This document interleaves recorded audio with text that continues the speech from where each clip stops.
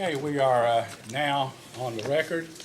Mr. Riggs, are you ready to call your next witness? Good morning, Your Honor. Yes, we are. I'd like to provide just a brief comment on the update of the status of the addendum that I mentioned yesterday in my opening remarks.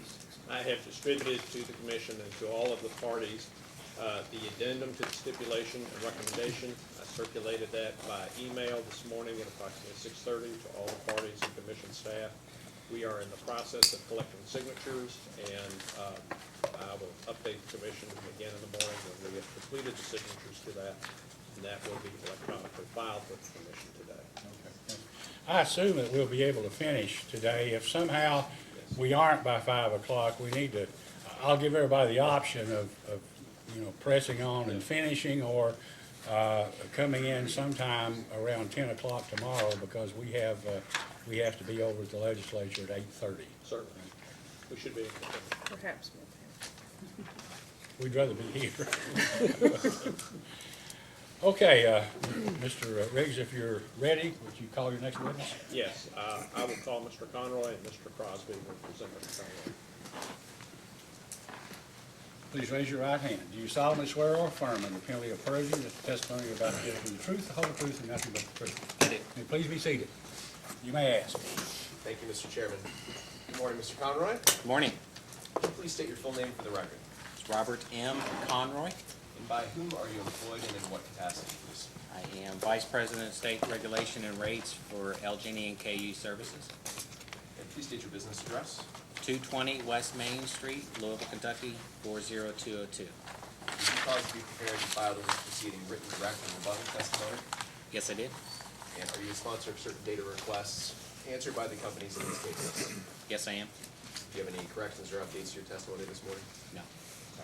And subject to corrections already made into the record, do you adopt that testimony and data responses as your testimony today? Yes, I did. Mr. Chairman, he's available for cross. Cross-examination by anyone? I think the Attorney General will take a stab. Thank you, Chairman. Good morning, Mr. Conroy. Morning. Would you agree that KU residential customers are using, on average, less electricity now than they were a few years ago?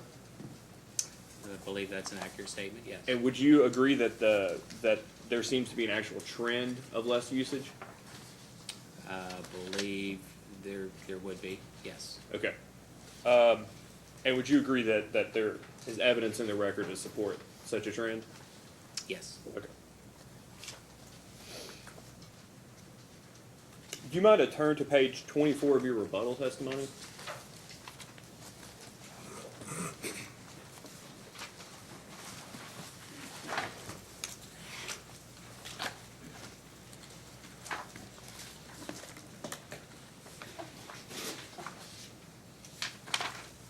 Please let me know when you're there. 24? Yes, sir. No. I Excuse only have me. 23 pages. That's right. Page.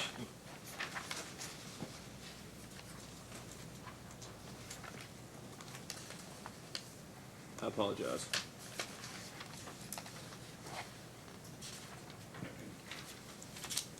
Page 22. Okay? Are you there? Yes, I am. Okay. Chairman, do you mind if I approach and pass out an exhibit? No, certainly.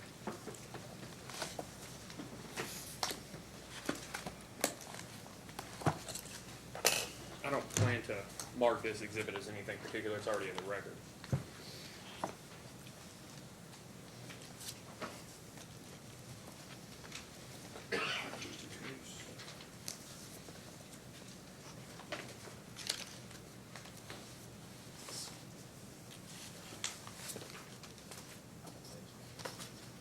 I should have an extra one.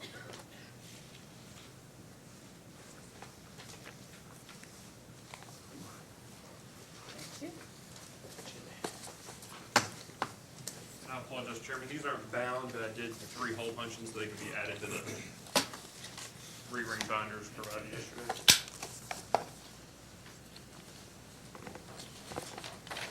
But you didn't bring us a tab.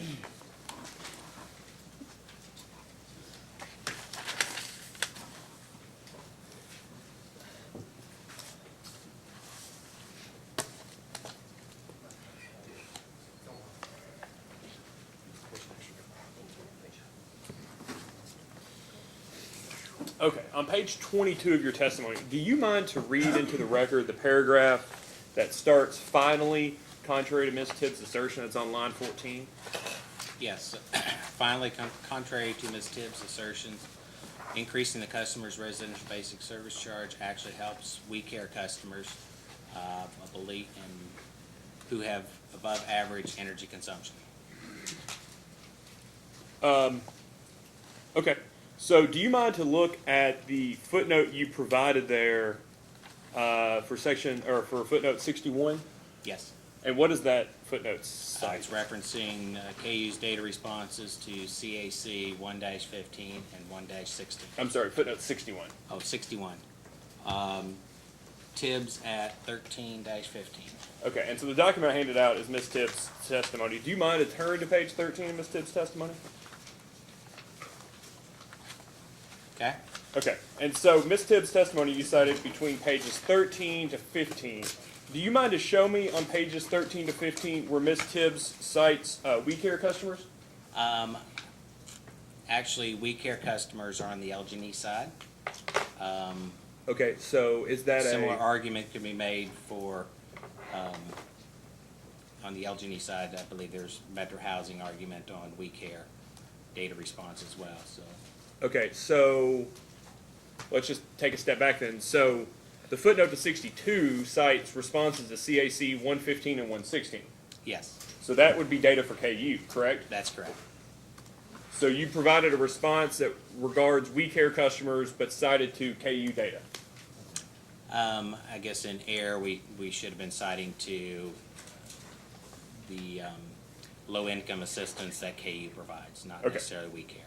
Okay, so that's the first thing. So the second, between 13 and 15, do you mind where Ms. Tibbs discussed low or fixed income customers that she specifically mentioned those customers that receive third-party assistance?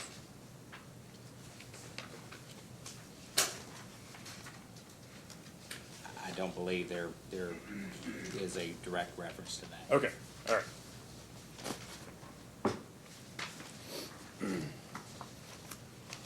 So, do you mind to turn to tab, and I think I left it up there yesterday, tab 7 of the witness binder? Yes. And please let me know when you're there. I know it's a lot of paper.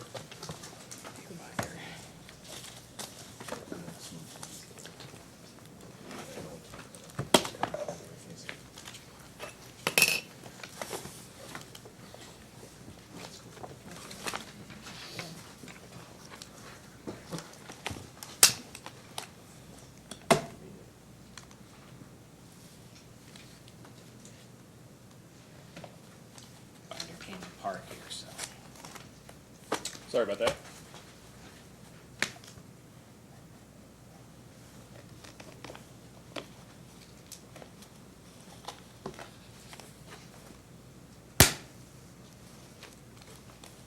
Okay. And do you see that this is an order in case number 2003-434?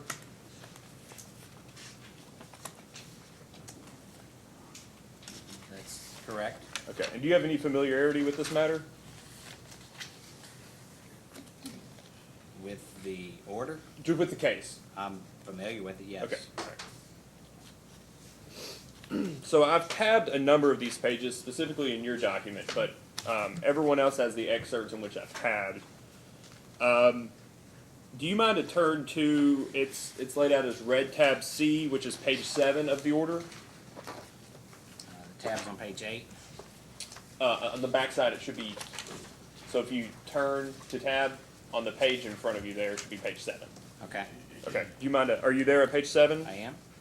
And on page 7, would you agree that the customer charge increase that was stipulated in that case or settled in that case was $5 per customer? That's correct. Okay. And if we follow along to the second tabbed page, which is red tab D for you, and it's KU Exhibit 1, page 4 of 33.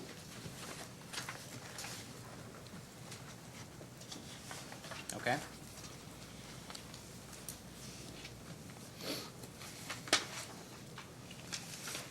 would you agree that this appears to be the customer charge? What did I say? Exhibit 1, page 4 of 33. Excuse me, page 3 of 33. Would you agree that that's the customer charge? It includes the previous and the current customer charge, or the proposed customer charge in that case? Yes, it is. And so what was the present customer charge before that stipulation? Prior to the 2004 rate case, it was $2.82. $2.82. And so that would be, I mean, this order was in, well, it was in 2004, so at least portions of 2004, LG, oh, say KU. KU was charging a $2.82 customer charge, correct? Prior to that rate case, yes, and I believe Okay. it was set probably 15, 20 years prior to that case. Okay, and then it got increased to $5. That's correct. Okay. So do you mind to turn in your book there to Red Tab E, which is LG&E Electric Exhibit 1, page 3 of 27. Okay? Sorry, and it's the same, it's in the same section as ever. I apologize, you all have the big one. I apologize. LG&E Exhibit 1, Electric Exhibit 1, page 3 of 27. And would you agree that's the present and proposed rates for the customer charge for LG&E rate R? That's correct. And rate R was the residential rate for LG&E, correct? That's correct. And what was the customer charge before this stipulation? For LG&E, it was $3.40, And it was proposed to change to? $5 under settlement. Okay, great. So $3.40 going up to $5. Great. And the last one, it should be your Red Tab F, but it's LG&E Gas Exhibit 1, page 2 of 9.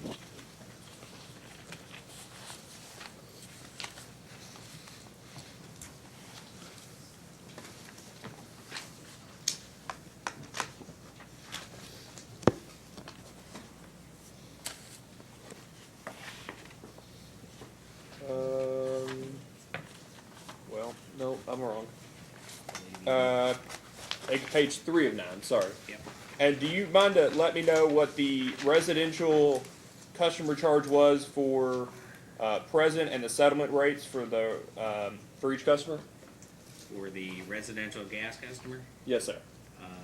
previous rate was $7, and the settled rate was $8.50. Okay, thank you. Now, I think you alluded to it a second ago. Wouldn't you agree that before that rate case, KU had not had a case since 1983? I believe that's correct. Okay, approximately 20 years. Yes. Okay. So how, other than, I guess, not spending money, how does a utility stay out for 20 years generally? Is it primarily due, or at least in large part due to load growth? That was before I was involved with the companies, so I can't speculate why KU stayed out of a rate case for 20 years. You have no idea how. I can't speculate how KU stayed out of a rate case prior to the LG&E KU merger. Okay. I was employed by Louisville Gas and Electric at the time. But you would agree that KU went 20 years with a $2.82 customer charge, it would appear. It would appear that's correct. Okay. What is the monthly equivalent of the proposed customer charge in this case? The proposed customer charge for electric is 53 cents a day, which is approximately $16. 16. Would you agree it was close to 1613? $16.13 would be a calculated number, yes. Okay. Is there volumetric risk to the company for the amount of money it recovers through customer charges? Is there a volumetric in Risk? with respect to energy consumption? No. With the amount of money recovered through the customer charge. Does it matter how much a person uses on any given month for how much money the companies are going to recover from them through the basic service charge? It does not vary by consumption, it varies by the number of customers served. Okay. And generally, residential customers, would you agree that both utilities either have slightly increasing or flat residential customer growth? I would say recently there's slight increase in number of customers, particularly on the LG&E side, where we've seen increases in multifamily housing. Right. So the number of customers is growing, but not necessarily load, correct? Approximately, yes. So, if you would, Chairman, at this time, I'd like to mark that order as AG Exhibit 7. Let it be marked as HU Exhibit 7. If you would turn to tab 8 with me. And please let me know when you're there. Okay. So, would you agree that this is an exhibit that's part of the stipulation in this matter? Yes. Okay, and this shows, this is very similar to those other 3 documents we looked at, right? It shows the present rates and the proposed rates per a stipulation. That's correct. And so the distinction in this case and that case, though, is that you would agree that the proposed customer charge amount that's provided there is 53 cents a day. That is not stipulated amongst the parties, correct? That's correct. Okay. And that's the company's litigation position, correct? That's correct. And so this one is just for KU. But you would agree that it notes there under present rates that the current customer charge is $12.25. That's correct. Okay. So $12.25 multiplied by, do you see billing periods there to the left of it? Yes, I do.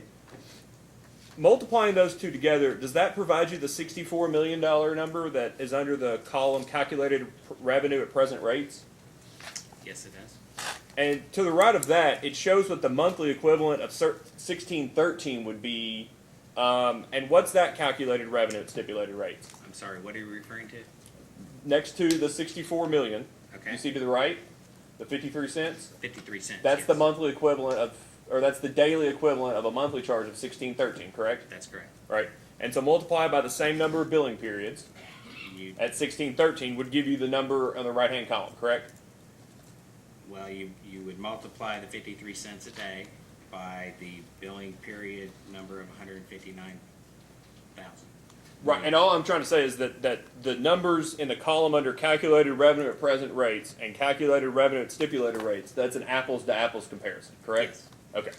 So under the company's proposal, from present to proposed rates, the company, KU, will be getting another $20 million of revenue every year that is unaffected by usage. That is correct. And that, given the trend you were discussing, is more likely or not to increase during the period, given that the number of customers is increasing, correct? Possibly so, depending on the number of customers there are. Well, I mean, we were talking about a trend a second ago. You noted that the trend was that you had customer growth, the number of customers, correct? We've seen that in the last few years, yes. Okay, so if that trend continues, and I don't think there's anything in the record to note that it won't continue, if that trend continues, you would agree that that may underestimate the amount in the forecasted test year, the actual amount. Yeah, number of customers change over time, so that, yeah, that number will change over time. Okay. And so we know the number of monthly. Well, let's just go back for a second. Under billing periods, the amount for monthly billing periods that says 5,236,339. Do you see that? Yes, Is that the number of customers you expect to have on average during the year times 12? generally, yes, that's what that would represent. And the amount below it is the amount of customers on average you expect during the forecasted year times 365 and a quarter. Yes, Do you have a calculator with me, Mr. Conroy? no, I do not. That's great. Steve Jobs gave me one here. So 5,236,339. We would agree that's the number of monthly bills expected for the company in the upcoming year, correct? Based on the schedule, yes. Multiply by $2.82, which was the customer charge before the 2003 case, correct? That would be the number that was in Okay. effect in 2003. So subject to check, would you agree that that's just under, it's $14,766,476? That's the math. Would you agree? Subject to check, that would be the math. So 14,766,476. If that's the math, you would agree that from the proposed rates you have now, going back to the rates that were received in '04, that the companies would have increased their their revenue, which has no volumetric risk, by $70 million. Would that be the math? That would be the math for that 15-year period.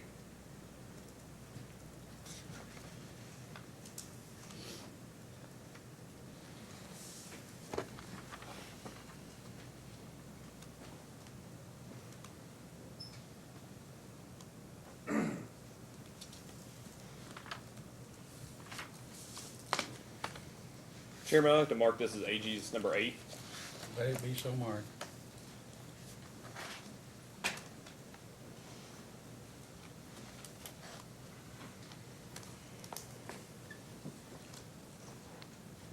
So, Mr. Conroy, that case started in '03, and I apologize, just for the record, I think the abbreviated versions that are out there in people's books have the date stamp for the order on it. Subject to check, would you agree that that order came out June 30th of 2004? It's on page 69 of it, just so that we can sort of get a snapshot in time. The order was issued June 30th of 2004. Okay, so we got mid-year 2004 there. So if you don't mind, will you turn to AG's Exhibit 12, which is in that binder there? It's under tab 12.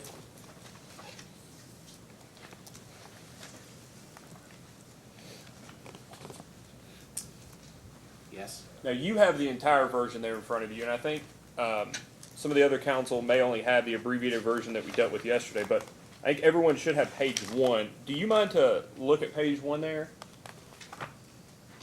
Okay. And are you familiar with this order? Have you reviewed it, or at least the portions of it regarding the customer charge? This is a Duke Energy Kentucky order in case number 2017-321. Yes, I'm familiar with that. Okay, and you've reviewed that? Yes. Okay.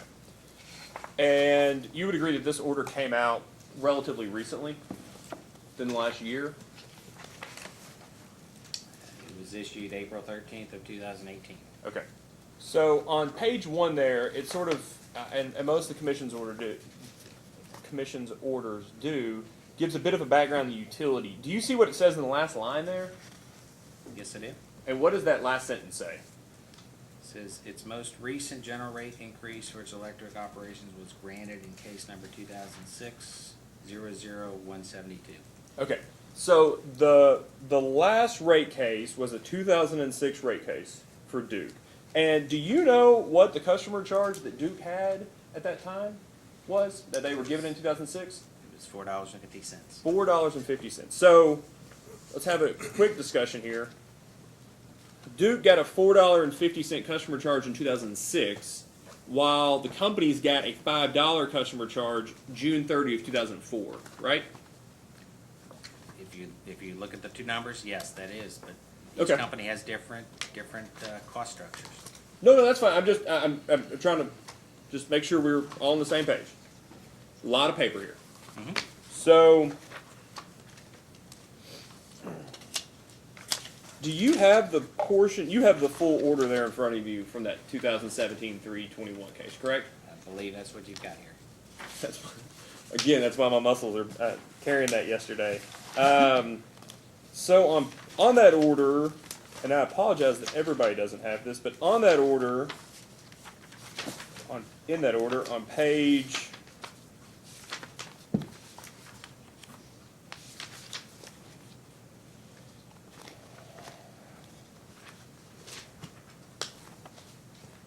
on page 45, turn to that for me, please.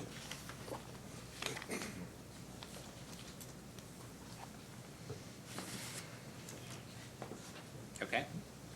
Okay, and it starts on 44, I apologize. You there? Yes? So do you see the paragraph under rate design that says Duke's Kentucky revised 12 CP cost of service study supports a residential customer charge in the amount of $11.31.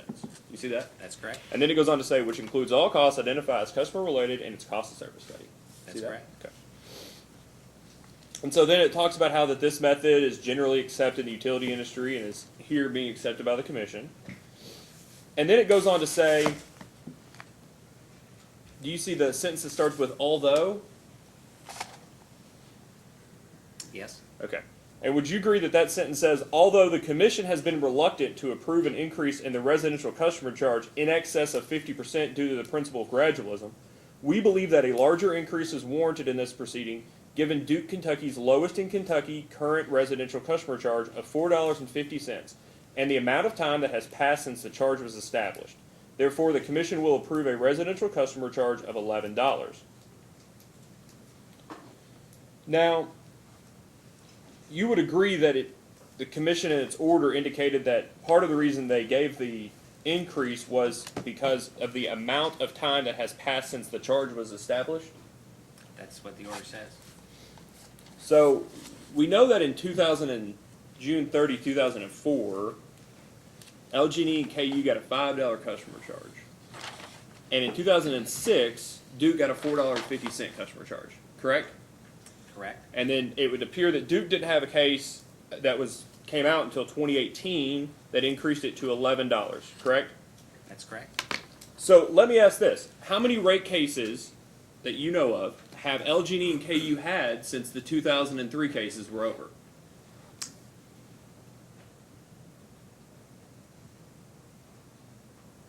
This would be approximately the sixth case, The sixth case. And would you Math agree is that... right. Excuse me, I apologize. if my math is right. Would you agree that in all but one of those cases, the companies had a increase in the residential customer charge? I'd have to look back at each of those records.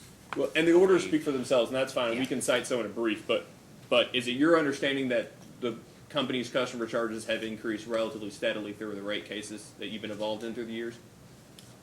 They have, yes. Okay.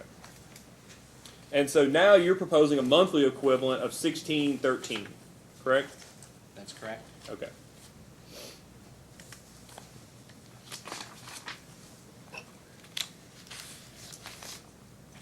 How many bills a year do residential customers ordinarily receive? Typically 12. 12. Okay. And as it stands now, how many times a year are they assessed a basic service charge? In each of those bills, there will be a basic service charge. So 12. Okay. So the company right now is basically charging the basic service charge by an annual number divided by 12, correct? That's correct. Okay. How many days are in each billing period? It can vary, depending on the month and depending on the meter reading schedules. Can vary anywhere from 26 days to 30, 33 through to 34 days. 26 to 33 to 34. Okay. You would agree that it's not the same every month? Typically, it can be different every month. Does a customer have any control or input on how many billing days, how many days are included in their billing period in any given period? No, it's just based on our meter reading cycles and when they're able to read the meters. As it stands now, do customers know what the non-volumetric portion of their bill is going to be in any given month? They would, and they would know what it's going to be going forward under our proposal.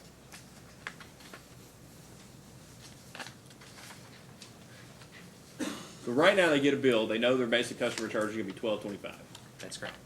If there's 26 days in the billing period, what's their basic customer charge going to be Today, under the proposal? under the proposal, it'd be 53 cents times the number of days in the billing cycle. Yeah, but what's that number? 53 times 26. That's a calculation. What's the number? It would be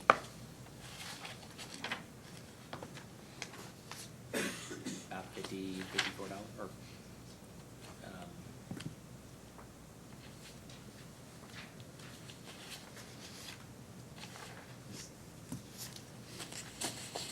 be about $14, $15. And if there are 31 days under the current method, how much is the basic customer charge going to be? It would 53 cents times. Under the 100 current, days.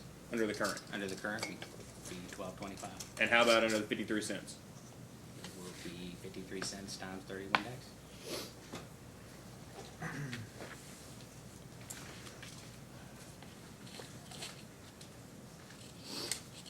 Do you mind to turn to your, what I believe is your direct testimony on page 19?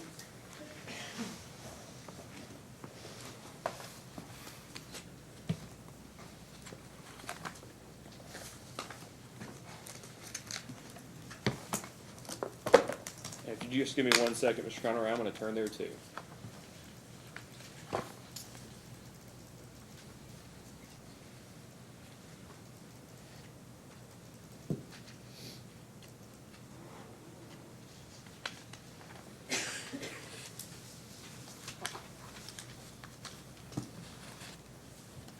I'm sorry, can you say 1983? I believe 19 of his direct.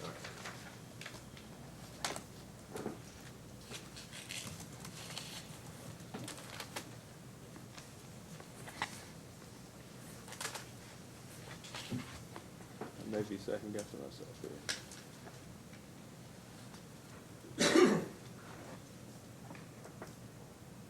There we go. Are you there? Aye. Okay, great. Do you mind to go to line 20? Actually, just go to 17. I want to make sure there's context here. I don't Okay. want to have to go back. So, line 17, do you see the sentence that starts there with, the companies are therefore proposing this proceeding to split the energy charge into fixed cost and variable cost components for rates RS, RTOD energy, RTOD demand, VFD, and GS? That's correct. Okay, so this is just a curious question. Is anybody on RTO demand? RTOD? Believe there is one customer for LGNE. Okay, very who's interesting. On that rate. Do you see the next sentence? Do you mind to read the next sentence in there? The companies believe this approach will help inform customers, stakeholders, and employees about the amount of fixed cost recovery inherent in the energy charge for these rate schedules, enabling a better understanding of interclass subsidies and more generally the nature of the charges customers pay. Great. Would you agree then that the, sort of summing that up, the basis of the company's proposal is for informational and transparency purposes? Generally, yes. Would you agree that it is likely that executive compensation is recovered by both the proposed residential kilowatt hour and customer charges? I'm not sure what you're asking. So executive compensation, would you agree that cost is generally recovered both through the residential basic service charge and the kilowatt hour charge as a cost component? You would have to look at the details of the cost of service to see how those are allocated. Well, let's ask this way. For rate RS, GS, RTOD energy, RTOD demand, and what's the other? Volunteer fire? Is that the other right there? Volunteer fire. You would agree that it's through either one, right? It's only a two-part rate design. It's a cost. It's recovered through either one of those It'll lines. be allocated across the various cost components per the cost of service study, consistent with all the other rate schedules as well. I'm just asking though, part of it's going to be charged to residential customers, correct? Yes, And it has to be recovered through one of those pieces, correct? yes. Okay.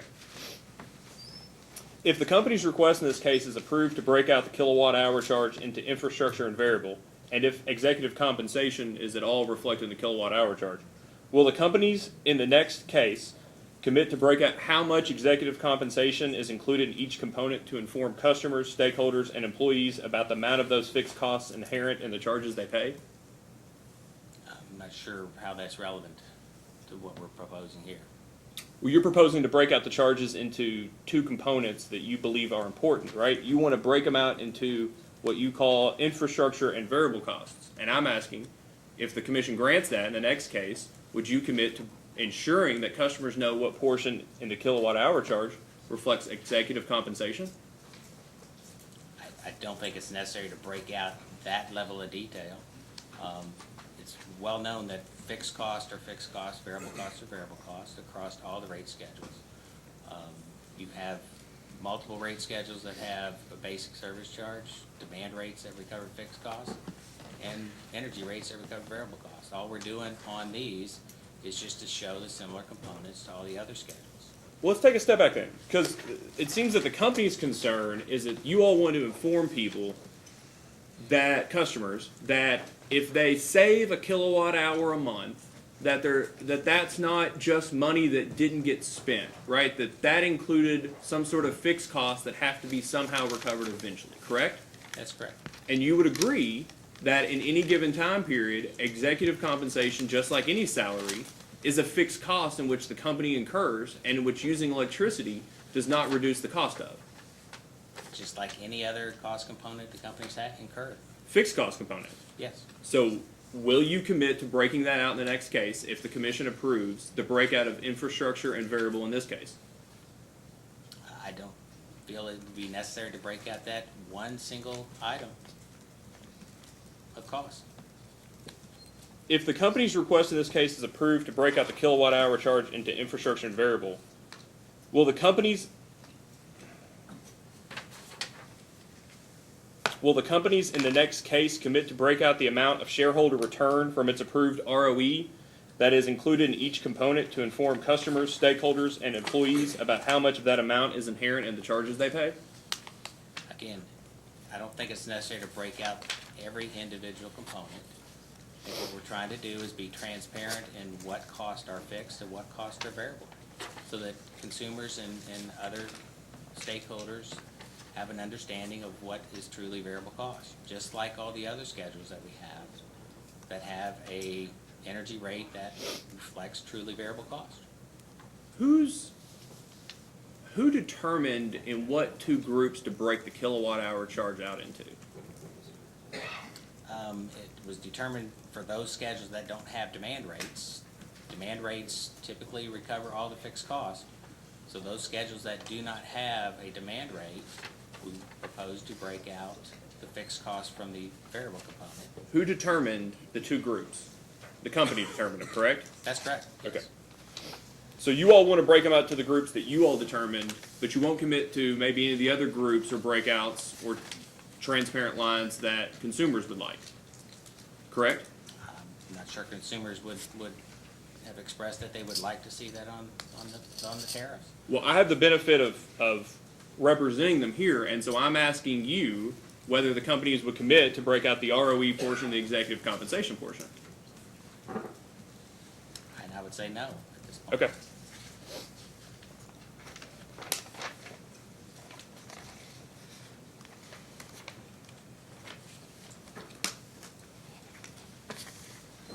So in Mr. Seeley's rebuttal, he mentions, I think what he refers to as, well, I actually have the site here. He refers to as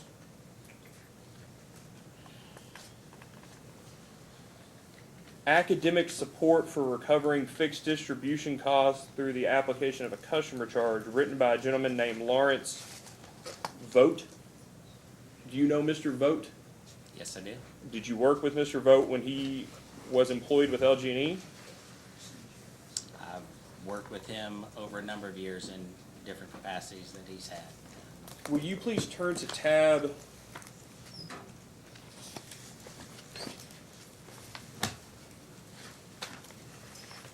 11? I'd like to mark this as AG 11, Chairman. Let it be so marked. Please let me know when you're there, Mr. Conroy. I'm there. Would you agree that this appears to be an about page from Voltage Engineering, which is Mr. Vogt's website? That's correct. And have you seen this document before? Yes, I have. And would you agree that it does note that Mr. Vogt worked at Louisville Gas and Electric previously? That's correct. And before that, he worked at ABB Power T&D Company? That's correct. And it seems he also worked at Mississippi Power, which is the Southern Company affiliate, That's correct. and with PSI, which is now Duke, Ohio, or Duke, Indiana, excuse me, I believe he worked there before ABB. and then Southern Company Services. Yes. So you're aware of Mr. Seeley's citation of Mr. Is it Vogt? Is that correct? Yes. Of Mr. Vogt's publication, correct? Yes, I am. Okay. And were you in the room yesterday when Sierra Club was cross-examining Mr. Sinclair? I was, yes. Okay. And have you seen Mr. Sinclair's testimony, the rebuttal testimony in this matter? Yes, I've seen it, yes. And so would you agree that Mr. Sinclair takes issue with Mr. Fisher's testimony based on a perceived bias, outcome bias? I believe Mr. Sinclair testified yesterday, and his rebuttal testimony is what it is.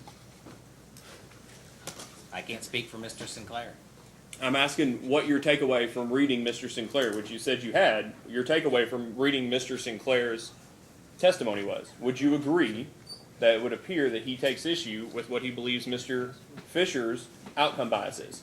I believe that's what Mr. Sinclair said yesterday. And I wrote down that Mr. Sinclair said yesterday regarding Mr. Fisher that Mr. Sinclair believed that he was influenced by his perspective. Do you believe that Mr. Vogt would be influenced by his perspective, having previously been engaged or employed almost exclusively by utilities? I'm not sure what you're asking If me. this were a court of law, I'd sustain an objection because I don't know how this witness could know what Mr. Vogt did, what he thought, or whether he isn't here.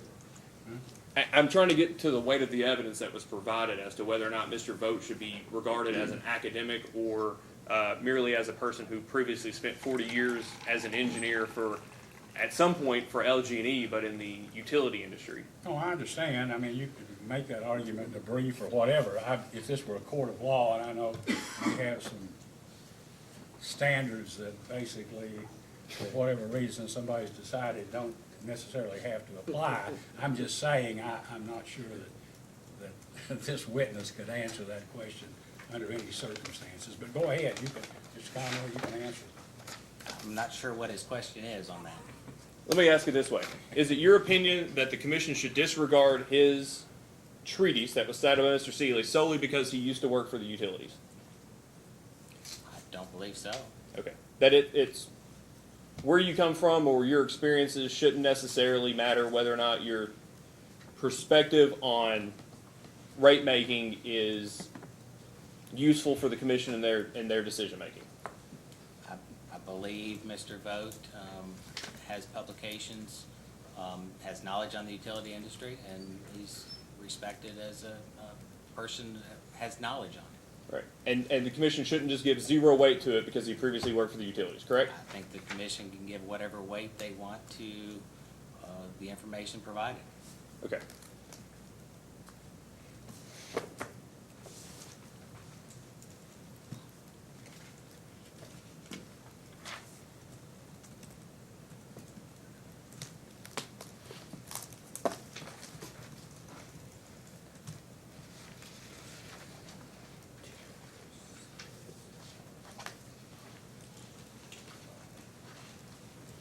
Chairman, I would like to move to introduce exhibits 7, AG's exhibits 7, 8, and 11, please.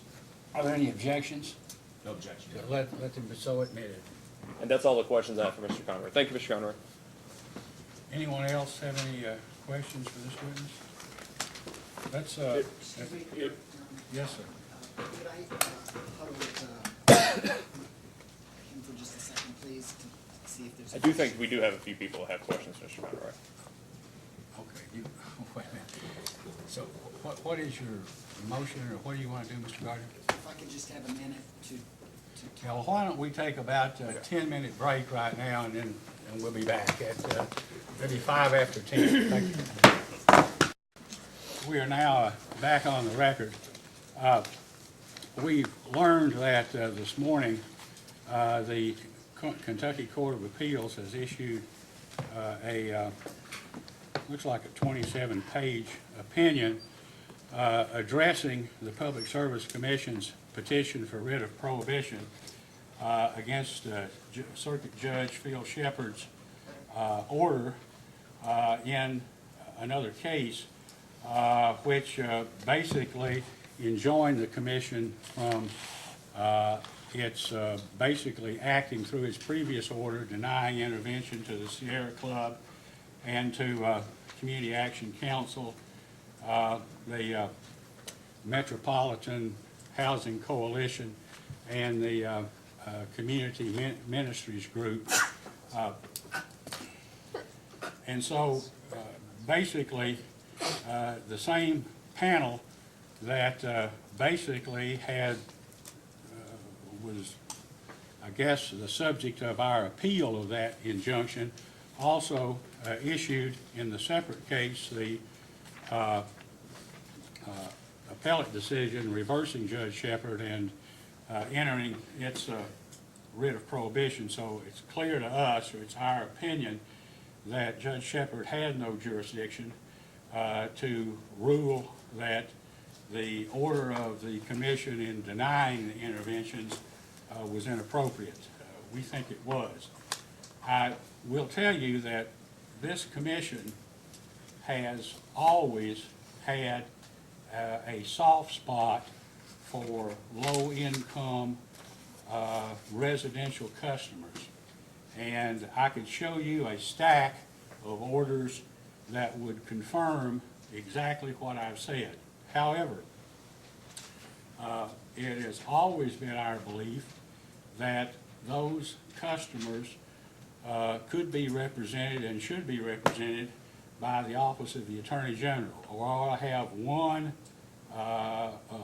representative. The Attorney General staff has always done, in my opinion, an excellent job in representing these people. And I understand sometimes the politics of the situation might be such as to maybe cause someone to say, maybe I can't do that now.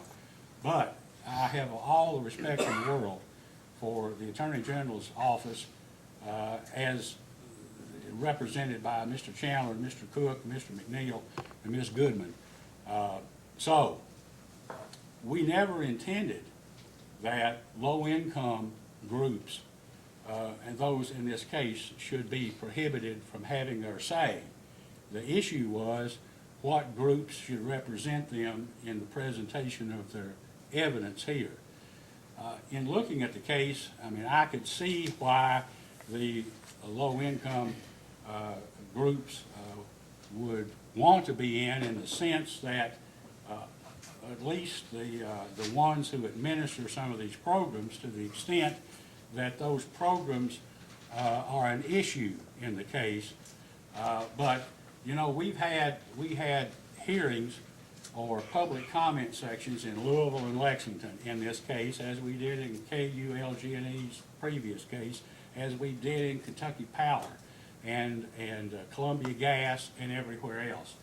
And each of those times, a number of people came up and spoke and gave their positions as articulated exactly by these groups who come in here today. There's nothing that is in the direct testimony of Community Action Council or anyone else that is more persuasive, or is as persuasive, to me at least, as these individuals who come up and from their heart speak about their own dire circumstances.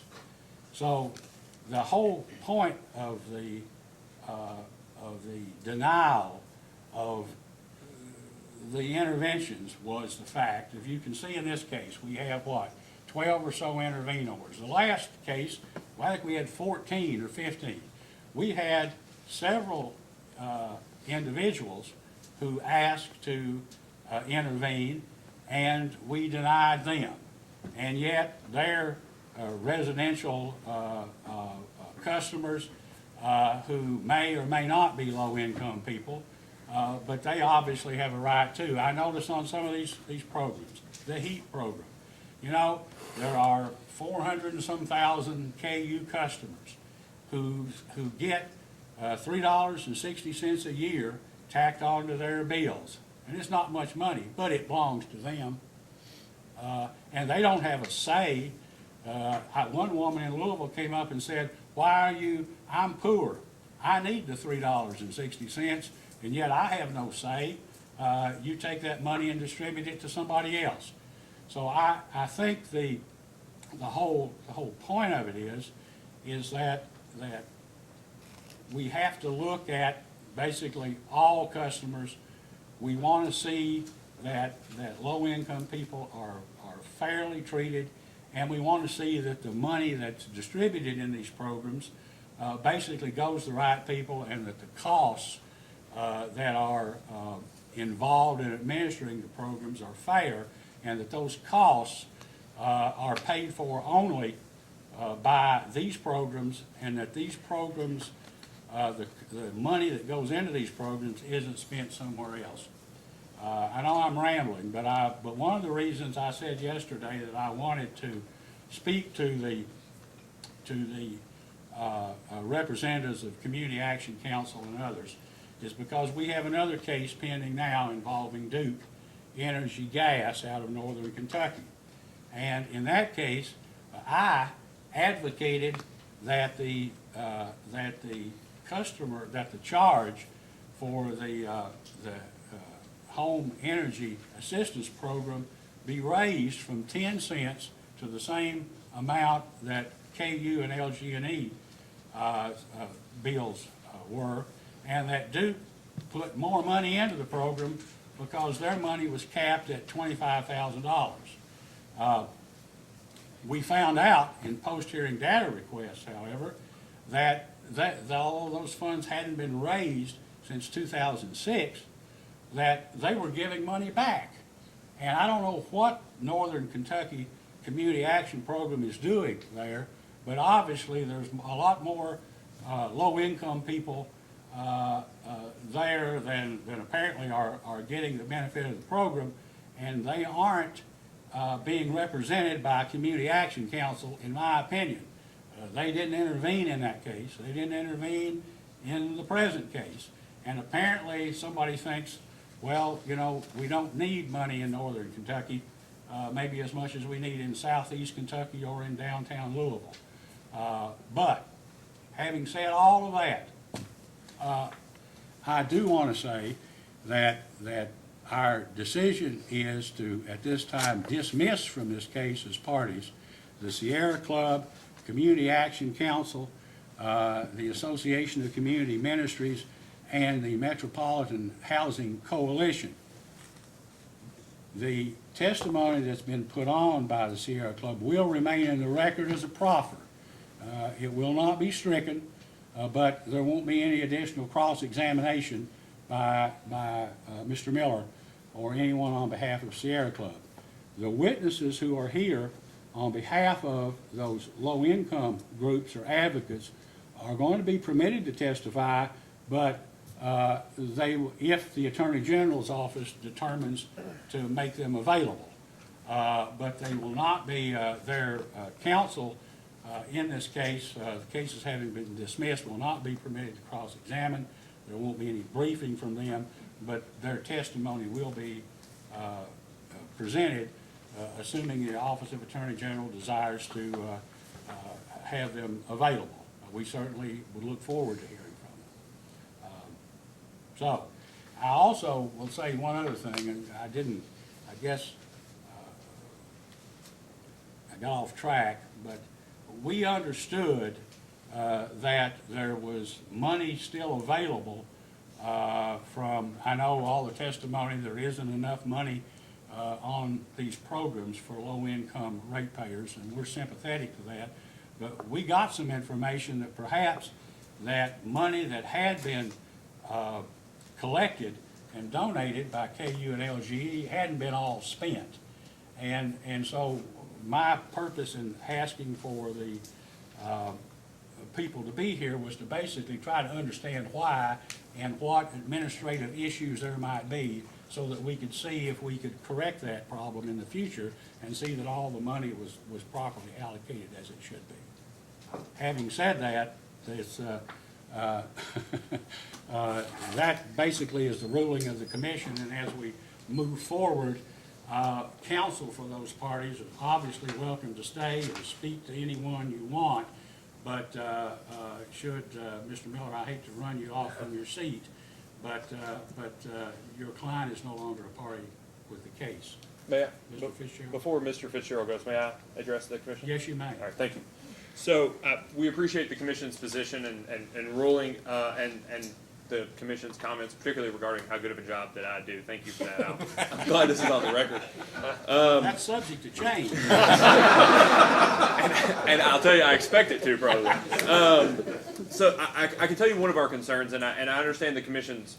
I don't think that we're necessarily talking past each other. I think we understand the commission's concerns. One of the concerns we have regarding public comment, and I know that at least in the orders denying intervention, was directing the parties that the denied parties that they could provide public comments. We have a concern that has not been raised yet, I think, but has been raised previously by utilities about the evidentiary value or the commission's use of those public comments in supporting their decisions. And so from our position, we do know that although this commission may weigh those equally, there is a concern about future commissions not necessarily doing so, or utilities saying that the commission can't weigh public comments equally to that of testimony. So I just want to give you our perspective on that, and we appreciate it. Well, let me say one thing. As you recall, in the Kentucky Power case, nobody intervened on behalf of low-income ratepayers except Community Action Kentucky intervened late. Yes, sir. And when they did, we basically denied intervention on the basis that the time had expired. But we recommended that the Attorney General present their evidence. And to the Attorney General's credit, that evidence was presented because, is it Mr. McCann? Yes, sir. Basically, you allowed him to testify, and we considered his testimony. And in that case, where the Public Service Commission initiated the rate increase from what, 15 cents per meter, the company and basically wanted to go to 20, and we eliminated the economic development charge on residential customers and gave it all to low-income ratepayers. Yes, sir. Yes, sir. And I think went to 30 cents for the HEA. That's fund. right. And we appreciate that, and I thought that Mr. McCann's testimony was very good on that point. And I'm glad that he gave the commission the perspective from we Community intend to Action always do Kentucky. that. Yes, sir. So I'll say this, given the commission's ruling today, we would like to move to sponsor, ask leave from the commission to sponsor the testimony of the witnesses from Community Action Council of, I can't remember all the counties, but the Community Action Council, the Metropolitan Housing Coalition, as well as the Association of Community Ministries. Sustained. Thank you, Chairman. Mr. Chairman, on behalf of Metropolitan Housing Coalition, I'm not going to debate or argue with you concerning the orders denying intervention, though we still believe that they were unreasonable. And I appreciate your statement of the position of the commission. I wanted to inform you that probably within the hour, we will be moving collectively to ask the Court of Appeals to reconsider the writ of prohibition issued this morning and to dismiss the commission's petition for writ of prohibition as moot. It is well established in Kentucky law. There's no point in arguing to me. I'm not just informing you, Mr. Chairman, I'm not arguing. I'm just telling you what we're going to do because I think the commission ought to have it before it makes a final decision regarding dismissing these parties. We will be moving to set aside the writ because it is well established in Kentucky law that when a final judgment has been entered by a lower court, there is nothing to prohibit. So I appreciate your position, I appreciate the commission's indulgence, and we'll see what happens. Thank you. All right, are we ready? Mr. Miller? Thank you. If I It's just been may- good having you here. I appreciate that. I appreciate your work and, Mr. Chairman, Mr. Vice Chairman, and Madam Commissioner, I appreciate the opportunity to be here. Understand the ruling. Absolutely appreciate you taking our testimony and cross-examination dialogue as a proffer, and urge the Commission to consider those issues which we think are important and undeniably in the subject matter of the Commission's prerogatives, even though we did not ask for disallowance. So I appreciate that. And of course, regret leaving. I Well, suppose if Mr. Fitzgerald's successful, you may be back. maybe we will to fly back.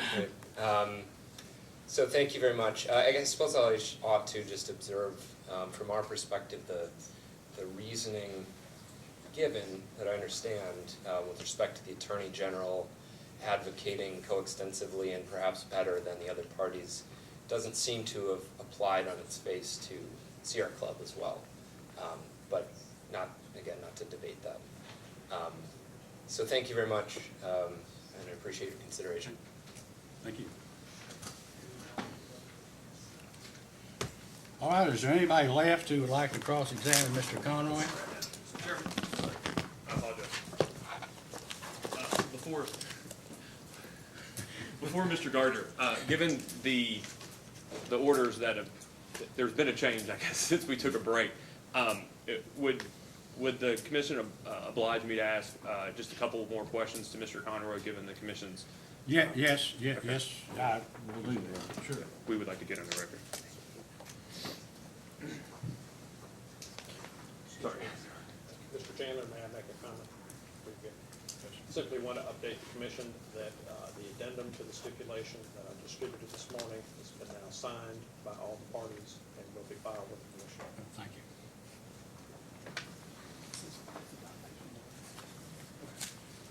And I'm ready whenever the commission is. We're ready. All right, thank you very much. Good morning. Good morning, still Mr. Conroy. I'm back.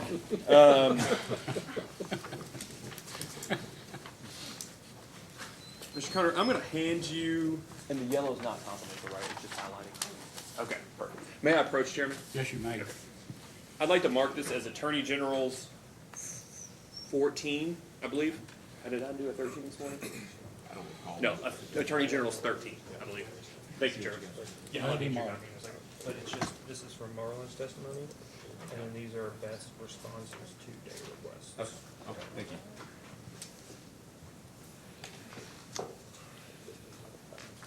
And I'll provide the, sorry, I don't have very many.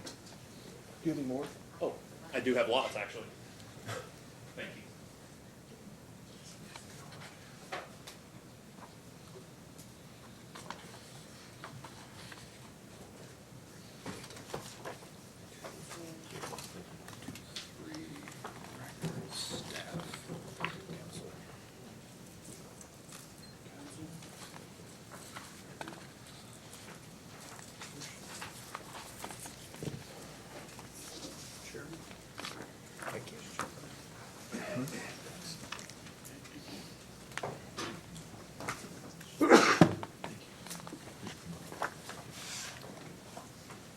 Oh, these are all the same?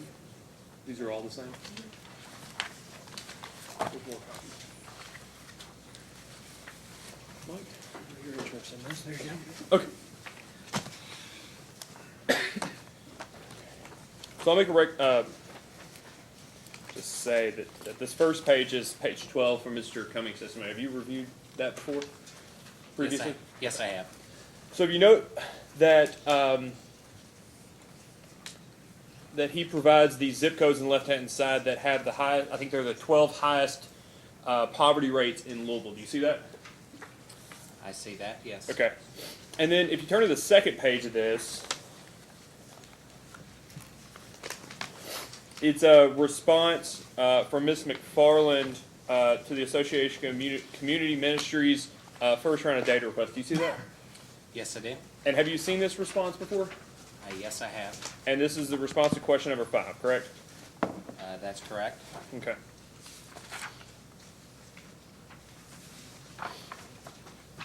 And so let's look for a second at, well, let's take a step back. Do you remember the conversation we had earlier about Ms. Tibbs' testimony? Yes, I do. Okay, and I think the assertion that you made in rebuttal, and correct me if I'm wrong, was that effectively that low-income customers seem to use more than the average customer. When you look at both LG&E and KU, the average for those customers receiving low-income assistance use greater energy than the average of the entire residential class. And that's a distinction, right? low-income assistance versus those that are identified as low-income, correct? The companies do not track the data on whose income, what income level across the residential class. So the only way we have to be able to identify in questions that ask about low income is to identify those who receive low income assistance. Those who receive third-party assistance through the utilities, correct? That's correct. Perfect. So if you look at the page 1 of Ms. McFarland's response there, that provides the 2017 average electric usage, the 2017, I guess the 2017 average gas usage, correct? This For a residential question- customer. For question 5, it is the entire residential class, Residential class, right. It's for LG&E, for LG&E only. LG&E only. And you We would have agree that, comparable data in the KU case under the CAC question 15. question 15, great. Yes. So the average electric customer uses, in 2017, used 11,019 kilowatt hours. That's correct? And the average residential gas customer used 549 CCF. That's correct. Okay, great.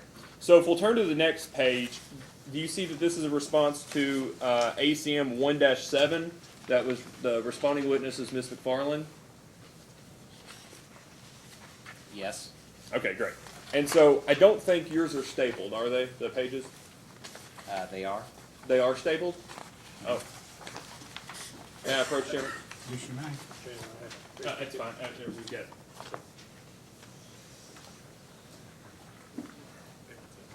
Okay. Well, I mean, all the attachments to question 7 are all stapled together. Oh, they are. So all I'm going to ask is if you'll take the first loose page and maybe set it off to the side for reference. That's okay? First loose page. Actually, We're let's talking take a step about back the here. testimony, this one here? Yeah. Okay. Maybe take that aside and then just reference the second page of question number 5.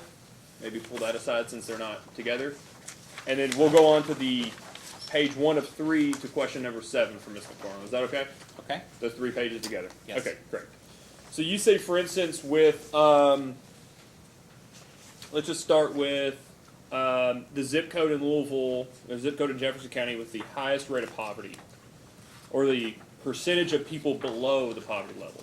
Do you see that on the page 12 of Mr. Cummings' testimony, it states there that zip code 40209 has 61.9% of residents.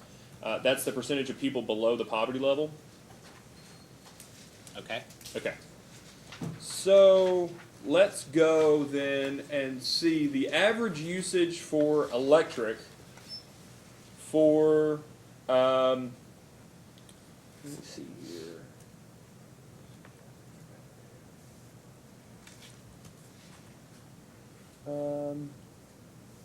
Well, actually, let's take a step back. Let's look at the January to October 2018 amount. Do you see that?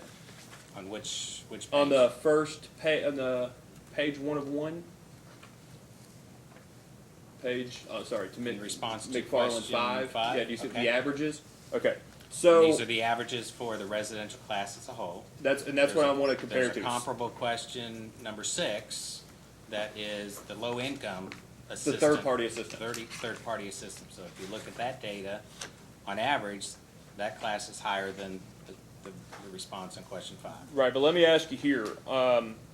Do you see that on page 1 of 3 for question number 7, the highlighted zip codes? I do. Okay, so 1, 2, 3, 4, 5. The 5th highlighted zip code, 40209, Okay. is the same first line on page 12 of Mr. Cummings' testimony. Okay. Do you see on the far right column where it says 8,635? Do you see that? I do. What is that number represent? What does that number represent? Based on the column heading, it's the annualized average usage per kilowatt hours per residential electric customer account.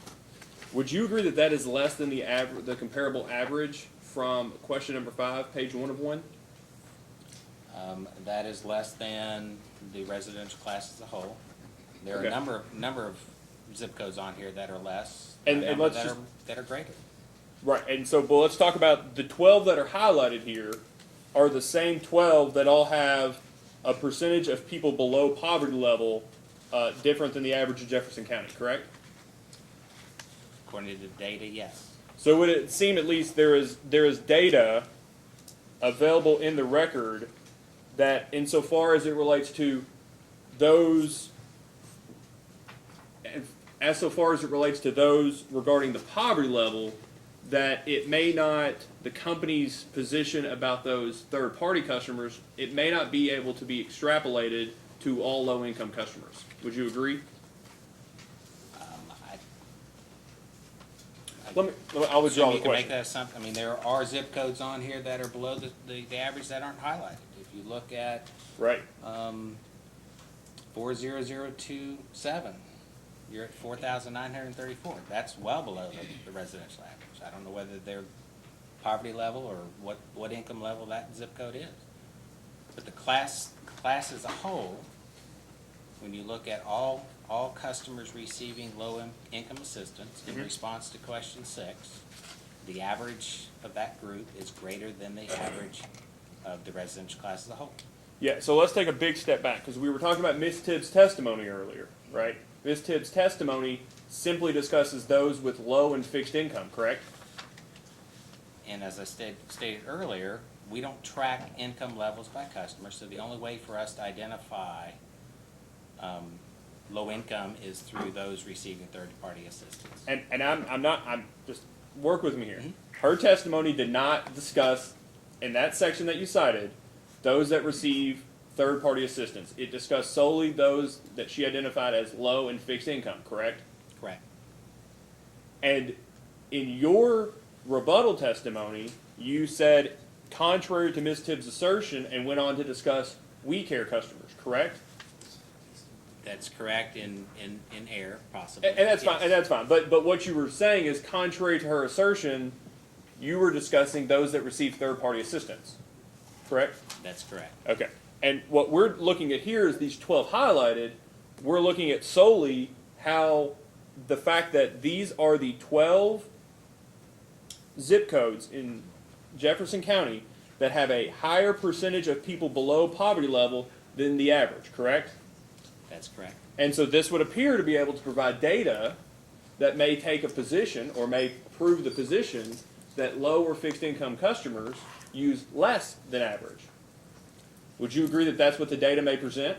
It's data that shows by zip code what the average consumption is for that zip code. If it's below the poverty level, then that's what that would show. Let me ask this direct question.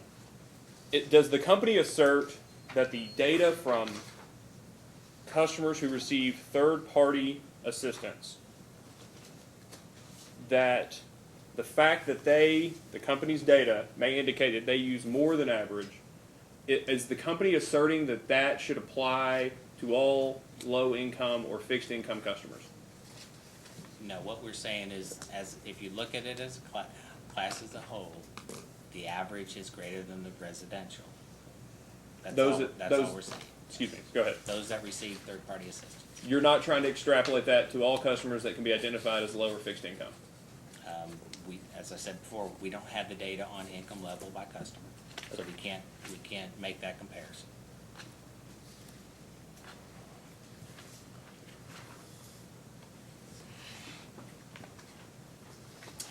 Thank you, Chairman. Those are all and I appreciate the Commission's willingness. Thank you. Mr. Gardner, cross-examination? Thank you, Your Honor. Mr. Conroy, the companies 2 years ago filed with their application a Mr. Gardner, request. you can come to the front now that Mr. Miller's has left. I only wanted to be Thank you. Thank you. Mr. Conroy, in the company's last rate case, approximately 2 years ago, did the company have at that same time a similar request for information, in effect dividing up the energy, the volumetric charge for residential customers?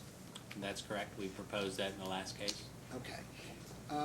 Is the reason why this is so important to the companies is because ultimately you all want demand rates for residential customers? I would not characterize it that way. Why it's important is just to provide information to customers on what's variable costs and what are fixed costs. Okay, would you all commit that, say, for the next 10 years, you will not file a rate case or any other case requesting demand rates for residential customers? I would not commit to propose rate designs in the future. There may be reasons to propose residential demand rates. That's all I have. Any other cross-examination by, is anybody left? Staff, your cross-examination? Yes, Your Honor, we do. Good morning, Mr. Conroy. Good morning. Were you here yesterday when Mr. Thompson was on the stand? Yes, I was. And he was asked about certain joint planning and operations being performed by both KU and LG&E? Yes. Okay. And one of the questions was related to a transmission coordination agreement. Do you recall that? There were questions on both the power supply system agreement and the transmission coordination. Correct, yeah. Are those two agreements under the authority of FERC, and have they been approved by FERC? Yeah, those two agreements were approved by FERC at the LG and KU merger. We have committed, and we have in the past 30 days before any changes for FERC approval, we would file those with the Public Service Commission. But they are FERC-approved documents. They are on file with the Public Service Commission. The most recent filing was, I believe, in March of last year. Okay. We provided revisions to the PSSA and the TCA. Prior to filing with FERC, received FERC approval in May of last year. Was that May or March? We received FERC approval in May. Okay. It was provided to the commission in March. We filed it with FERC 30 days after that. Okay.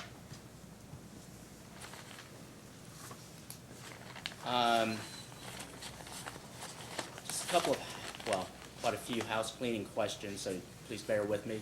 Okay. And I'm going to ask you to, for both KU and LG&E's original and proposed tariffs. Okay, so just bear with me. So if you can, and I believe it's at tab 5 of the application that shows the side-by-side. Okay. Okay. Which company would you like to start with, or? Yeah, so go to KU, original sheet 40.2, and proposed sheet 40.3. Hold on a minute here.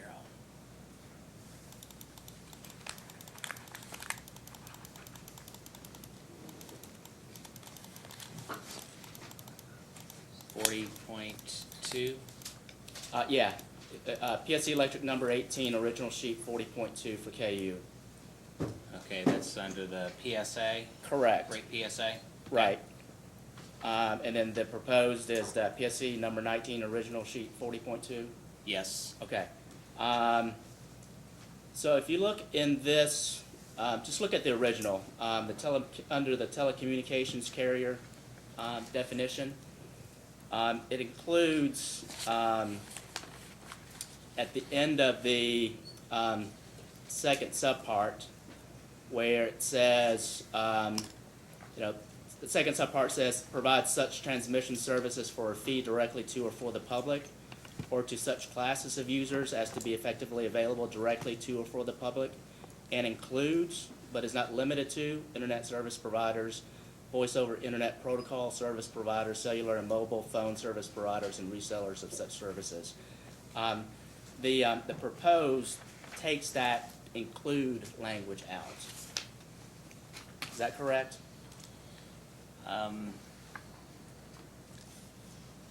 I can't tell from these exhibits. I believe we provided a data response to the commission in which we highlighted all the different changes in the proposed with different coding. That might provide that difference. I don't see it on this page on 42, the proposed 42, or 40.2. Look at I'm sorry, the proposed should be 40.3, the original is 40.2. Okay, okay, I'm sorry.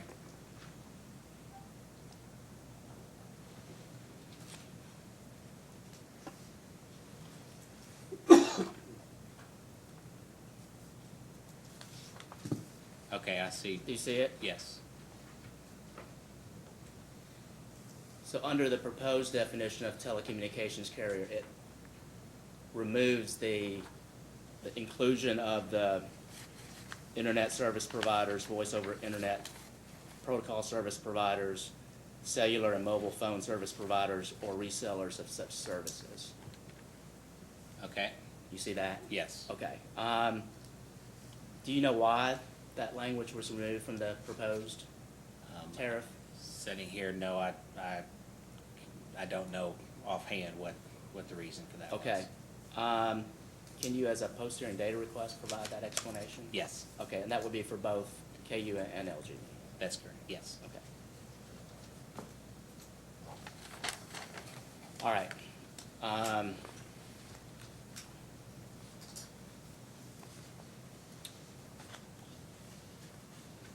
Can you now go to, for KU,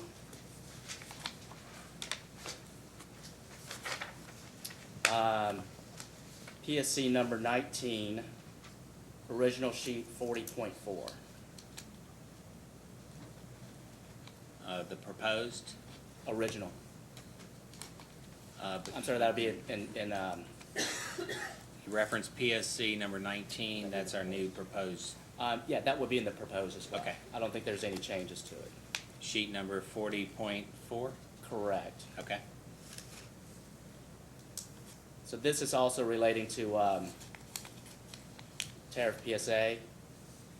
And under the terms and conditions of attachment, numbered paragraph 1, contract for attachment to company structures, do you see that? I do. Okay. At the very end, that last sentence, it says the contract shall incorporate the terms and conditions set forth in this schedule.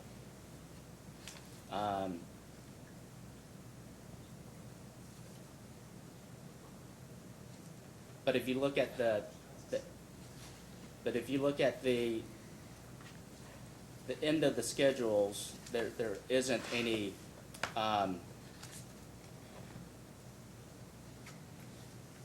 I'm sorry, it's a sentence before, it's the first sentence. It says, no attachment shall be made to company structure until attachment customer has executed a contract for attachment to company structures in a form substantially similar to that which is included at the end of this schedule. Okay, so there's no form that's included at the end of the schedule that staff could find. So do you know if there's any such form? I believe there would be, and we could provide that as a post-hearing data. Okay. request. And then if not, could you revise the tariff to include that particular form? Yes, we can. Okay.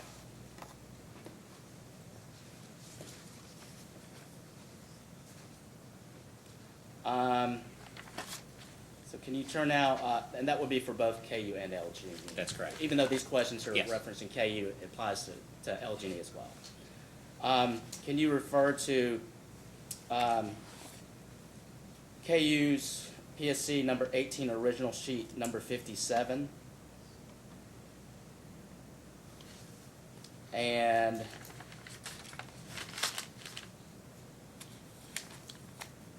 KU 57 PSC is number, the net metering? that's correct. Okay, And then KU PSC number 19, original sheet 50, number 19, original sheet 57. So that's original 18 and 19, sheet 57. okay. Okay. And if you look at the second paragraph under metering and billing, Okay, okay, there is the original language refers to the application of billing period credits customer creates in a particular time of day or time of use block in future billing periods. Do you see that? Not offhand, which, it's in that. Let me give you the, let's see.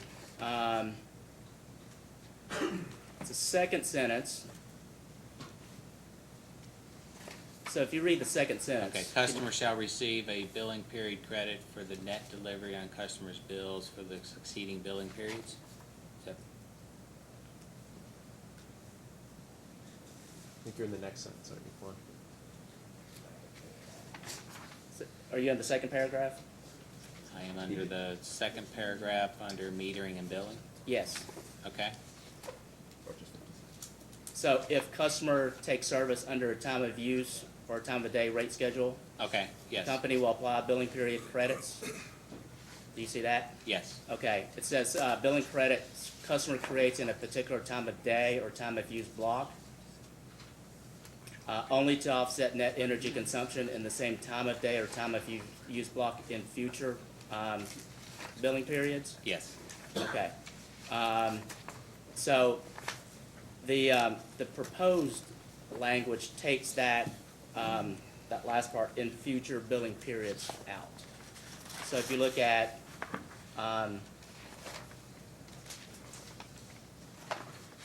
the proposed number 19, original sheet 57.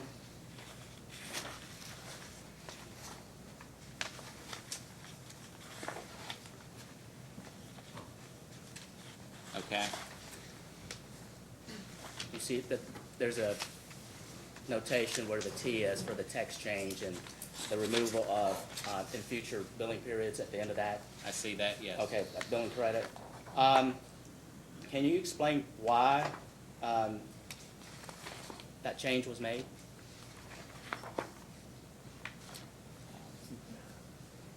I'm not sitting here, I can't, but we could provide a post-hearing data response. Okay.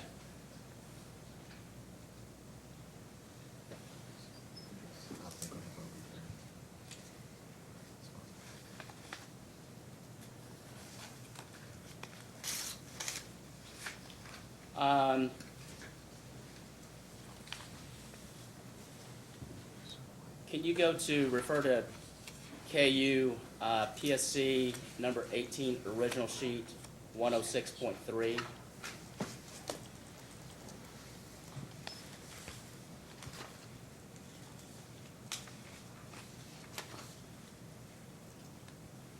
And also proposed PSC number 19, original sheet 106.3. Okay, Okay. There's been a change that's made to the individual premises section.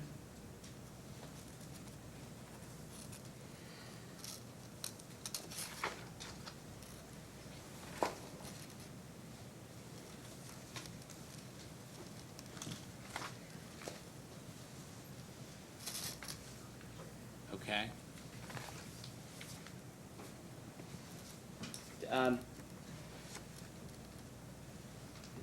But there wasn't any change that was made to the LG&E tariff.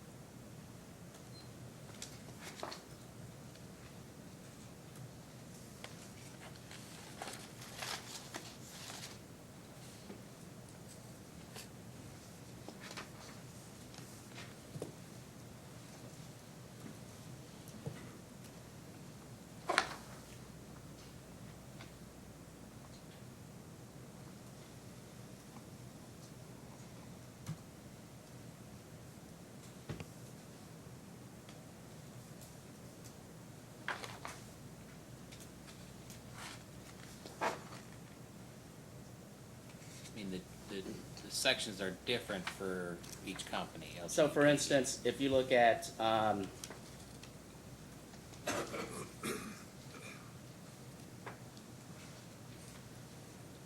well, let's take a look at, if you can refer to LG&E,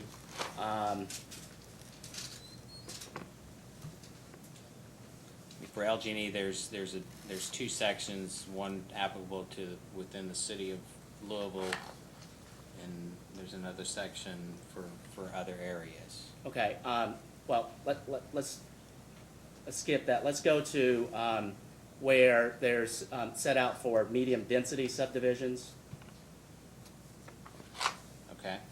Okay, for LG&E, there's, if you look at LG&E's, PSC electric number 11,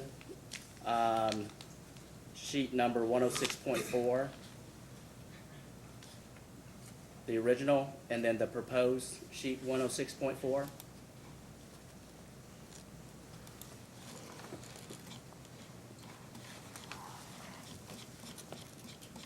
There's a change to the medium density subdivision portion of that tariff, and it removes, I think, paragraphs 3 and 4 under LG&E medium density subdivision.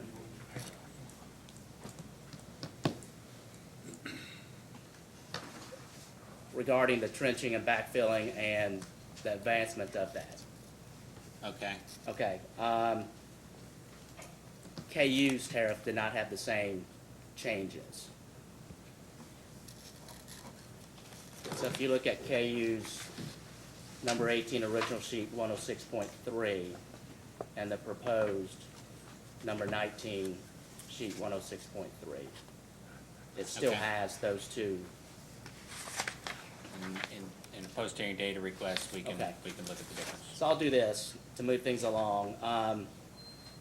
There's a couple of more that ask for clarification on certain changes that were made to the KU tariff that may have not been made to the LG&E tariff or vice versa. Okay. Okay.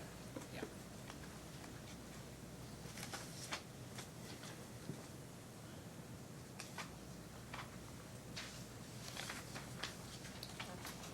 Can you turn to KU's response to staff's fourth request for information, item 11B?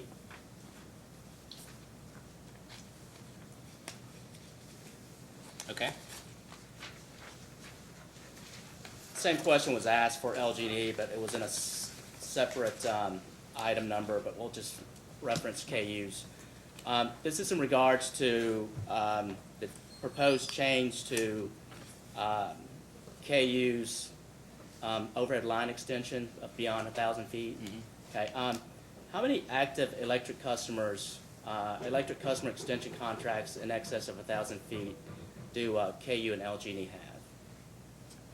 I don't know off the top of my head. We can provide that information. Okay. Is that a pretty sizable number? I would not know. Okay. Do you know of the active extension contracts, how many have required refunds issued during the last year? No, I do not know. Okay.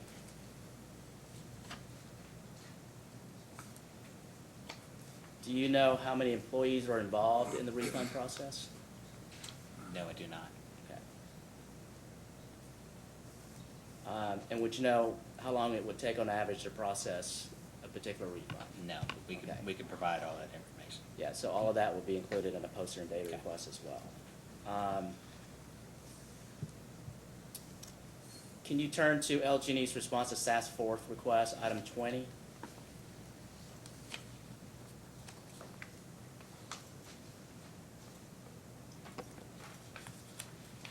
Okay. Okay. Question asks regarding changes to LG&E's gas main extension on sheet 106 of its tariff, regarding a application of a net revenue methodology to non-residential LG&E gas And also electric customers, is that Yes. correct? Okay. And that's for normal gas main extensions and for normal electric distribution line extensions, correct? Yes. Okay. Can you explain why a similar revision was not proposed in KU's tariff? We would ask the commission to allow that same change. However, we didn't have a data response on KU. Okay. Where we could modify that, and I wasn't sure how to incorporate a revision to a KU case in an LG&E data response. Understand. We would be willing to make that same change on the KU tariff. Okay, so you, companies would make that same change? Yes. For KU?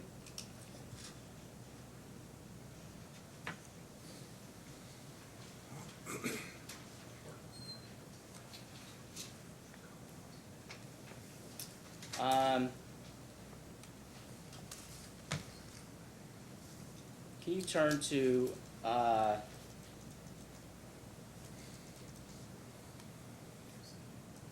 okay, regarding your direct testimony, you mentioned certain changes to the EDR, the rider EDR, with regards to the brownfield development as well as the economic development. Proposing a certain minimum load of 500 kVA or greater, as well as a load factor of at least 50% or more before for eligibility for either of those two riders. Is that correct? I believe so, yes. Okay. Can you turn to, it would be the KU's proposed number 19, original sheet 71.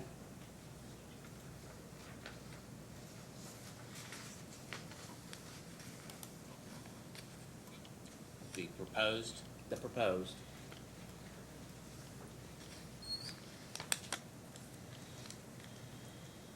okay. Okay, for the, under the terms and conditions, for the brownfield development rider, under paragraph number 2, it says EDR for brownfield development is available only to minimum monthly billing loads of 500 kVA or greater, but it doesn't mention the load factor requirement.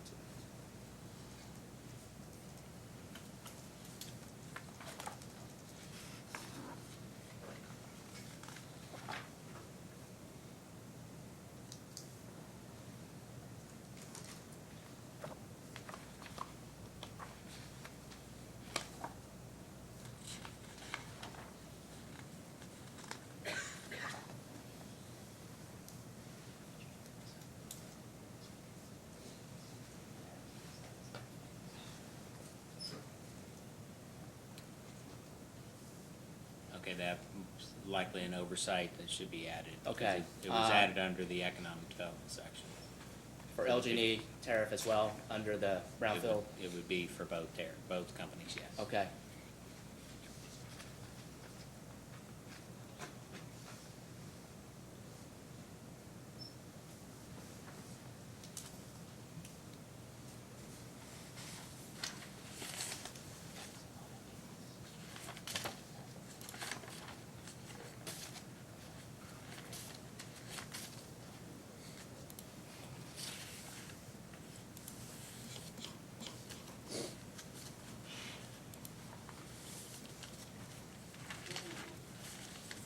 All right, there's a couple of more tariff-related provisions in the settlement tariff. Most likely the same, you'll have most likely the same response to those, so I'll include those in a posterior Okay, data that'd be request. fine. And just to clarify, what we attempted to do on the settlement exhibit is to incorporate all of the changes that we recognized within data responses. Sure. As well as changes to tariffs that occurred outside of this proceeding. Okay, And I believe most of those were outlined in my rebuttal exhibit. okay. Yeah, there was just a few specific ones Okay. that needed some clarification.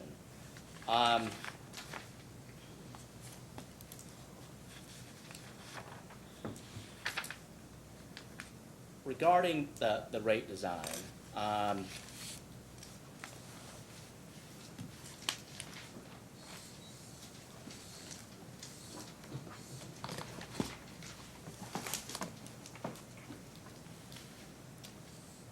Subsequent to the informal conferences last week, LG and KU filed into the record of this case a comparison of electric rates at various levels for the basic service charge between the current residential basic service charge and the one proposed.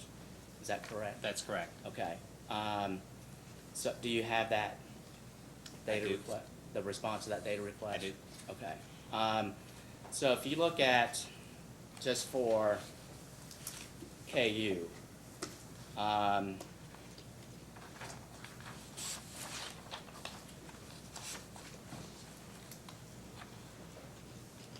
a customer charge of $12.18 per month, the energy rate would be approximately 9.4 cents per kWh. Is that correct? That's correct. Okay.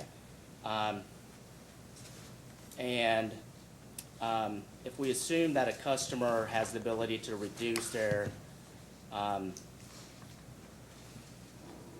consumption by 100 kWh per month, would that customer save approximately $9.45 per month? Yes, the 9.4 cents times 100 kilowatt hours Okay. would be the savings. Okay. And if you look at, for a customer charge of $16.13, the associated energy rate would be approximately 9.1 cents. Is that correct? That's correct. Okay.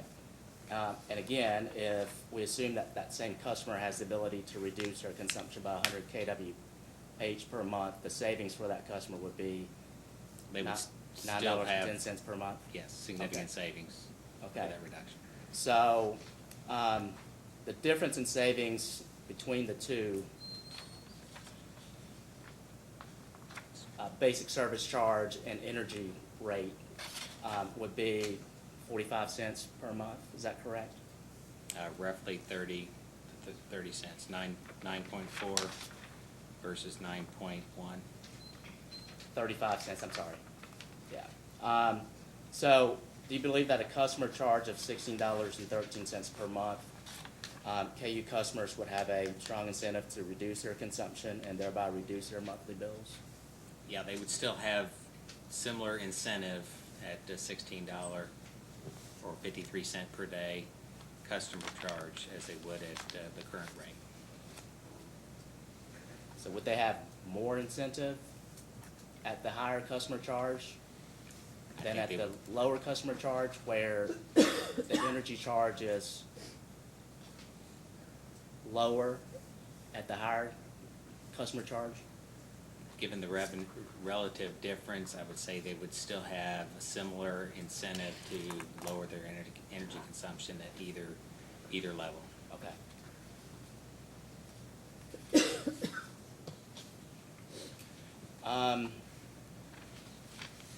And you were asked by Mr. Chandler earlier with respect to whether the companies would commit or agree to, I guess, flushing out the details of the energy charge, the proposed breakout of the energy charge on the tariff for an infrastructure component and a variable component. And you mentioned that the companies would not be agreeable to that. Is that correct?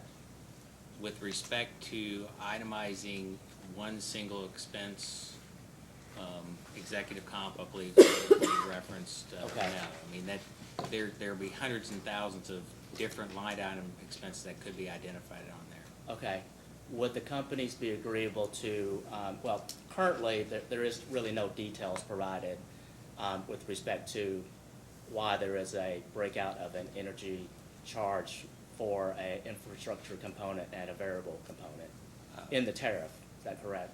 It just sets out that breakout. It sets out the numbers in the tariff. However, in the case, in Mr. Seeley's cost service study, there are schedules that show the components for the residential class, what are customer-related costs, what are fixed demand-related costs, and what are energy-related costs. So it's separately identified in schedules that are part of the cost of service. Right, but the purpose of the change in the tariff for that energy charge is to, or what is the purpose of The that change? purpose, as stated in testimony, is provide information to customers. Okay. To show what truly is a variable cost for those schedules that don't have demand rates. Okay, so, customers wouldn't look at Mr. Seeley's, supporting documents that's been filed in this case to be educated on what those, the makeup of what those components would be, correct? Customers would likely not Okay, get so- that level of detail. So the change in the tariff is made for, you would say, educational purposes, informational purposes to consumers? Both for customers as well as the commission, as well as other constituents across the state. Okay, so would the companies be agreeable to include a little bit more detail as to what those components would be that make up the infrastructure and the variable charge to be added to the tariff?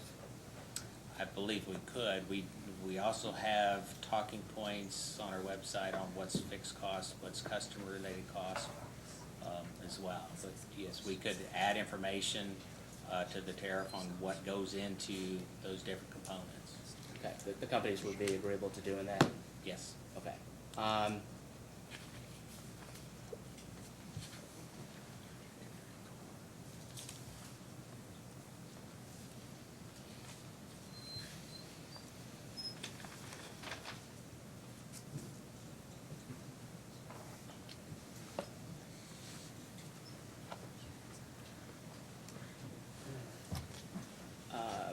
So the amendment to the stipulation that was filed today contains a provision where the rate PS for both KU and LG&E has been changed to accommodate or to reflect a 5% reduction in the demand charge and an increase of the energy charge of 5%, is that correct? I mean, I believe Mr. Seeley could probably explain it in more detail because he's the one that actually performed all the calculations. But Okay. generally, that's the direction we were trying to accomplish. So would you know in general whether the provisions were, or the revisions were intended to be beneficial to the schools, to KSBA schools? That was the intent of it, Okay. yes. Can you explain how, well, if you can you explain how decreasing the demand charge and increasing the energy charge will be beneficial to schools? I would let Mr. Seeley explain the Okay. details of that. And if you know, would there be any impact to the other customers that are served under rate PS? Again, Mr. Seeley could probably explain more detail. on Okay. that.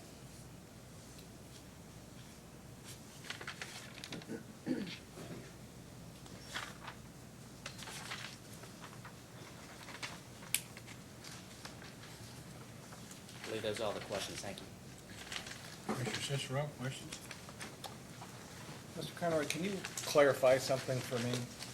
I'll try to. In the public meetings that we've had since I've been here regarding LG&E and KU cases, we always hear comments from those making comments representing the low income and those less advantaged about how an increase in the base rate always impacts them worse. But then we always hear from the company that low-income people are better off if the base rate increases because on average they consume more energy. And I saw the presentation that the Attorney General made with the zip code classes. And I learned for the first time that the company bases their statements on the fact that the only thing that they track are those that they know receive low-income assistance. So was that, am I correct? That's correct. Who has responsibility in the company for coordinating the distribution of funds that are collected for the low income and the administrators of those funds that distribute them to the low income? That would be within our customer service area under customer commitment. Is there no communication that would permit the company to have a better idea before making a statement that says all low-income people consume more energy on average than the average utility consumer, when they should have some kind of a coordinating program to distribute. How much money is there in this program every year? Close to $1 million? There's $1 million, yes. And I don't think we've characterized that all low-income people use more energy on average. On average, you said, the companies have stated that low-income people consume more energy than the average company electric user. I mean, that is the impression that I have received in the time I've been at the commission. As a matter of fact, I can't think of any time where I haven't heard that argument, even with other utility companies. But since we're focusing on KU and LG&E, that's the impression I've always had. And in the responses in the various cases on low income, it's always stated that we've looked at those receiving low income assistance because we don't track income by customer.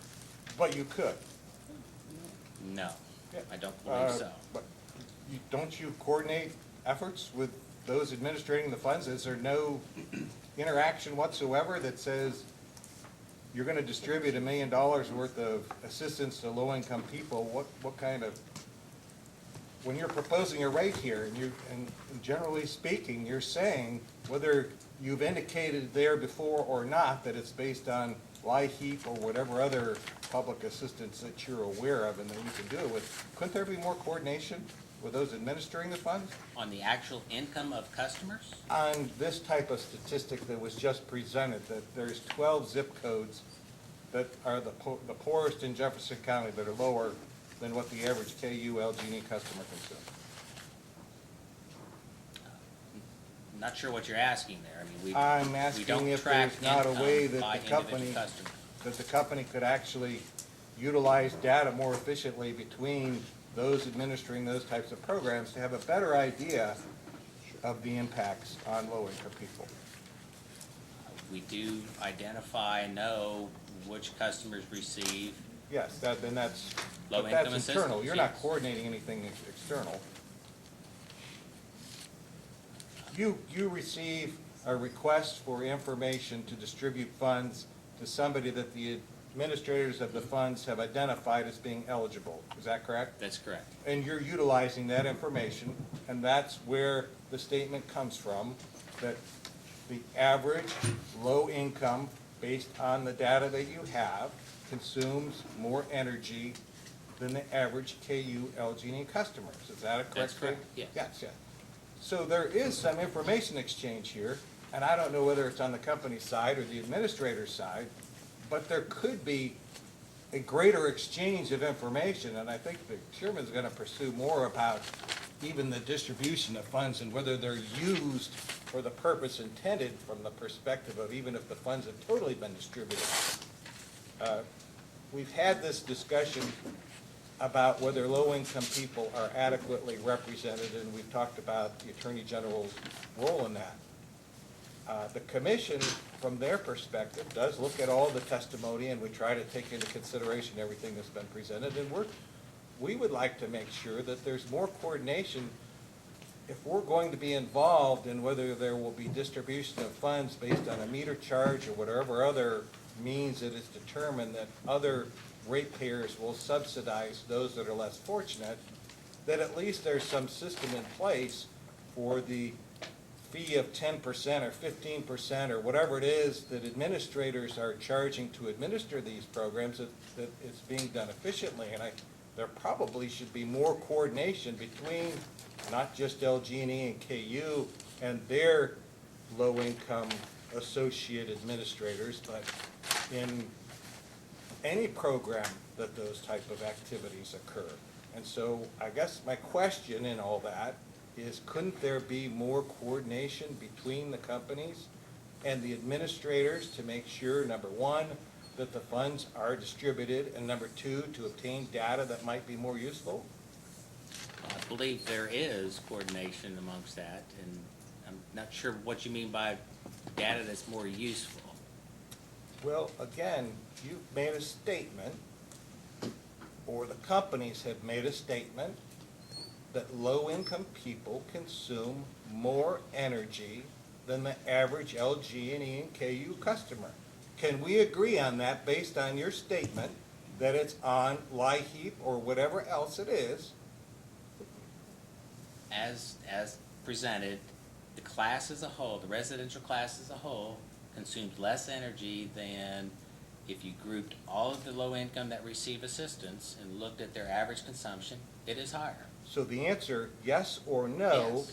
it's yes. Is that Yes. correct? Yes. That's all I'm trying to get out of it, is that it's a yes answer. But the data could be misleading because I'm not sure that the data adequately represents the total low-income populace of the zip codes or the areas that LG&E and KU serve. There's a way to make that determination. It makes a difference on the fixed base portion of the rate and the volumetric rate on how you calculate it and make a determination of whether it impacts them more unfairly or not. That's the only point I'm trying to make. Yes, I would agree that it impacts individual customers differently, depending on their level of income, their consumption level, whether it's higher than the average or lower than the average. So when the company makes a case about whether the volumetric or the fixed portion of the charge impacts or disadvantages or advantages one rate class, one portion of the populace in a rate class, it would be good to have that information to know whether it's an accurate statement or not. I understand it's not disaccurate based on the information that you have. I'm just saying that that database may be incomplete. It may not capture everybody that's classified as low income, because we don't identify. But you have an Customer ability with your administrators to find out some of that data, don't you? Vice Chair, can I Sure. state that the only reason that we are able to share customer data with the low-income agencies is because their clients give them permission to have their data shared. If we don't have, from a privacy perspective, we are not permitted to share non-client information where they haven't gotten approval from folks to give them usage information. I'm not interested in specific individuals. I'm talking about general statistics, where we talk about a zip code which doesn't share any personal information that would jeopardize the personal information that an administrator may have on an individual or a person. This is group statistics. I've repeated over and over again. This has to do with a statement about whether or not low-income people consume more or less. That information can be generated without LG&E and KU receiving personal information that can't be shared. So, I mean, that's where my perspective comes from, and I'm not suggesting that those administrators provide any additional information that would invade the privacy of those individuals. It's information used by the companies to make a statement about the impacts of fixed portion of the rate and the volumetric portion of the rate and how it impacts the general population in a specific rate class. In this case, it happens to be residential. And that's all I'm saying. There could be more of a coordination of that data between the companies and the administrators. They're being paid a fee, I think in these administrators here, 10% of the total amount distributed. So there can be an exchange of information that they can gather. They gathered data in what the AG represented. Mr. Vice Chairman, Mhm. I mean, we can do this on redirect or have a colloquy between the Oh, two of us. sure, go ahead. No, but the point, I think the issue with the statistics, and I don't like to testify, but here we go. All right. The statistics We'll call it that, an oral argument. there you go. The statistics presented in Mr. Cummings' testimony that the AG has introduced as AG 13, and I'll have a discussion with Mr. Conroy about it in a moment. If you go to the previous page, these are U.S. Census Bureau numbers. The ACM does not have, and I'll let them, when we get the witness up there, confirm this. I'll just put money on that ACM does not have income data on all the people who live in these zip codes. They don't have it. So even if we had coordination between the companies, all we would have is the information they already have, which they already share with us.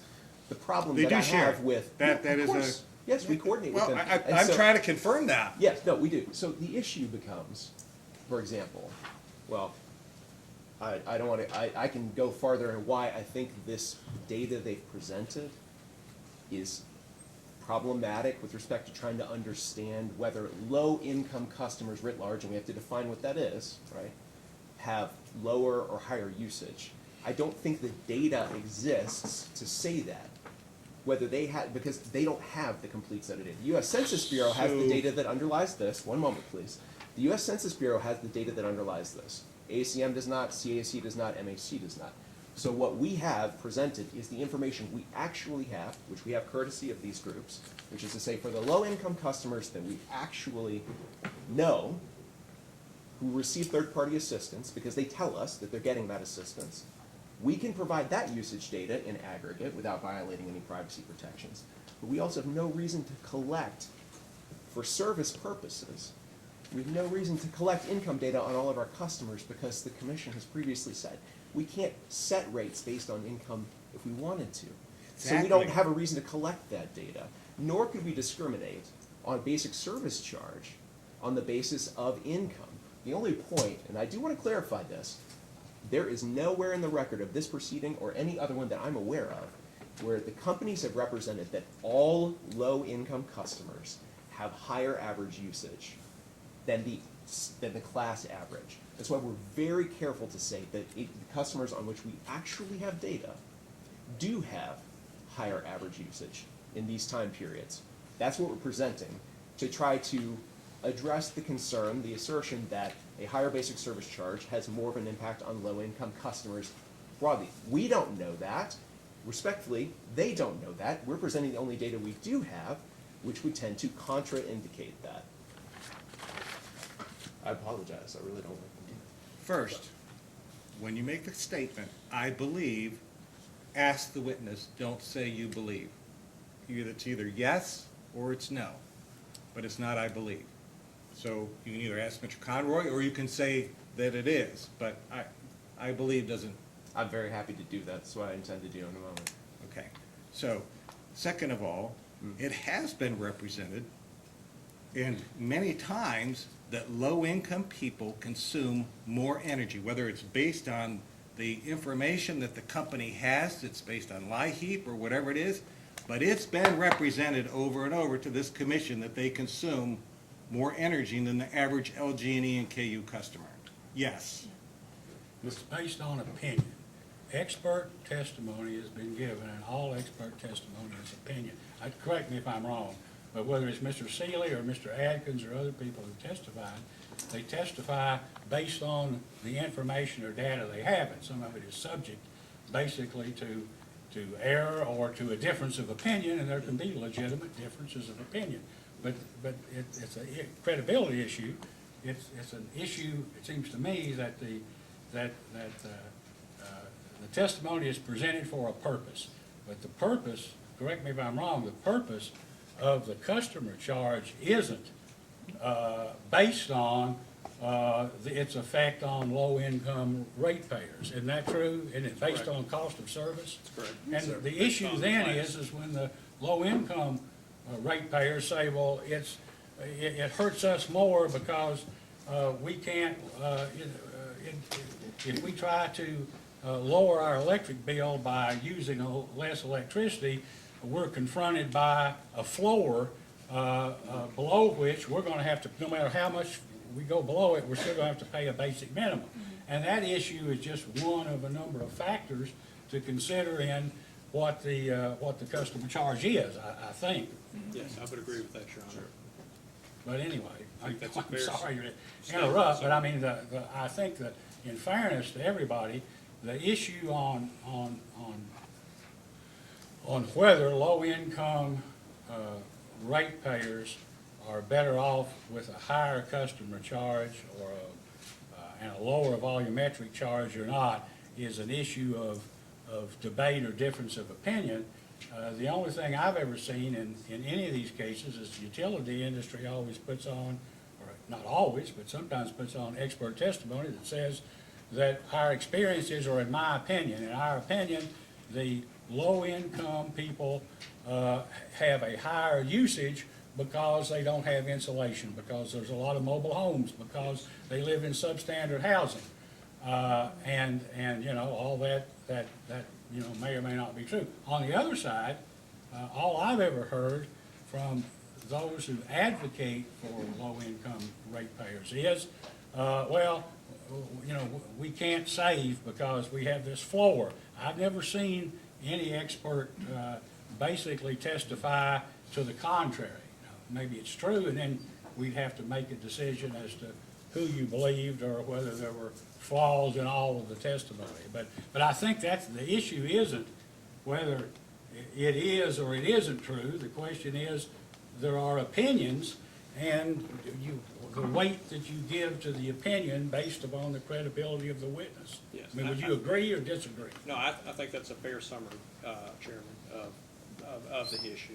And I think that what you're hearing from council is just the deep reservation of the suggestion that the company, in connection with offering service, collect income data from its customers and then share that. Well, I don't know. I know in the Kentucky Power case, when I looked at all of the eastern Kentucky things, I mean, Kentucky Power has a service territory of most of the Big Sandy Valley up into Letcher County and over into Perry and places. And I noticed, for instance, that in Johnson County, which where I live, has a poverty rate of well above 20%.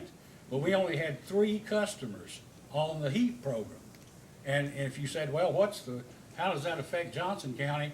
We say, I don't know. I only have income levels from 3 human beings, and what all low-income people, how they live, we don't know. I mean, I guess that's what it is. You can't, all the statistics are just from the people who've applied for the low-income assistance. Is that true? Yes. I don't know. Jump in here, Mr. Chairman. I mean, I think that's true. To be perfectly honest, Chairman, I would have rather deferred to the Maybe the best place to get that evidence is from low income. Association of Community Ministries and from CAC. I mean, they know, right? They do. Ms. Tibbs knows. I guess we can at least get to where we can try to get the best information possible. Right? That's fine. I agree with that. And they could be for the source. And we understand that, I mean, Mr. Conroy isn't the expert. He's not Mr. Seeley, and it's Mr. Seeley's, I guess, the thing, but the whole deal is it's an opinion, it's not a fact one way or the other. Is that true, Mr. Conroy? With respect to what? With respect to whether or not, as a class, low-income individuals pay less for electricity with a higher customer charge. Well, I would say based on the data we have for low-income assistance, Right, it is but the fact. there are issues with the data you have, correct? I mean, that's all there is It to may it. not be complete, correct? Right, sure, it may not be complete. Yeah. So, my comment was, is there a way to improve the coordination between the company? Maybe there isn't, I don't know, and maybe council will do some cross-examination of you that'll dispel any ability to do that.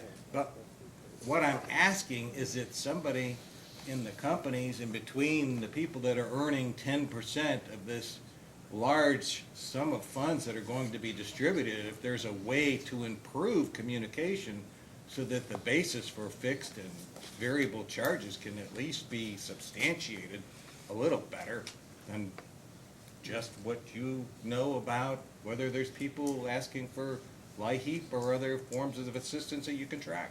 And we do track that, and we're in communication with low-income groups on that information, yes. So I'm going to develop a post-hearing data request that will allow you to address the issue in a way that we ask it, and Okay. please respond fully. I know you do the best that you can. I'm just saying, don't be vague, but be specific. I don't have any other comments. Commissioner Matthews? Do you have information on income from the people who gave Community Action, Associated Ministries, Metro Housing Coalition permission to share that information with you? I do not believe we have information on income level for customers. We don't have it in our CIS system. Your analysis that you just said, for the people who apply for assistance, who have agreed to share that with you, you have information on their usage. We know which customers get assistance, and we know how much those customers consume. We don't know what their income is for those individual customers.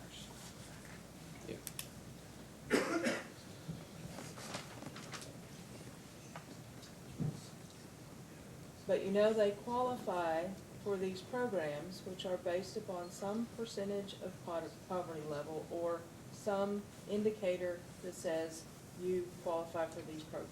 Yes. That's all I need to know. What you know is that everyone who qualifies for the program has to at least be at, has to at least be 200% above the poverty level. Isn't that correct? I mean, they're making $15,000, $20,000 a year. Isn't that about right? I believe that'd be correct, yes. And so you know that they're low income if the definition of low income is making less than $25,000, $30,000 a year, right? Yes. And the information, as I understand it, that was presented, and I may be completely wrong, is the financial information that's contained in the exhibit, I guess, of maybe of Mr. Cummings, is supposedly based on census data. Is that correct? I would Or not what know the average, exactly well, what those well, if it is, the point is whatever these dollars are for, in the various sections, I think these were all in Jefferson County or Louisville, all of these people are your customers if they use electricity or gas. That's Isn't that true? Yes. So whatever it is, whatever the dollars are, if the dollars, if they say, well, the poverty rate is 30% in a certain precinct or a certain district, and you know what those levels are, all we know is they're all your customers. There's nobody else that supplies electricity or gas, That's correct. natural gas, true? That's correct. Now, I saw in some of the testimony, I guess, here, and we'll hear some of it later from Ms. Tibbs and maybe others, is that there is, even with the $1.4 million that KU and LG&E or so contribute to low-income programs, and with the about an equal amount that I assume is collected through this charge, the charge to the meter charge. So we're basically talking about a little $3 million or a little less, correct? Meter charge is 30 cents a yes, it customer, seems right? 30 cents a around- month, what, $33.60 a year times, I don't know how many customers you have. For residential customers, you're talking about $500,000 for each company. So with the money, is there any other source of income or funds that are used for the home energy assistance program other than what the utilities contribute and what their customers pay for on the meter charge, or by donation, by paying an extra amount on the bill? Yeah, there's the opportunity for customers, if they want to contribute more, they can on their bills. I believe low-income assistance funding comes from churches and other entities throughout the service territory as well. Well, what I'm trying to ask is, insofar as the funds that are donated or contributed by Kentucky Utilities and Louisville Gas and Electric, you have chosen, or the utilities have chosen, in this instance, Community Action Program, Community Action Kentucky, or Community Action Council, to basically do something, provide information or provide some service with respect to the assistance that are provided to some low-income individuals who use electricity and gas, true? Correct, yes. What is the exact relationship between Kentucky Utilities and Community Action Council? What do they do? How does it work? These programs have been going on for some time. I went back, unless you're, kind of a library rat, you can't dig that stuff out here. So I want to know, how does the program work? Chairman, it might be better if Mr. Blake would address your questions. I think he may be in a better position to answer Okay. those. All right. Well, do you know if, My response is, I'm not directly involved in those level of details, so I can't answer those type of questions. well, let me ask you this. Well, we understand that perhaps there has been money that, you don't basically distribute money, you just credit the customer's bills, right? In providing the assistance to someone who is entitled to and basically been designated to get assistance with their utility bills, the utility doesn't give them the money. They get so much is allocated per customer and it's deducted from the bill. Is that how it That's works? correct. Mr. Blake he's prepared to discuss those issues. Is it your understanding that there are amounts of money in the past that were available to be credited to low-income customers' bills which have not been used for that purpose? Yes, Okay. my understanding is there is a pool of money that has still not been used that's available to be used. Okay. Now, do you know how much it is? Have you heard how much I it is? don't, but Mr. Blake has those. Somebody told us $800,000. Is that about That's what you what I heard? heard as well, yes. Okay, all right. And I take it, if I ask you, do you know what happened or why that money hasn't been used, you don't know, is that correct? I've not looked into that myself, yes. One of the things we always see is, I don't know, but he does, and then when you get him, so I don't know. You think Mr. Blake may know or can find out or something? Mr. Blake's In prepared. fact, yesterday, I started to maybe say something to ask if somebody could be prepared, but I didn't. But so He is I prepared for understand. All right, okay. So in terms of how these programs work and whether there's any, I'll say accounting, but any, anybody provides information to KU and LG&E as to the administrative costs and how those costs are calculated, you don't know. Correct, But somebody in KU and LG&E might know. yes. Who might that be, do you know? Well, I think Mr. Blake's prepared for that. I'm not sure if he's, Okay. we can, if there's Okay. something specific on a post-hearing data request, we can provide it. I'd rather not do post-hearing data requests because it just causes another question and you can't ever get it answered. I mean, I don't mean that as a criticism, but it just, there's no follow-up. All right, well, we'll wait and see what Mr. Blake says. Anything else? I think Mr. Crosby may have Oh. some redirect. Yes, I do.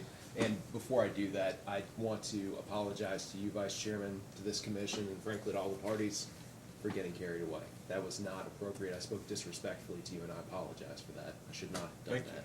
I will conduct myself better from here on out. I apologize for that.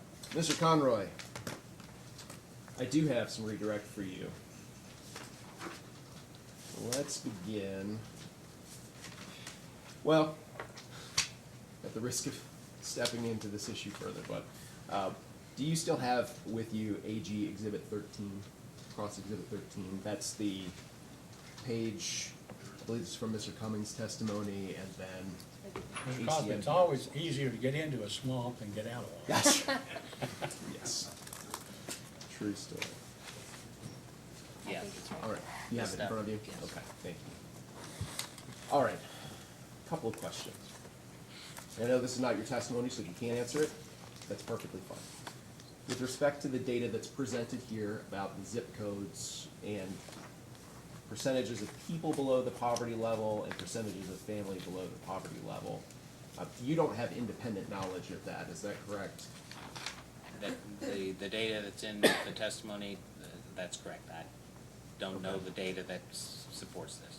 but you would accept, subject to check, that Mr. Cummings represented it's Census Bureau data. If that's what it said in his And testimony. we'll talk to Mr. yes. Cummings presumably later today about that. I just want to, okay. So I want to ask you, with respect to the information that's presented here, do you know in any given zip code what each of the people or households, the income level for any of those, for any particular customer inside the zip code, because you have this top line statistic? Do you know? No. Okay.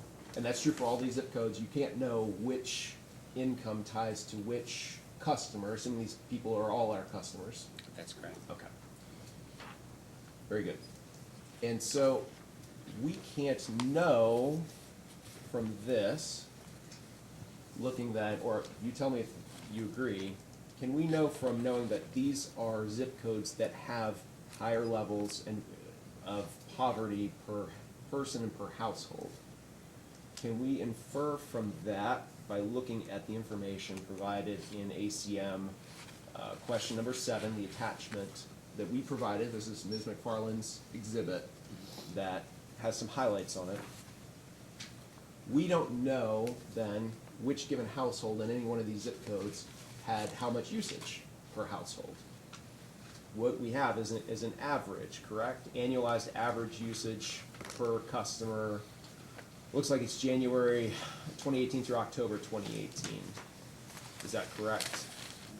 We would know for every customer in those zip codes what Right. their consumption was. I Yes. apologize, you're right. We know that per customer, but we don't know, based on this information, what the income level is for each of those customers that feed into this average. That's correct. So even if we accepted the definition of low income that underlies these statistics presumably, we wouldn't know, the companies wouldn't know, how to transfer that onto the data that we do have about usage for each customer. Is that correct? That's correct. Okay. Mr. Conroy, I do want to make sure that we have your testimony on this as opposed to mine. Is it your assertion that all low-income customers have above average, average, or below average usage? You know. It's not my assertion that all low-income customers on average use more than the residential class. Okay. Based on the data I have, it's based on those that receive assistance funding. Okay. And can you look at your rebuttal testimony? You've already been asked about this. Mr. Chandler asked you about this earlier. It is on page, I apologize, 22 at the bottom, that same testimony to which you've been directed before. Yes. This is key assertion, and I know it's been the topic of a lot of discussion, but I want to make sure that we clarify, to the extent there was a lack of clarity here, this gets clarified. As Mr. Chandler pointed out, Ms. Tibbs, in the cited portions of her testimony, was making assertions, is your understanding, she was making assertions about low-income customers and the difficulty that an increased basic service charge would create for low-income customers? Yes. Okay. Was the point of the clause that follows there, which is your testimony, that increasing the company's residential basic service charge actually helps we care customers who have above average energy consumption, and I know there's the nomenclature issue about we care, but did you intend by that to imply in any way that all low-income customers have above average usage, or are you trying to refute the general assertion that it would create difficulty to increase the basic service charge, to say there's at least some subset of low-income customers for whom it would appear that an increase in the basic service charge might not be detrimental? And my reference is to a data response in which we provided average consumption for the last 5 years for those customers that received low-income assistance. It was not to represent all low-income customers. Okay. It was to show that on average, they use more than the average. Okay, thank you, Mr. Conroy. I think that's all we have on that particular issue. I'd like to direct your attention to something. All right, so another exhibit that the Attorney General directed you to. And I'm gonna have to find, I believe it is number 12. You still have it available to you. Do you have that, Mr. Conroy? I get these pages. It's the commission's order. I think it's April 13th, 2018 order in case number 2017-321.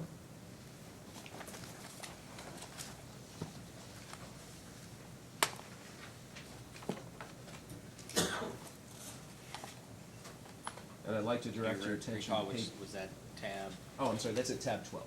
12? Yeah.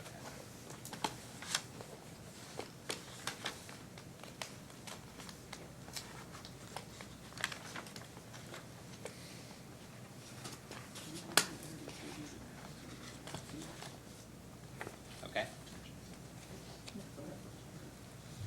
Oh, okay, thank you, sorry.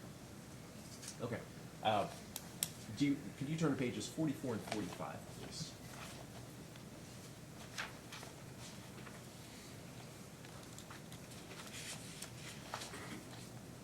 Okay. All right, and I apologize, will you turn to page 43? There's the first full paragraph in that page. Do you see that? It begins the Attorney General's witness. On which On page page? 43? 43? Yeah. Okay. Below the table Below of the data? table, yes. Yes. Can you read that sentence, please? The Attorney General's witness, Mr. Glenn Watkins, prepared two cost of service, or COSS, but stated that he accepts Duke's 12 CP method for evaluating class profitability. Okay, thank you. Can we turn the page and go to page 44 then? And that first sentence, full sentence begins at the top, in addition. Can you read that, please? In addition, Mr. Watkins calculated a customer charge between $2.69 and $3.49 using a direct customer cost analysis. Okay. And objected to any increase in the residential customer charge. Okay. And at the risk of having you read more of this into the record, I don't want to do that. Mr. Conrad, based on your review of previous, you indicated you've read this order before, is that correct? That's correct. Okay. And have you refreshed yourself a bit on these couple of pages, having been through this with Mr. Chandler? Yes. Okay. Is it your understanding that in that proceeding, Duke Energy presented its cost of service evidence to support an $11.31 basic service charge for electric service, for residential customers? Yes, $11.31 was their support for cost of service. Okay, and that was markedly higher than apparently Mr. Watkins' proposed basic service charge? Yes. Or his cost support for a basic service charge? Okay. And is it your understanding, based on the sort of, that the commission went on to approve an $11 basic service charge for Duke Energy Kentucky for electric service? That's correct. Okay. And so, do you know roughly what percentage increase that was from Duke's then current energy charge or basic service charge of $4.50 to $11? That would have been about 144% increase. Okay, thank you. And is it correct, on page 45, I said I wasn't going to ask you to read anything, but I think I will. The second sentence at the top of that page, it begins, although the commission. Can you read the first clause, that first part of that sentence through the first comma? Although the commission has been reluctant to approve an increase in the residential customer charge in excess of 50% due to the principle of gradualism, we believe that a larger increase is warranted in this proceeding, given that Duke Kentucky's lowest in Kentucky current residential customer charge of $4.50. Okay, thank you. What is the amount, as a percentage matter, of the basic service charge increase for residential electric customers that LG and KU have proposed in this proceeding, just a percentage? It's approximately 32% increase above current level. Okay. And you mentioned the word gradualism in reading this order. Mr. Chandler had suggested that perhaps, or had you indicate that there were, maybe including in this case, 6 different rate cases that the companies have had since their 2003 base rate cases. Is that correct? That's correct. Okay. And that, I think he indicated that in perhaps all but one of them, the basic service charge increased for LG and KU electric service. Is that correct? Correct. in your, I'm asking for opinion, but do you believe it comports more with gradualism, the concept of it, to increase a basic service charge in steps over time, of course, in multiple rate cases? Do you think the companies have comported with gradualism by taking that approach? Yes, I believe over time, a gradual increase in, through various rate cases, comports with gradualism. Okay. And is it your understanding that the evidence, the company's evidence in this proceeding would support a basic service charge, I believe, for both electric utilities in excess of $20? Yeah, cost of service for each company is around $20 to $23. And the company's proposed monthly equivalent basic service charge is $16.13, correct? That's correct. Why didn't the companies propose a higher basic service charge, given that support, that cost of service support? Recognizing gradualism. I mean, I've looked at numerous cases from the commission on where basic service charges have been increased over the last several years. The 50% threshold has been noted in every one of those. We chose in this case not to move fully to cost of service. Duke in this case was granted almost their cost of service. So we proposed a less than 50% at 32% increase. Okay. Thank you, Mr. Conroy. With respect to some questions that I believe Mr. Chandler asked you concerning the daily basic service charge, do you remember the line of questioning you had in that regard? That's correct. Will the companies provide a calculated basic service charge on every bill it issues if the commission approves a daily basic service charge? Yeah, every bill will have a calculation of basic service charge, 53 cents times the number of days within that billing cycle. And are The you number of aware? days are stated on the billing cycle, or on every customer's bills.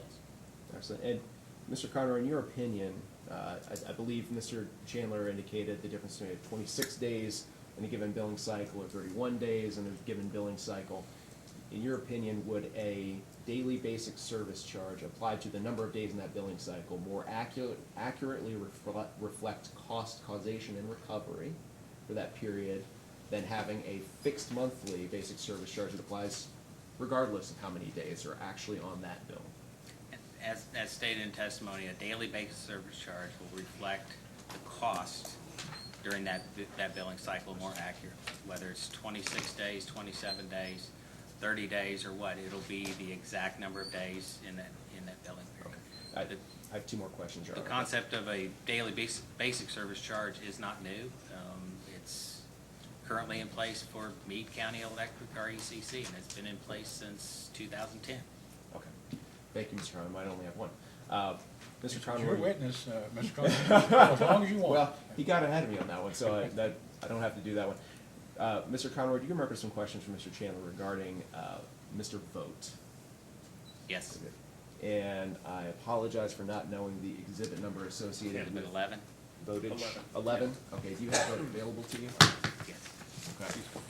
Mr. Chandler indicated, I believe that, and you agreed, that Mr. Vogt has worked for a number of different electric utilities, and you agree with that, correct? Yes, and he's also worked for ABB Power, which is Okay. not a utility company. Okay. Does this also indicate that he has done some instructing, some academic work? Yes, he has. Okay, and what do you see there in that regard? What sorts of academic work has he done outside the utility company sphere, employment sphere? The very last sentence, and this says he's served as an adjunct professor in Penn State University's International Power Engineering Program.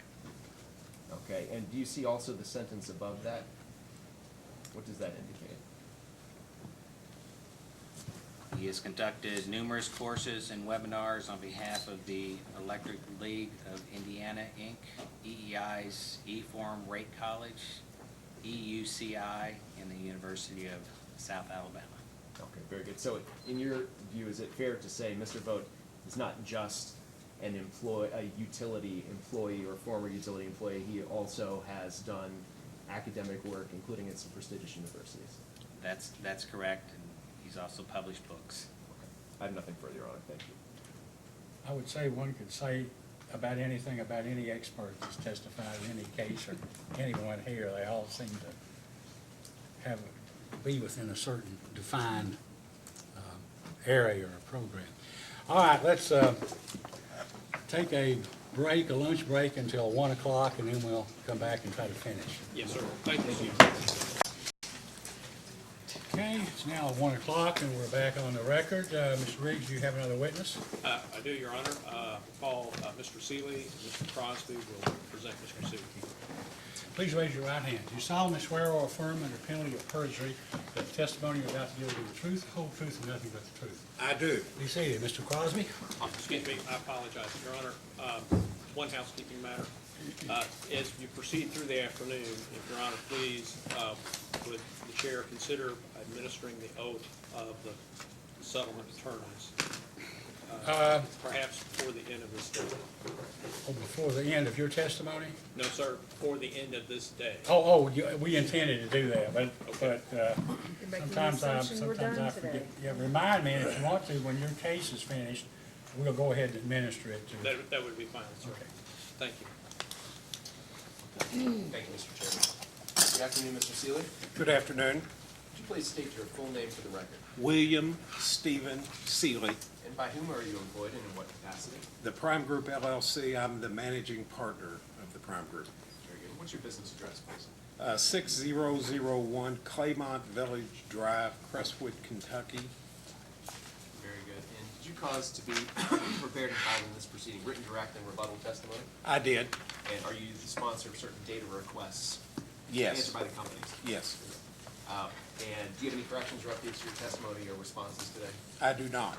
Okay, and subject to any responses or corrections that have already been filed, do you adopt your testimony and responses data requests as your testimony today? I do. Mr. Chairman, if you may, one thing that was not addressed in the stipulation testimony was revenue allocation. And there was, I think, some indication from some of the parties that might be helpful to have a small amount of direct from Mr. Seeley on the revenue allocation to explain how that occurred. That's right. If that's, I'm happy to cross them on it first. good. All right, thank you very much. Your Honor, may I approach? Yes, you may. Thank you.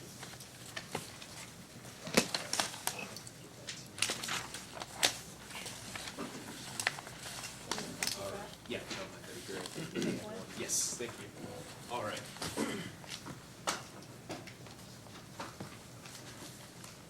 Mr. Seeley, what I've handed to you and what Ms. Sturgeon is handing out to everyone else now, all the council now, the commissioners, is the revenue allocation that was agreed to by the parties in the stipulation agreement.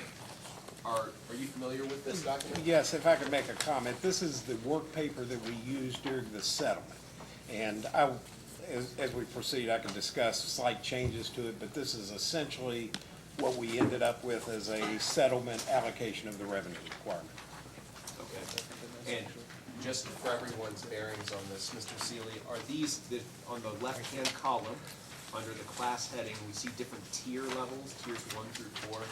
Are these the same tiers that you had discussed and recommended in your direct testimony? Yes, they were addressed in both my direct and rebuttal testimony as the tiers that we group the rate classes.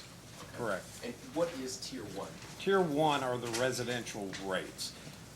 As we presented this when we were discussing the settlement, Tier 1 included RS, RTOD, VFD, which are the residential rates. And what is tier 2? Tier 2 are small and medium commercial, small and medium commercial and industrial rates. They include GS, PS. For KU, they include AES. They included the OL group, which is the outdoor lighting. There are 2 rates under that. One of them was restricted lighting, and the other one's the regular OL lighting. And for LG&E, it included a special contract rate that didn't exist on KU. Very good. What is tier 3, please? Tier 3 are the large commercial industrial rates. They include TODS, TODP, RTS, FLS. These are the rates that the large manufacturers in Kentucky take service under. for example, the largest customer on the system takes service under FLS. That would be, they're a party of the record, that would be North American Stainless. And finally, what is tier 4? Tier 4 are two energy-only lighting rates. These are rates that the company doesn't include any lighting fixtures. One of them is TE, which is the traffic energy light. The cities or whoever the traffic authority is will own the lighting of the street or the traffic light itself. The companies only provide energy to those rates. The other one is like highway lighting, where the government agency will own the light. Often these are very large lights along highways, so they're very specialized lights typically. Okay, and can you explain what the TCJA Sir Credit items are there, how you address those, Yeah, what that is and how you handled it? Yeah, in the analysis that he just passed out, we pulled out as a reference point in discussing the settlement rates, the tax credits, because that's where the rates are today. So there was a desire among the parties to look at the increase relative to where they are today, rather than the base rate, which is a pro forma going forward level of the rates. So we pulled out the tax credits for purposes of this analysis. So it's starting with the level of the rates today rather than the base rates that are in the filing. Okay, and what percentage increase was assigned to tier 1, the residential tier? When we started, tier 1 had the overall increase of 7.54, which was the AG's position in this proceeding. Okay, and what percentage increase was assigned to tier 3? Tier 3 was 1.5, for KU, it was 1.5% below the overall percentage, and for LG&E it was 1%. LG&E had a lower increase than KU, therefore we limited it to what was in my direct testimony, which was 1%. So as a part of the settlement, we increased KU slightly to 1.5%. I had recommended 1% in my direct testimony, therefore that was a compromise on the part of the parties. And what percentage increase was assigned to tier 4? Tier 4 was 0. They had extremely high rates of return, but I'll also point out, and you can see this from the column, there's very little revenue in that class. Again, these are not the normal street lighting service that we provide, or that the companies provide. They are specialized street lighting rates. Very little revenue. Okay. And finally, what was assigned to tier 2 increase? Tier 2 was a residual increase after all of the other rate increases that I described. But if I could add, ultimately, we pulled the lighting rates into tier 1, which resulted in a slightly higher percentage increase. It's not reflected on this analysis, but it is reflected in the company's M1, Schedule M1 filings. I think it's M1 or M2. They were attachments to the settlement agreement, I think maybe 4, 5, and 6, if I'm not mistaken. I can't remember the numbers. But that has a lot more detail. This is a much higher level summary. And in the details that were filed as a part of the stipulation agreement, the outdoor lighting was in fact moved into tier 1 and resulted in a slightly higher increase for the residential class and for that class than what's shown on this sheet, but it's very close. Okay. Mr. Chairman, the witness is available for any calls. Mr. Chairman, calls? Thank you, Chairman. Let's look at the subject just for 1 second so we can be clear. All the actual, so let's just say, so this is including the TCJA SIR credit, right? The increase that are proposed on this exhibit? It's a SIR credit, therefore we starting with the starting with the decrement right. of before. Right. So to actually see the increase in base rates from the last rate increase, you could go to Schedule M 2.1 and see the actual increase in base rates, correct? Yes. And so, for instance, you can look at the total, and I'm sure you don't have 2.1 in front of you, Right. But, so for like the residential, for KU, Schedule M 2.1, page 1 of 1, in which you're the witness for, it provides that 3.58% increase for KU because that's the base rate increase, correct? Is this a settlement? This is Yeah. filed with the Yes, stipulations. I agree. correct. I And don't so- have it in front of me, but That's yes. okay. But then you would agree that residential is a little higher than that. Yes, and that's And- because of the last thing I talked about, moving the lighting into that group resulted in a slightly higher increase for the residential. And you would agree, at least from the arguments from DOD, Walmart / Kroger and KUC and the company, that is directionally what all of those parties advocated for, correct? That the Yeah. residential receive an above average increase? Absolutely it was.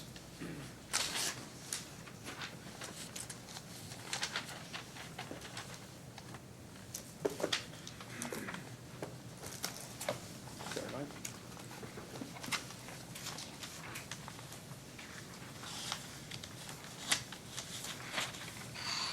Kevin, you need to mark that or introduce it? Yes, apologies, yes, thank you. Mr. Chairman, we'd like to move to have this submitted as LG and KU direct exhibit one. Any objections? Let it be filed as KU Direct Exhibit 1. Do you have a copy? We need to make sure that there's a copy. And you would, yeah, I guess it's back to me, but you would agree though, Mr. Seeley, that that is not the final allocation, but it's close and it's illustrative of the process. It is more illustrative of the process of how we got there, and I thought that would be more useful. The actual allocation is set forth in the stipulation exhibits. Right. So those show what we ultimately settled, but I thought this was more useful to explain how we got to those settlement rates, because there were a lot of numbers on those schedules. And that's the M 2.1 that we were just discussing, correct? The stipulation. Okay, great. There's one each for KU and LG&E, and what I've described on is the electric. Right, electric. And then there's the same for gas. Right? Yes, we only, what we did on the gas, to elaborate on that a little bit in the settlement, is in the proposed rates, we proposed to increase two rates by the same percentage. One of them was RGS and CGS. In the settlement, we did exactly the same thing. In other words, we only increased RGS and CGS. In the settlement, we just lowered the percentage to reflect the overall revenue requirement that was So stipulated. the two classes that were proposed to get the system average increase at a higher revenue requirement amount got, ultimately in the stipulation, receive a system average increase, albeit a lower revenue requirement amount. Exactly. Do you mind to turn to page 30 of your rebuttal testimony?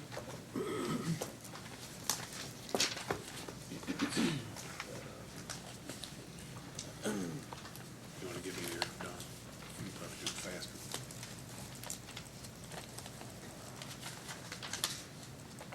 I'm there. Okay, and so you've read Mr. Watkins' testimony, correct?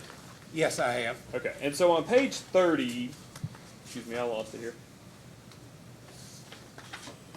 On page 30 on line 13, do you see where you state that Mr. Watkins provides no explanation for why he's proposing a $12.25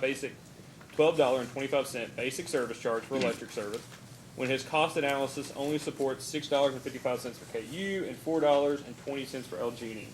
You see that? Yes. And is it your testimony that you don't believe that Mr. Watkins provided an explanation for his proposal? Well, what I meant by explanation is a cost justification in terms of cost, so. And that's, okay, that's fair. I mean, he did mention the principle of gradualism, which we mentioned as well. But what I meant was explanation for the different departure from the cost other than the gradualism argument. That's great. So, Chairman, may I approach the witness? Yes, you may.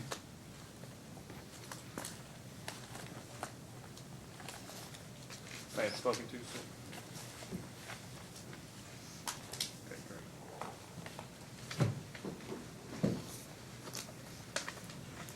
Nope, I'm good. Do you mind to turn to tab 9 there of the witness textbook that you have?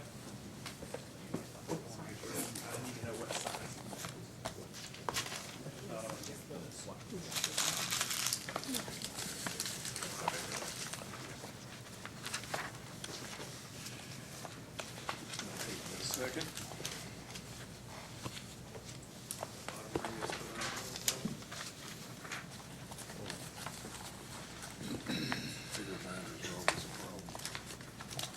I'm getting there. Okay.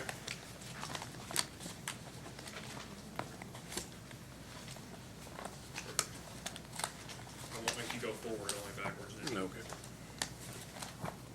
And there's not a full set of testimony there, right? Just three pages. No. This is a copy of Mr. Watkins' testimony. Give it to the record. So I believe it has excerpts, Mr. Watkins' testimony, but I'll give you the entire one that you have it. I've got one up here.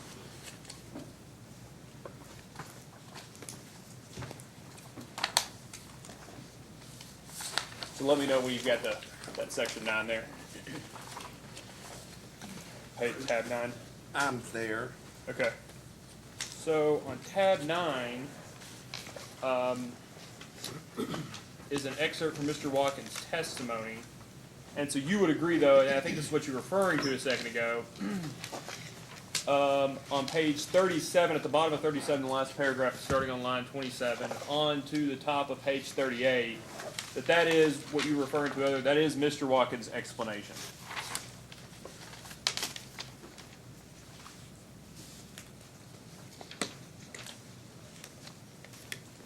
Yes. Okay, so, and I think you mentioned gradualism. Yeah, great continuity. Great continuity, and that sometimes that's a distinction, but it kind of gets all blurred together when we're talking about it, right? So,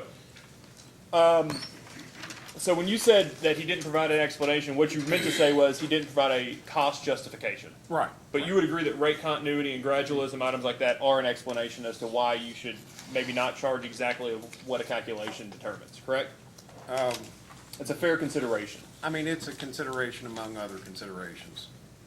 I think the rate continuity and gradualism is probably a more important issue than the promotion of conservation.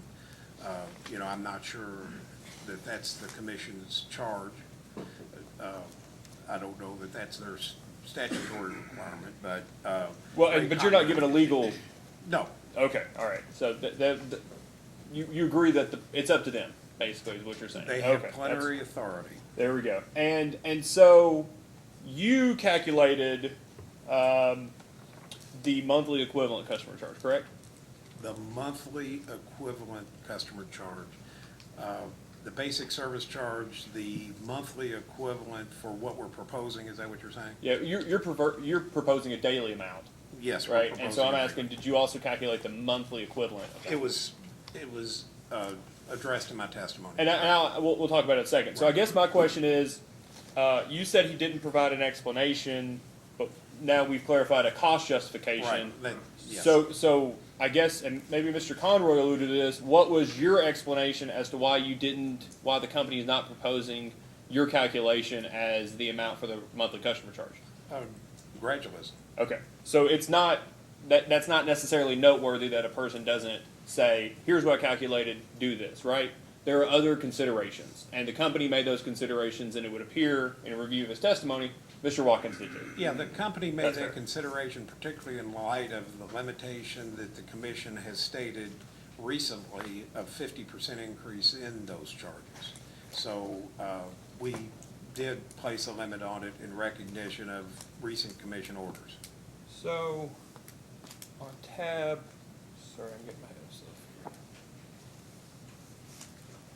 here. Tab 10, if you'll turn to it, is your direct, excuse me, hold on one second, I apologize. So in your testimony, you stated, going back to page 30, This is a rebuttal testimony? yeah, excuse me, going back to the same page we were talking about earlier, the rebuttal testimony, on page 32,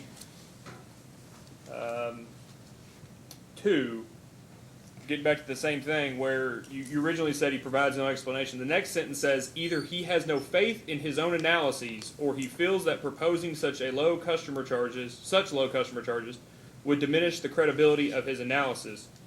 Do you believe that not providing the exact number he calculated should be taken as having little faith or not feeling or having little faith in the analysis when the company did the exact same thing with their cost? No, we didn't do the exact same thing. He's showing a reduction, and the company is showing an increase, he showed a reduced cost. He did not recommend changing, therefore it's not, even on the flip side, it's not the same thing. So the company is proposing, developed a cost, which is like $23 for KU and $21 for LG&E, and it has been the company's goal for quite some time to move in that direction. And the company moved in that direction in this case. So What if I could finish, Mr. Watkins calculated, I can't remember what it is, a very low. $4 and $6 on change. $4 and $6, okay, he didn't recommend a reduction, he didn't recommend that charge. Therefore, it's not comparable, you know, what we did and what he did. But you just said that considerations of things like gradualism and rate continuity, considering those things when actually making a recommendation as to the amount are considerations that you ought to provide, right? At times, and particularly in light of the commission's ruling on basic service charges allowing 50% increases or more. In the case of Duke, it was more than 50%. But yes, I agree that gradualism, particularly in light of the commission's orders, is a legitimate consideration. And I guess what I'm getting to is you wouldn't like the commission to take your, well, I withdraw the question. I'm not going to put words in the commission's mouth. Thank you. You would agree, though, that the company's proposal for the monthly equivalent customer charge, as we've discussed that, is more than what they're proposing. The calculation is. Say that again, I didn't That the follow. company's monthly equivalent calculation of the residential basic service charge is more than what the company is proposing to recover in this case. It's Is 20 more and than- change instead of 1613. It wasn't as proposed. Are you saying as settled or as proposed? Well, we didn't settle that amount. Okay, yeah, true, but what we proposed is less. That's what I'm trying to get to. It is less, Right. right? And do you remember what the calculations came out in the last case, LG&E and KU case? Yes, I mean, roughly. It was like $30-something or high No, 20s? it wasn't $30, it was higher. I think it was about 24, 25. Okay, but the companies didn't propose the entirety of their customer charge calculation in the last case, They correct? did for LG&E, did not for KU. Okay. I believe if I could elaborate, LG&E in the last rate case calculated 24 for KU and 22 for LG&E. This is from memory now. And the company proposed the lowest of the two cost-based customer charges. Do you remember what the company's customer charge was before the last case? 1050 maybe? 10, I Would can't remember. would In the 1075 sound about right? Yeah, that sounds about right. Okay. So in the last cases, the companies were proposing a roughly 100% increase in the customer charge. That's correct. So this 50% gradualism is a newfound principle for the companies? It probably considers recent commission rulings allowing 50% and recent rulings recognizing 50% is a reasonable level for an increase that recognizes the principle of gradualism. But the 100% last time didn't recognize that from the company's perspective. Does not represent the 50% that's been addressed in recent orders, no.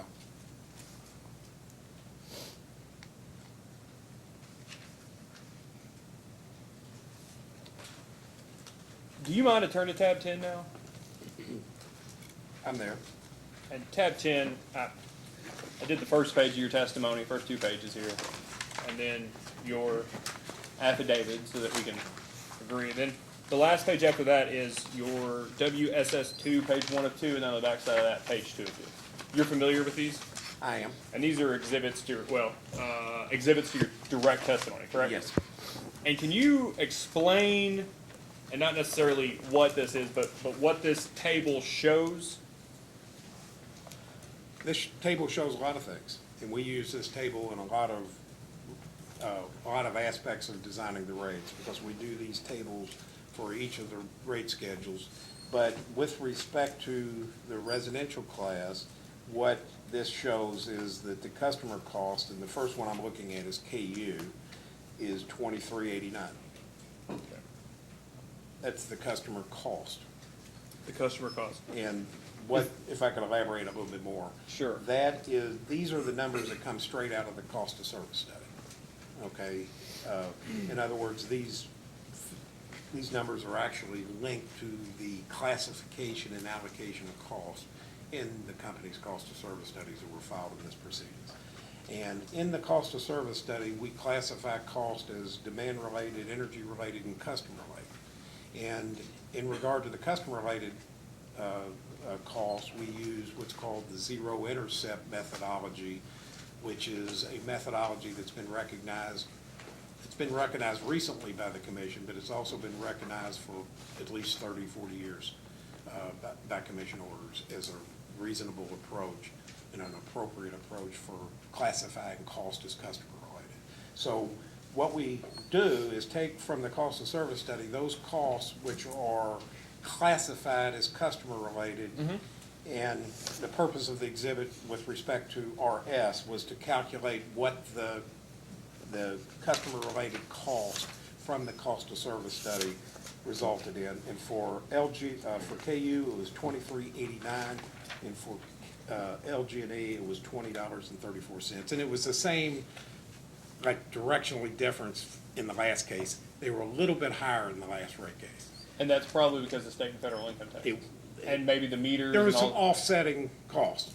The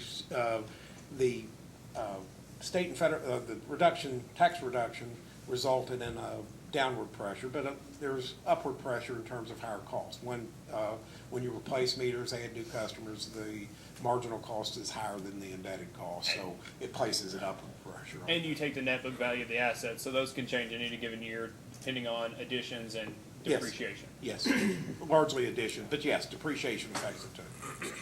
So, couple of questions on that. First, you calculated this by using your embedded costs that you define as customer related for the purposes of the cost of service study, correct? That's correct. Okay. So when you calculated the $23.89 here for KU, for instance, can you explain to me the calculation that you did there? I think this was maybe the bottom part was hard coded to the top, and I couldn't exactly find. Do you know how that's done? Yes, but let me get a calculator first That'd be great. to verify it before I give an answer, There's finally a witness with the calculator. if it works.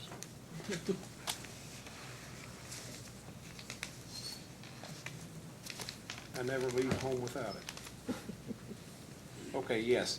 Okay, the 2389 that I think you were referring to represents the 1648 that is, if you look at the column headings that say customer related, there's one under distribution customer related, and there's another under customer service expenses. Sure.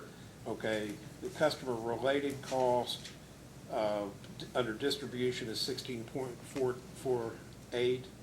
The customer service expenses would be 741. So of that $23.89, $16.48 of your customer charge are distribution costs that you've allocated to, that have been functionalized, is that right? Classified. Classified, it's the third one, it's always the third one. Classified as customer related, correct? I'm going to take exception with what you said because you said our customer charge. It's not our customer charge, it's our customer cost. Customer cost calculation. Or customer cost. And the 2389 customer cost, 16.48 of that are distribution-related customer costs. And that's poles, wires, secondary transformers, items like that, correct? Including metering and, meters rather, and service drops, but yes. Sure. And then The services is not service drops, so. services like A&G, correct? Yeah. Or it's a separate account. Okay.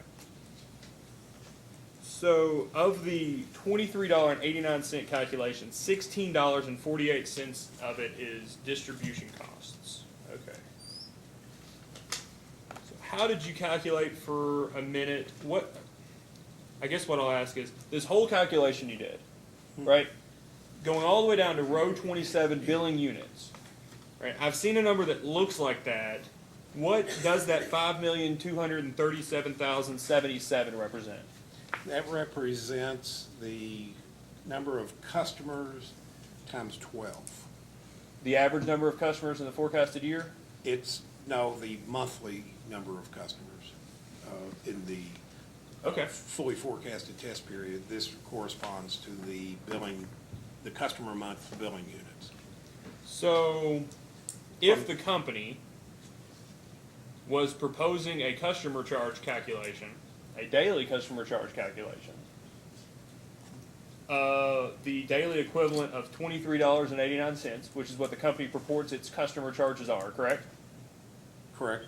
Then the actual calculation. Customer cost, I'm going to correct it again. That's okay. If I'm what saying we- if this is what you charged, is Okay, what I'm if this is asking. what we charge, If you charged your embedded cost, right, then your calculation would actually calculate it on a monthly basis, and then the company would have to divide by some sort of daily equivalent. correct.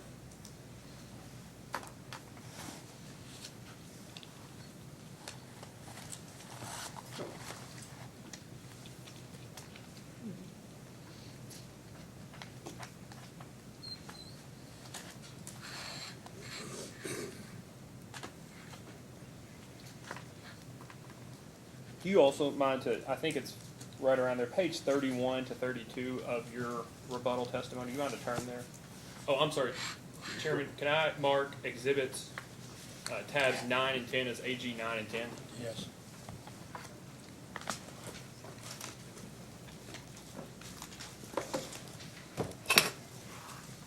Okay, tab 9, did you say? Oh, I'm sorry. No, your rebuttal Oh. testimony at page 31. Oh, okay.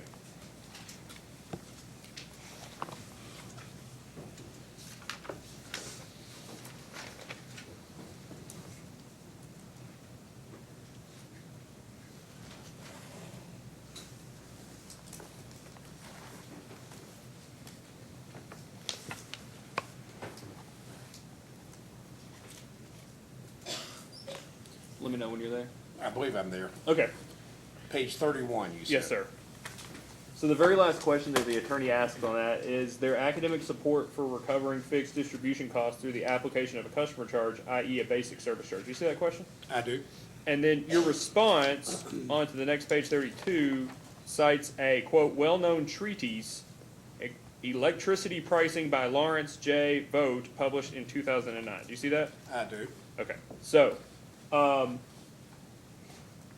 I've never used the word treatise before I came to this job, but that word gets thrown around a lot, and I don't know that I understand what it means, but Mr. Larry Lawrence J. Vogt, you know Mr. Vogt, I do. and you worked with him at LG&E, correct? Yes, Okay. So, Mr. Vogt's an engineer, is that your understanding? that's correct. And he has a PE designation? He does. Okay, great. So,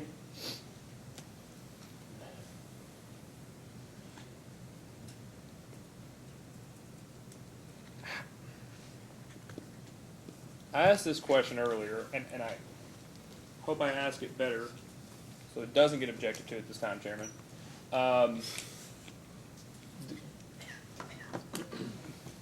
Should a person's previous work experience, let me withdraw that.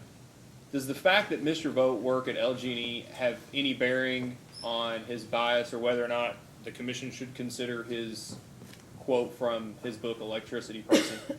I don't believe it should. Right. And so you would agree that a lot of people, when they write books about these things and they come before this commission, that they have wide ranges of experiences, but as long as their experiences are, that the commission can give whatever weight they would like to when it comes, but that it's your belief that Mr. Vogt is an expert in this field, as an engineer that has done this before. He has a long experience working in the rate area. He approached it both academically as well as his professional experience. He was a teacher, not only a teacher, but a good teacher. And I think it should be given weight. And his perspective or previous employment shouldn't have any bearing on the weight the commission gives to it, or should, but that's their prerogative, correct? I mean, he worked at LG&E for, as a part of his career, a relatively short period. And Go ahead, excuse he me.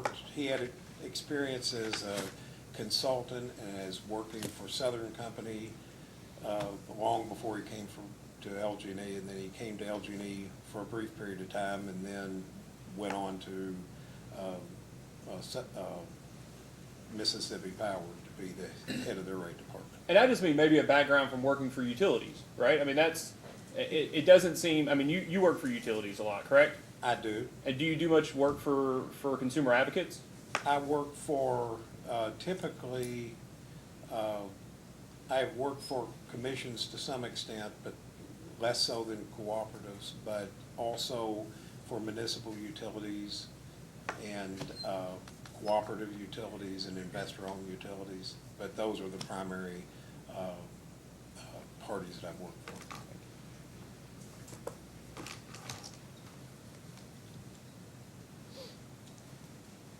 So on page 39 of your rebuttal testimony,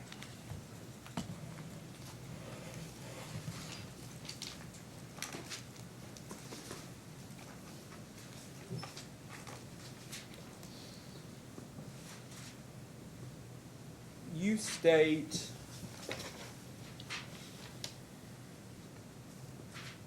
on line 13, in discussing Mr. Watkins' testimony, that, quote, "It is noteworthy that Mr. Watkins does not object to the four-part rate design used in the company's large customer rates." Do you see that? I do. Should it be noteworthy to the commission that you did not object in your rebuttal testimony to Ms. Mullinax's adjustment regarding the 401k contributions?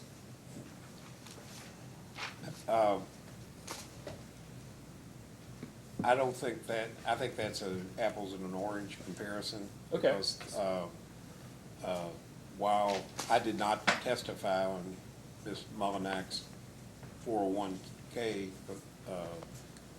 testimony, and whereas this is all rate testimony, whereas my testimony is largely rate cost of service testimony. Okay. And Ms. Mullinax didn't testify on the rates. Well, so what about Mr. Barron and, Mr. Barron? Is it noteworthy that he didn't discuss the residential cost customer charge? He didn't address the customer charge at all. If he had proposed something about the customer charge and he failed to make the same argument on the residential, I would have pointed that out, surely. And Mr. Selecki? I don't recall Mr. Selecki talking about the customer charge. You don't remember Mr. Selecki talking about the customer charge? No. Okay. And the KSBA witness? KSB, none of them. Okay. So you think it's noteworthy that, well, let me ask this. The reason you didn't, is it fair to say the reason you didn't discuss the 401k contributions is because it was beyond your scope of employment? Yes, It was beyond what the company hired you to do, correct? correct. And you've not provided any evidence that that was within the scope of testimony that Mr. Watkins was to provide for the Attorney General, correct?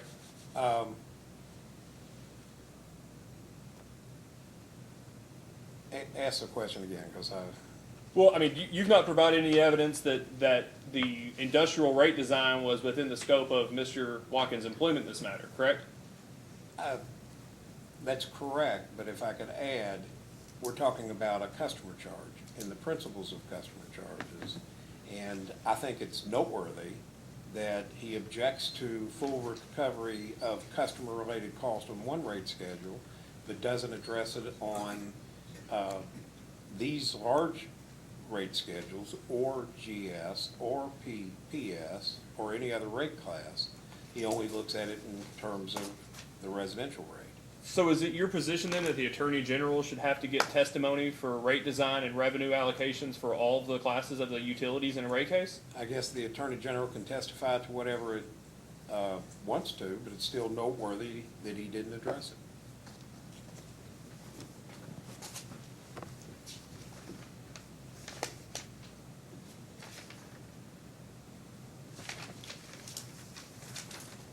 I'll try to ask this very directly, and I'm gonna do a poor job at it, Mr. Seeley. Would you agree that this whole customer charge issue, I withdraw that question, Chairman. Would you agree that the difference between your calculation of the customer charge, as calculated, I'm not saying the ones proposed. Customer cost, you mean? Customer, your fully embedded $23, let me find the exact amount. On tab, hopefully we can dispel with a lot of time here. On tab 10, which is your WSS 2, page 1 and 2, your calculation of $23.89. That the difference between your calculation there, right, that you purport to be the amount that should be the customer charge, if not for things like gradualism, and the difference between that and Mr. Watkins' calculation is the inclusion of certain distribution costs in that calculation and certain services. I would agree with it, but I would add that those costs are considered customer-related costs in the company's cost of service study. And that's fine. Okay, but I would also go on to say that in Mr. Watkins' cost of service study that he submitted in his last rate case, in the company's last rate case, he treated those costs as customer-related as well. For the purposes, in the cost of service study. For the purposes of an embedded, fully allocated cost of service study, correct? For purposes of identifying customer-related costs in the cost of service study.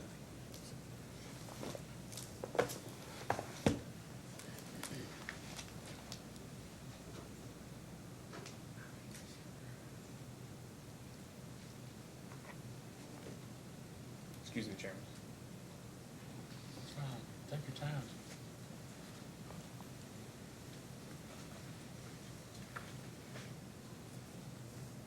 Would you agree that your calculation of the $23.98 in your WSS2 is merely you taking those costs that were identified and classified as customer-related for purposes of cost of service study and using those to determine the customer charge?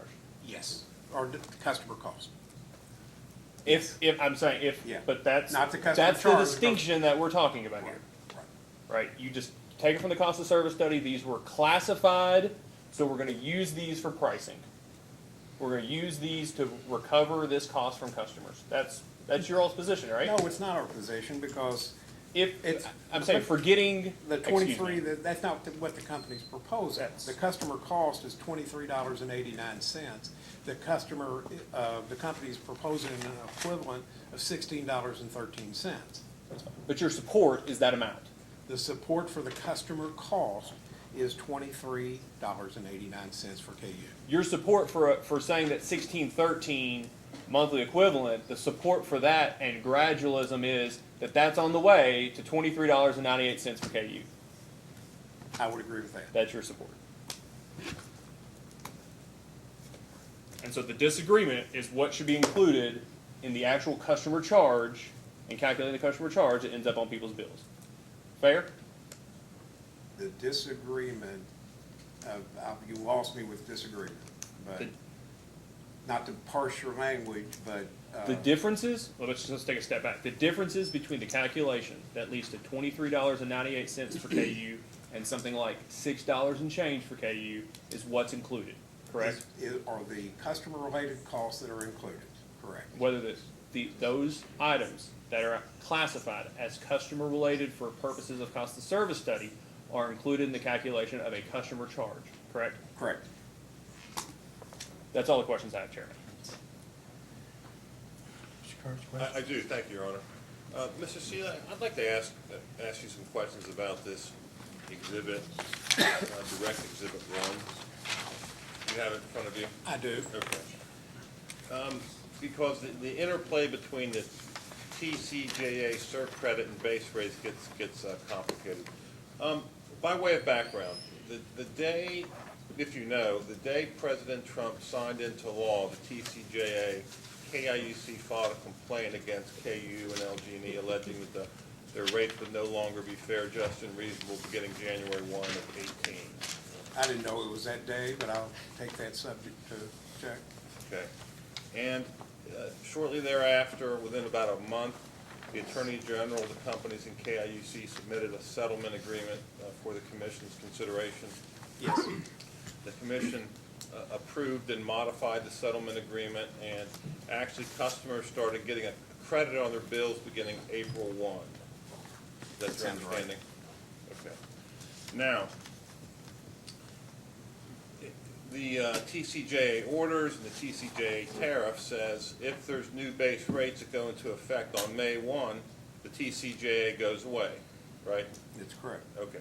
So beginning May 1, two things happen. Customers will lose a credit and customers will get a base rate increase.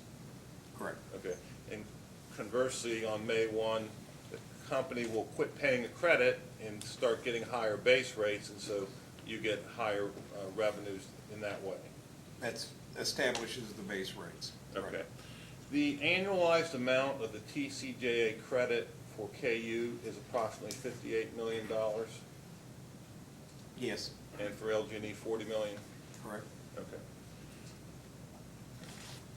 So this Exhibit 1 reflects what customers will actually feel and see in the real world beginning May 1 when they lose a credit and they pay higher base rates. Yeah, and that's what I thought I indicated, but yes. You did.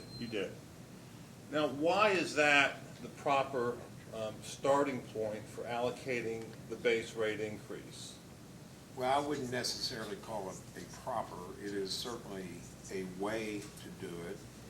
And I think gives the perspective of what the customers see based upon the increase when the rates go into effect. Therefore, I think it's a perspective that should be considered.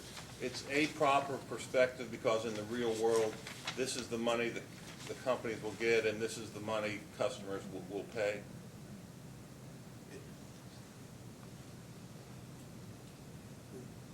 I will accept that. And I would take exception with proper because there's more than one way to look at things. So. I think I said a proper. Yeah, if you leave the word proper out, I would agree with you. A reasonable way to. Okay. A reasonable way. Would you agree? Well, I'll accept that. Okay, and all the parties to the rate case settlement accepted this as reasonable as well? They did. Okay. Thank you, Mr. Chairman. Mr. Gardner, questions? Anyone else? No? Staff? Yes, Your Honor, good afternoon, Mr. Seeley. Good afternoon. Going back to the KU Exhibit 1, for Louisville Gas and Electric Company, the TCJA SIR credits reflect only the electric operations, correct? I'm sorry, I'm having trouble hearing you. Sure. Going back to KU's Exhibit 1, for Louisville Gas and Electric Company, the TCJA SIR credits, those reflect, that $40 million reflect only the electric operations? Is that correct? This is an electric schedule. Okay. Is there anything in the record that shows what the annualized tax SIR credits were for the gas operations? Not that I have seen. I didn't prepare anything Okay. like that.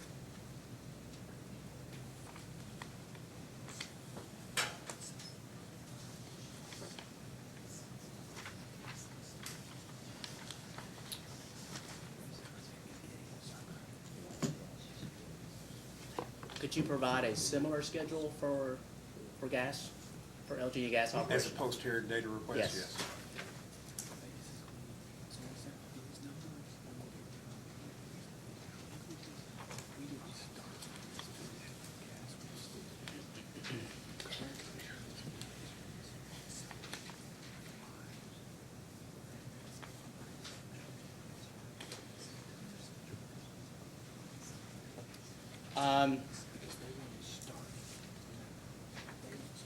Going towards the stipulation, call it the general stipulation, regarding the amendment that was filed this morning. I had some questions for Mr. Conroy this morning, and I believe it was deferred to you with respect to the change in the rate design for rate PS. It's my understanding that the change that was made for rate PS was a decrease in the demand component of 5%, and an associated increase in the energy component of 5%. Is that correct? The second part's correct. It was roughly 5%. It was actually 0.15 cents is what we used, which is approximately 5%. But For the the demand charge may not be, that cost that was shifted went to the demand charge. I doubt if it's 5%. okay. It'll be something different. I haven't calculated what that would be. But the energy was approximately 5%. It was 0.15 cents. Okay. And that amount was added to the customer charge in PS only, and it increased the demand, decreased the demand charge by a corresponding dollar amount. And it's important to recognize that that affected no other rate class other than PS. That was just PS. Was there any impact,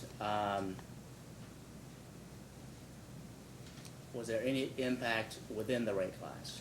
There would be impacts within the rate class. Now, the rate and the way we proposed it was for a customer or a cost-based energy charge. And the point was made during actually both testimony and in the settlement discussions about load diversity. Now, the four-part rates, which are the TOD rates, have two demand charges. Okay, they're four-part rates as opposed to PS, which is a three-part rate. Okay, with with a peak and a base demand charge, you can capture the diversity a lot better than you can with a three-part rate that only consists of what's called an NCP demand charge. And what an NCP demand charge is one that applies to the customer's maximum demand whenever it occurs. It could occur any time of the day. And because it doesn't capture necessarily the cost at the time of the system peak,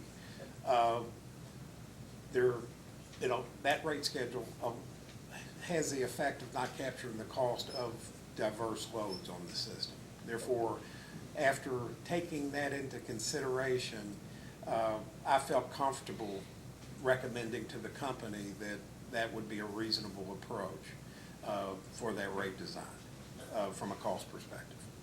So, you mentioned that there is an impact, intra-class impact? Yeah, customers that effectively have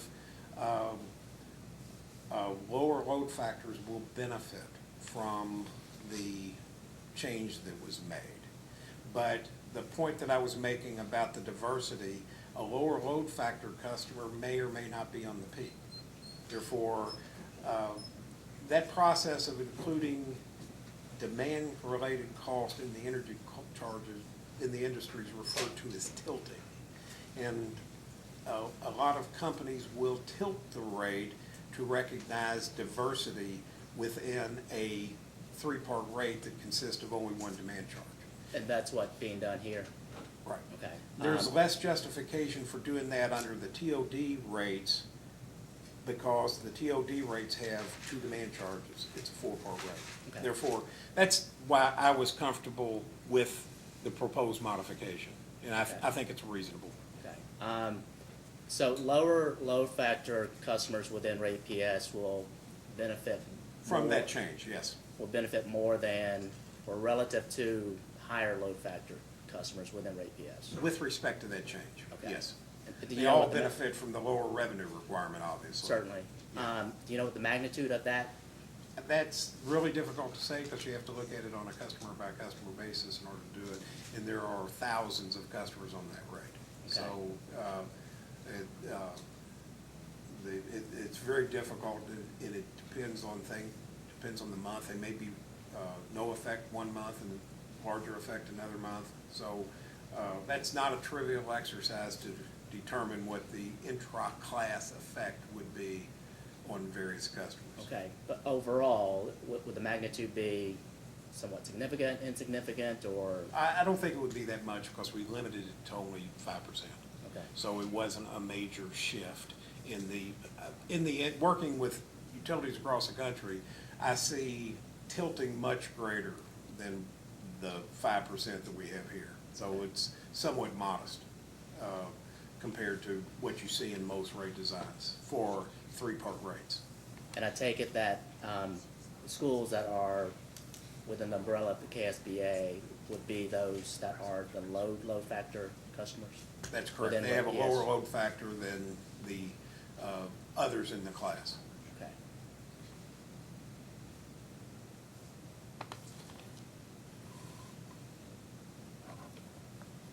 And so that would, so the low load factor customers would ultimately benefit because of, I guess, a slight reduction in the energy charge outweighs that increase in the, It's just the other way around. A slight increase outweighs I'm sorry, yes, okay, of the energy charge.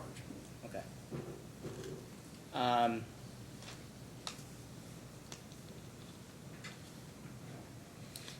Guess it's, we're in the settlement.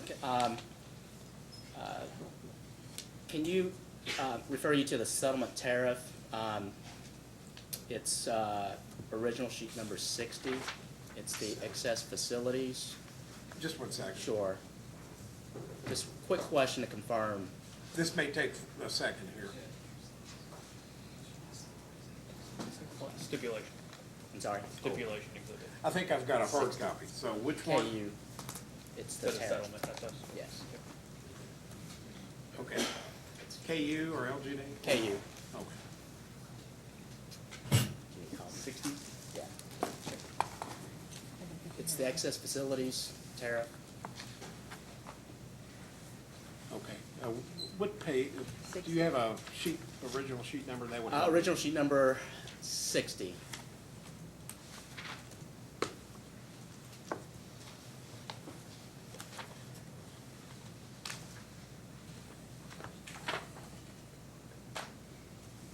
I'm there.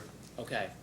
I breathed a sigh of relief when I saw that they were reduced because they should be. Anyway, go ahead. Right, but there's a change for the percentage with no contribution in aid of construction, correct? As Correct. a result of the settlement? Yes. Okay.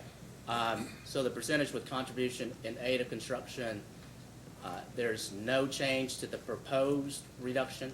Yes. Okay, just wanted to confirm that. Right. Also, could you provide, as a post-hearing data request, a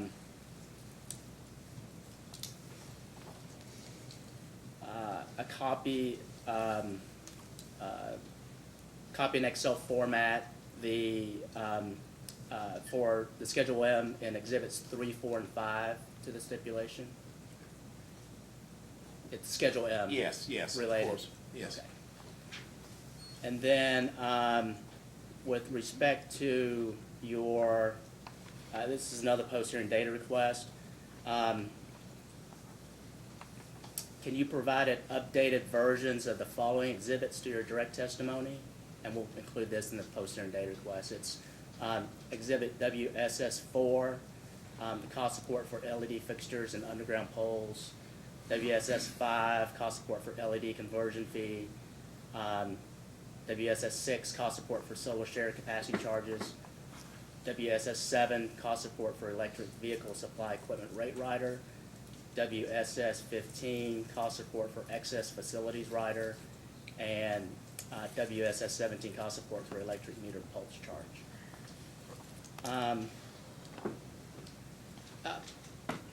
And I hate to point you to this, but on tab 66 of the application, it's your Schedule M-21. For the KU application.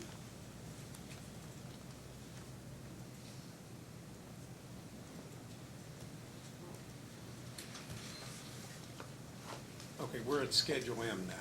Yeah, it's M2, M-2.1.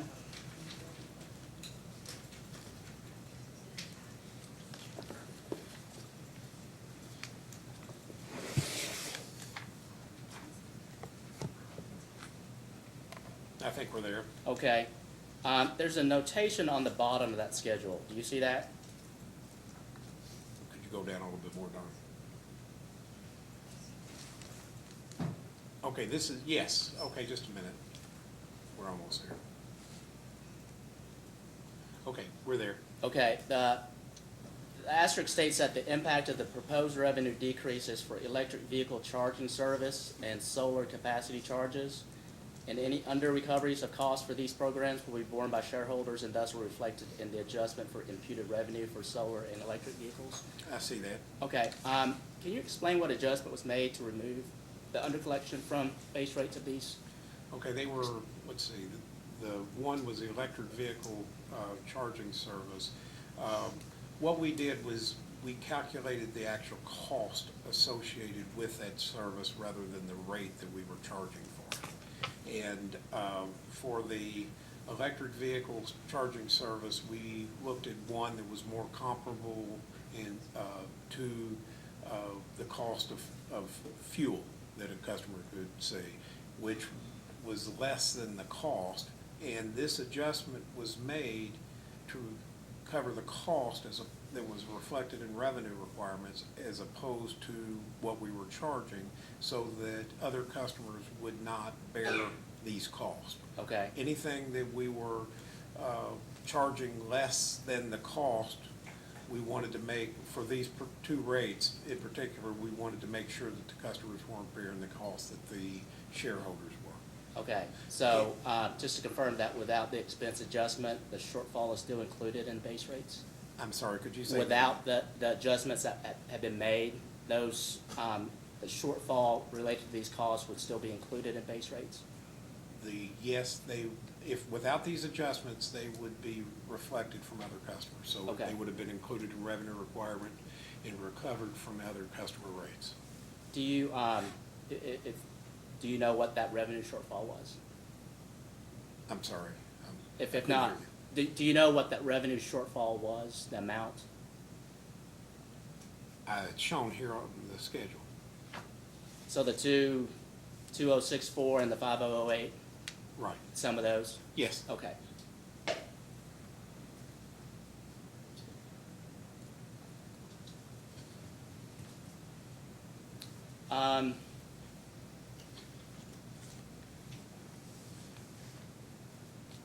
With respect to the daily charge, the proposed daily charge, in your direct testimony, you state that a daily charge is more accurately accounts for actual days in the billing period.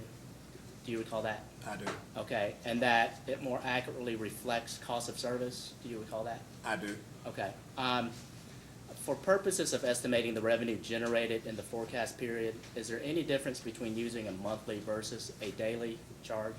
Not on a annual basis, no. And what I was referring to in my testimony there was from month to month. Okay. Take a February, you'll have 28 days. A daily charge reflects the cost of service study for February more than it does for December, who is Longer 31 days. days. So that was the cost of service accuracy issue I was referring to. On an annual basis, it doesn't matter. Okay. So I think you had mentioned, or Mr. Conroy had mentioned that there is only one other, I guess, regulated utility, electric utility that has, or there's currently just one regulated utility that has a daily customer charge, and that's Meade County. Do you recall Mr. Conroy's testifying to that? Oh, in Kentucky, yes, in Kentucky. Right. There are others across the country, but in Kentucky, the only electric utility I'm aware of is Meade. Oh, okay. So even the TVA cooperatives, do you know? No, they do not, because I've looked at their customer charges and they're on a monthly basis. Okay. So why do you think that the other electric utilities have not proposed moving toward a daily charge if it more accurately reflects cost of service? Could you ask the question again? Sure. So why do you think that, since there's only one currently that has a daily customer charge, why do you think that other utilities have not proposed moving toward a daily charge if a daily charge more accurately reflects cost of service? They may have not considered it. I can't speculate on what their thought processes are. I haven't worked with many of those, actually, at the distribution level, so I don't know what their thought process is. Okay. Or what their considerations were. Okay. I do, But you meat I do know, but the rest of them I don't. Okay. But you mentioned that there are other utilities nationwide that have a daily charge? Yes, there are. Okay. And do you know the reasons, if you do know, the reasons why they have a daily charge versus a monthly customer charge? The primary reason I've encountered is actually prepaid metering. Okay. And that's, most of them that I've encountered did it in conjunction with prepaid metering programs. Okay. So that kind of leads into some of the other questions that I have. So you're aware that some of the distribution cooperatives, and I guess it's mainly the East Kentucky Power distribution cooperatives, have prepay metering programs in those utility service territories, correct? I'm aware of that. Okay. But those utilities are still on a monthly customer charge Yes. and have not moved towards a daily charge. Correct. If you know, would you have any reason to, or have any understanding as to why they have not moved to a daily customer charge? I do not. I mean, you can certainly do it another way, but it's a lot more transparent if it's stated on the schedule. And it may be that me wanted to be more transparent with what went into the prepaid metering, but I can only speculate on the others, why they didn't do it. Okay.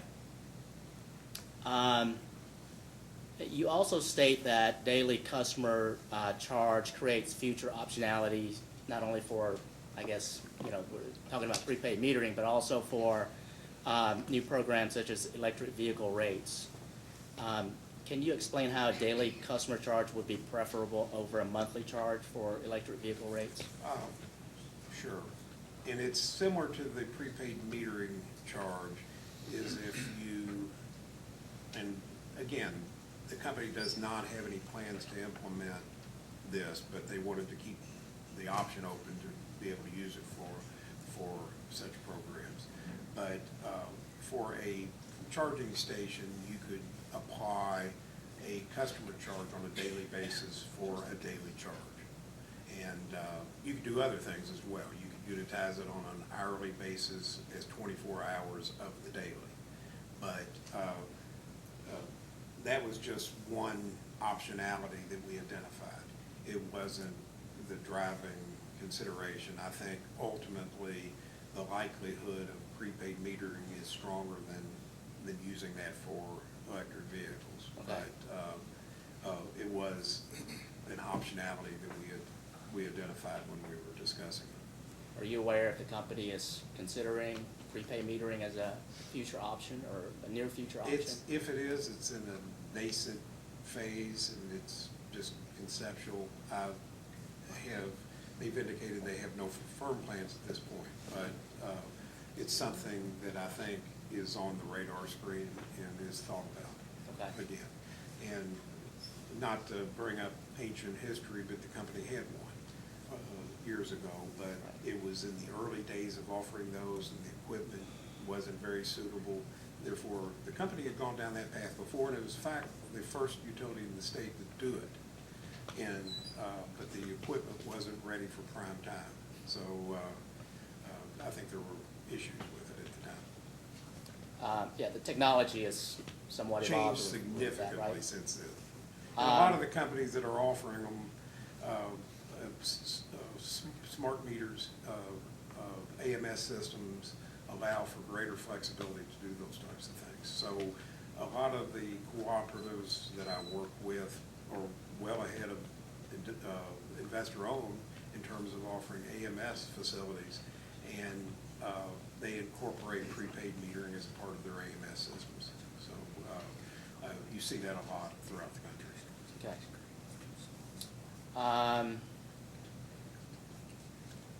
Would you agree that the customer would see some variability in the customer charge portion of their monthly bills? It would depend on the number of days, but I view that as more accurate rather than more variable. On a daily basis, it's more accurate. It precisely matches the number of days in the month. But to the extent that there are different days in the month, it will move. But I view that as accuracy as opposed to variability. Okay. So do you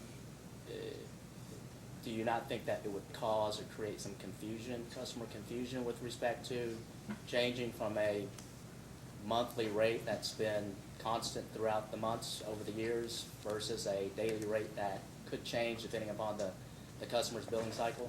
I don't think it will because of their plans and the way they bill it. And it will show the number of days in the month, it will show the daily charge, and it will show the total. Therefore, the total will be comparable, or they will be able to compare to what was previously used. Therefore, and it will be approximately the same every month. It will vary depending on the number of days, but I don't think it will cause a lot of confusion. There may be some questions, and I think the company is certainly prepared to answer the questions when they get them. But I don't think it will cause confusion. Okay. With respect to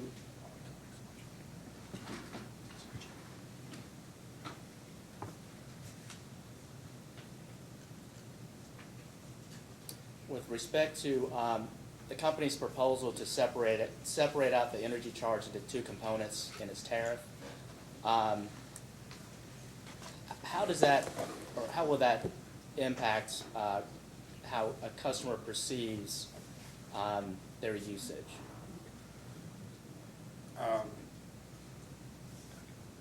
I don't necessarily think it will change on how the customers perceive the usage. I think it will provide information on what costs go into the rates.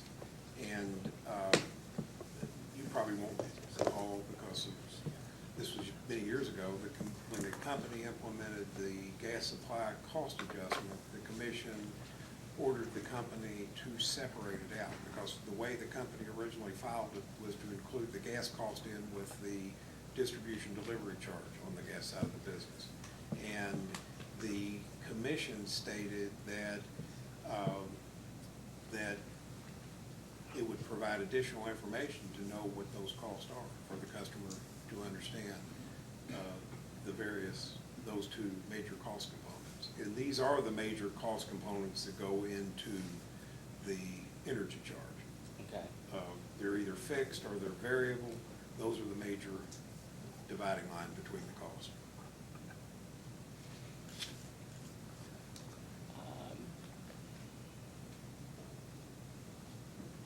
Do the companies believe that with the transition to AMI metering, utilities will begin requesting three-part rates for those customers who traditionally have received two-part rates? I'm sorry, could you repeat the question? Sure. Do the companies believe that with on a general industry basis, with the transition to AMI metering, would utilities begin requesting three-part rates for those customers who traditionally have received two-part rates? I can't speak to what the company's plans may be down the road. I think there would be a lot of discussion and analysis before they get to that. However, I can discuss what I'm seeing in the industry. Sure. And many of the utilities that we're working with across the country are implementing 3- and 4-part rates for a broader class of customers. And a lot of them began several years ago with what had traditionally been called general service rates. There are small commercial and industrial rates that are on 2-part rates consisting of only a customer charge and an energy charge. And the utilities I've worked with who had AMS systems, they began implementing 3- and 4-part rates for the general service classes. I am beginning to see a number of utilities taking it all the way down to the residential customers. And that seems to be alarming to some people, but it doesn't change the cost for that class, because what you would typically do is to allocate the cost of the class the way we're doing now. It just represents more accurately the various cost components in the rate. There likely are intra-class differences, but they're differences that reflect the cost that they're putting on the system. Therefore, the class as a whole, I don't see it changing, but within the class, the more you match the rate design with the cost that is incurred, the more accurate the pricing signal. That's why a lot of utilities are moving in that direction. I've seen them in Georgia, in South Carolina, in Colorado, and there's discussion in several other western states to do that. So would that be the reason why for residential customers that, because they don't have a demand meter, that the classification of those costs, wouldn't fall into a demand component, but then would have to be under a customer component or an energy component, and so therefore that those costs that would be typically, if it's, if there's a demand component, would then have to be allocated between either the customer charge or the energy charge. That's exactly right, and that's a historical artifact. Years ago, 40, 50 years ago, it was prohibitively costly to implement demand rates, particularly four-part demand rates, with a metering system. They had these big meters with wax on them that they calculated the demand within periods that they had to visually inspect. Since they've gone to more automated systems, the cost has come down for larger systems. If you go back historically 40 years ago, it would have been inconceivable to do that for a residential customer because the metering wasn't available. I would suggest if the metering was available 100 years ago, that's how all the rates would be, is four-part rates, because they match the cost. So I think it's a historical artifact where we are today. But currently, there's no indication that the companies would have any transition to. I'm speaking of the industry, not the company. Okay. We have not had discussions on that. Okay, understood.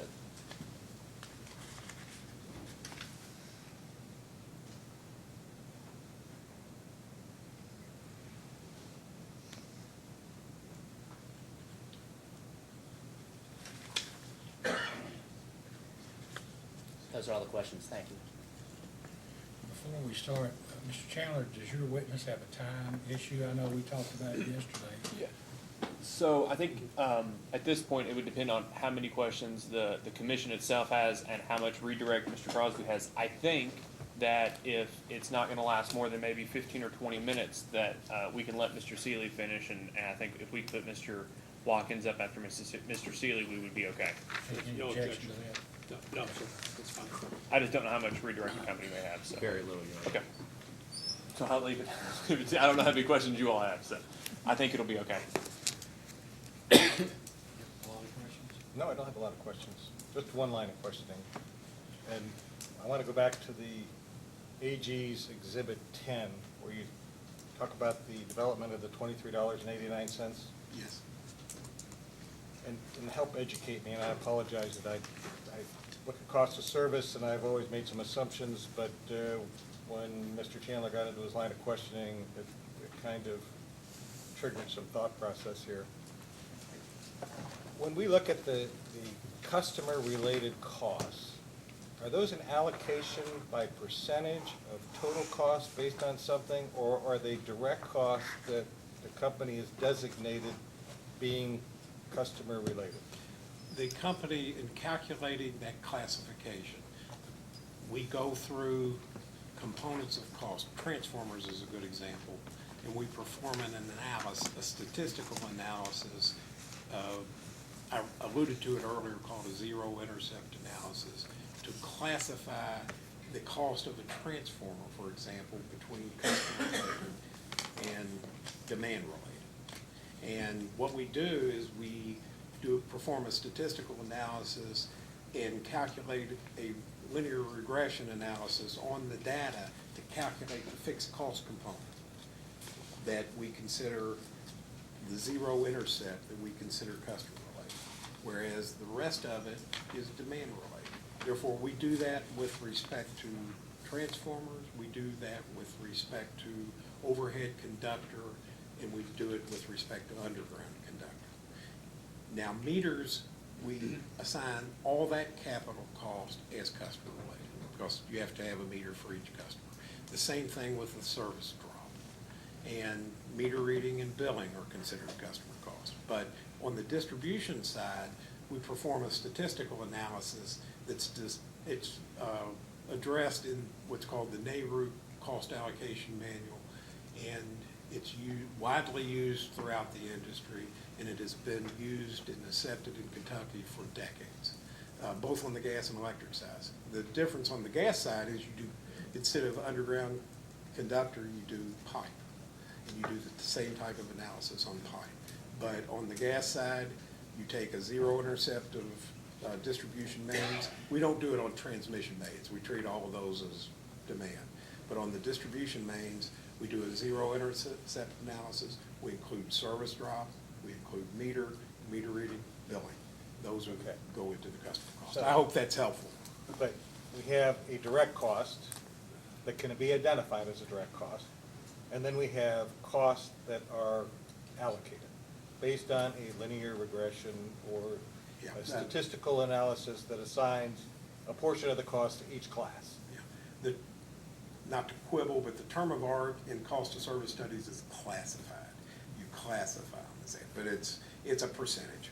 To get to your point, it's a percentage of transformers based upon the statistical combination analysis. of percentage and direct costs. Right. Is there, from an accounting perspective, is there a set or of codes that say these costs are associated directly with consumer? In other words, does your accounting system identify commercial, industrial, residential, so that you know the costs and those are directly associated with?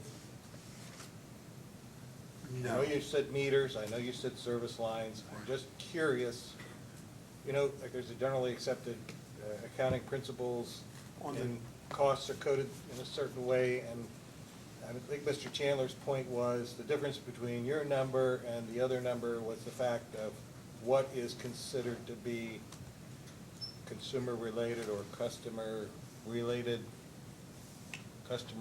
costs. And you agreed, you said, yes. His categories for whatever the allocations used in that study were different from yours, and I was trying to understand how there can be such a major difference between the two. Mr. Watkins only included meter and service line and meter reading and billing. So we didn't include allocation of any of the other distribution or? It didn't include, but anytime you add a new customer, you have, no matter how large they are, you have to put in conductor. You have to put in a pole if they're overhead. You have to put in a transformer, either a small, even if at the minimal customer, the smallest customer that they can serve, say it's a 100 kilowatt hour customer, you still have to put in the basic facilities. Okay, so one last question, and I'll be done in the interest of speed. There's the subjectivity portion of what is included and not included is minimized because of statistical analysis and direct costs. You're taking the allocation portion on a statistical basis, and you're taking the direct cost because of direct costs. I wouldn't call that judgment. No, because it's I'm statistical. saying that there's very little subjectivity. Oh, very little subjectivity. I agree with that. Thank you, that's all I needed to know. Okay, thank you. I passed the witness. Commissioner Matthews? I have one question. The customer costs for KU are different than the customer costs for LG&E, correct? Correct. Yet the customer charge proposed is the same for both companies, correct? Right. Was that a decision just by ease, or? It is largely ease because the companies, over the past several cases, have proposed the same charge to eliminate confusion within the company and make it easier to, because a lot of the people deal with the same customers. But they're And- two companies. Pardon me? I'm just saying. Yeah, they're two different companies, but the customer cost is higher for various reasons. Right. For KU than it is for LG. So one ends up being,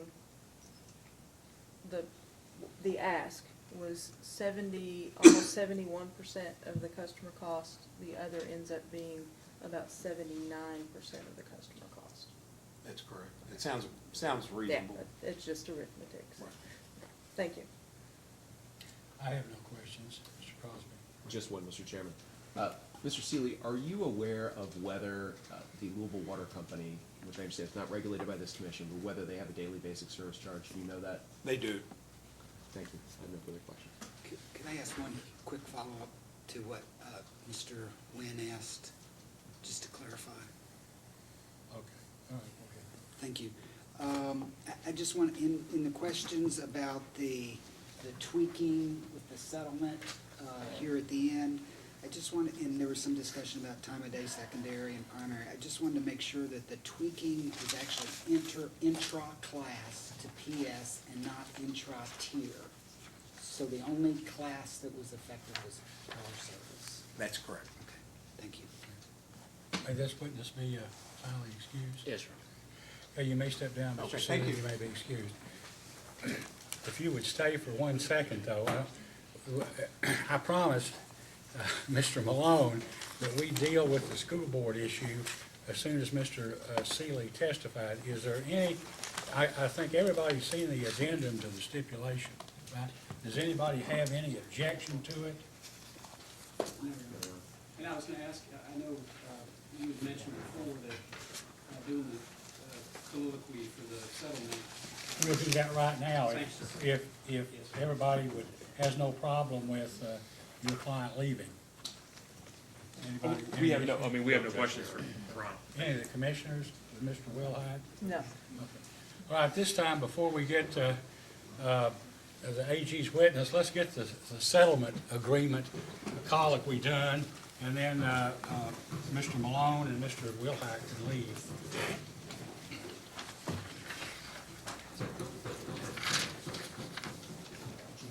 Chairman, do we raise our hand or do we?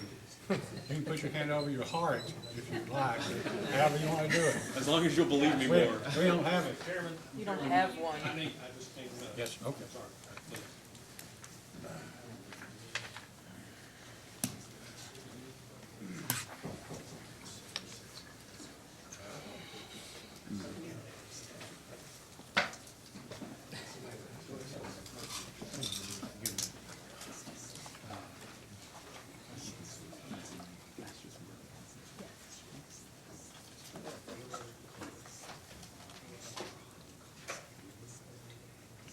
I will say, while this discussion is going on, normally, outside the context of the Public Service Commission, if I were a judge or something, I would be swearing the clients and not the attorneys, because the attorneys' representations would be the same as, yes, sir.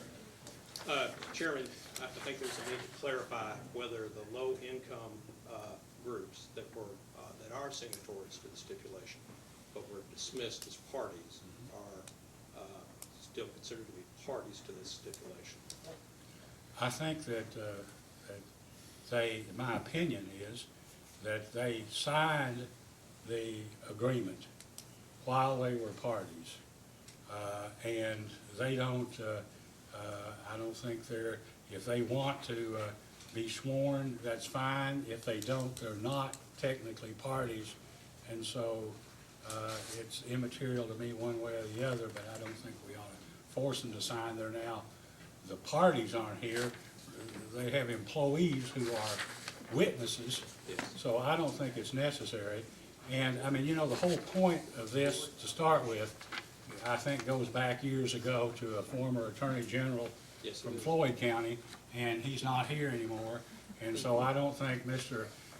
Chandler believes that there was any collusion or anything that you know about. Does that mean? I turned around and I stepped into something. He's a wager. I'm beginning to worry. No, I mean, I don't think it's necessary that they swear to these questions, 5 questions, and if they don't, I don't think it has any bearing on the validity of their previous signatures. Right? I'm told by the Metro Housing Coalition that it no longer desires to be a party to the stipulation. Well, I think that's fine. It's fine with me, and I don't think it has any bearing at all on you all, as far as my legal opinion, for whatever it's worth. So, and my response to that is that if they need to take a legal position on that specific issue, then they should express themselves by filing something with this commission. Well, I think, yeah, that's fine, and they can do that tomorrow, this afternoon, or whenever.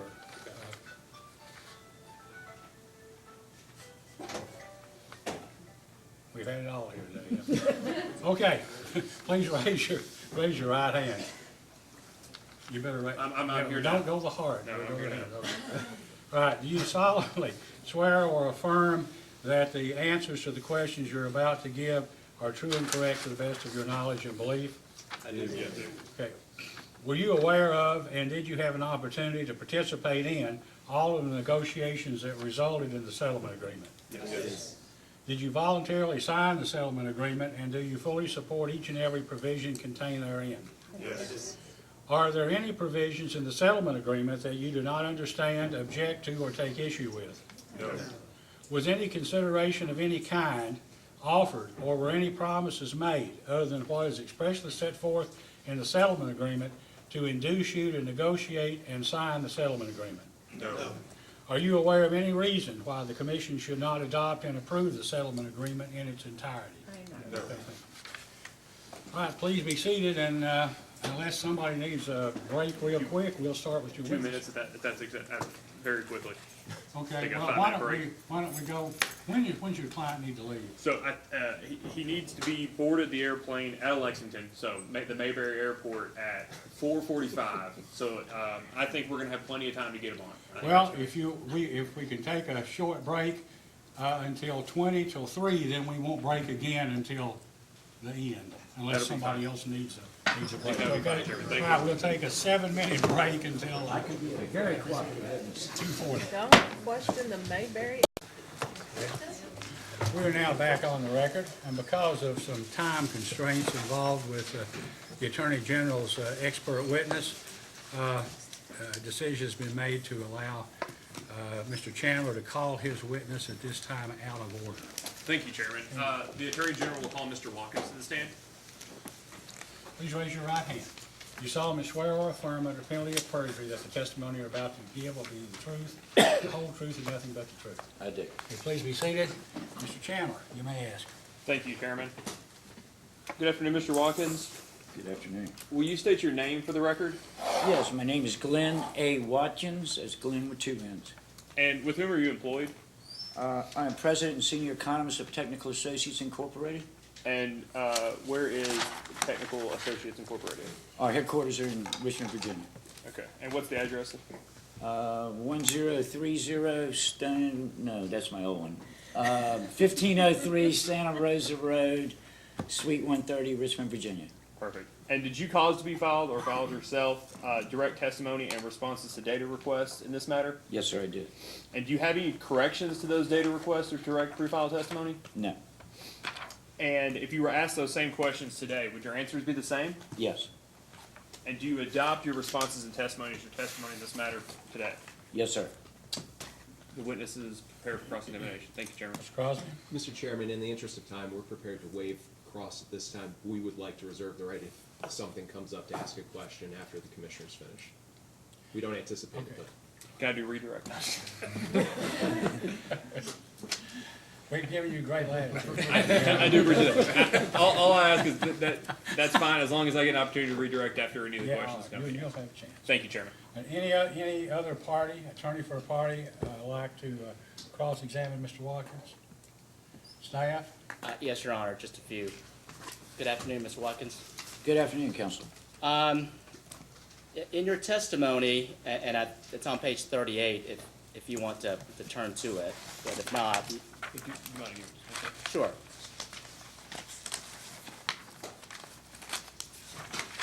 Okay, I'm there. Okay, so lines 17 to 21, you state that the company's proposed daily rate for the customer charge obfuscates the increase in the monthly customer charge. Is that correct? Yes, sir, that's what I said. Okay. Can you explain how a daily rate masks that proposed increase? Well, if you take a price that people are accustomed to doing, whether it be a monthly mortgage that you pay on a monthly basis, or your health insurance premium that you pay on a monthly basis, or whatever, and if it's $15 hypothetically, and you try to mask that to a daily rate, you're simply taking $15 divided by approximately 30 days, so you get a much lower rate. So it's like the commercials you see at 1 o'clock in the morning on the cable TV. For only $1.19 a day, you can get $10,000 of life insurance. Well, we know how cheesy those are, and I don't mean to say that the company's application is cheesy, but I think you get my idea on how it obfuscates the real cost as to what consumers are paying. Okay. Are you aware that the companies have a sample bill contained in their tariff? Are you aware of that? Off the top of my head, I don't recall, but that's fairly typical in rate cases. Okay. Your Honor, can I approach? Yes, you may. This is for KU, and this is contained in the KU's rate application. That's, I believe it was tab 4 or 5, that shows the various changes that are made to the KU's tariff. Right. And this shows a sample billing form for KU. Okay.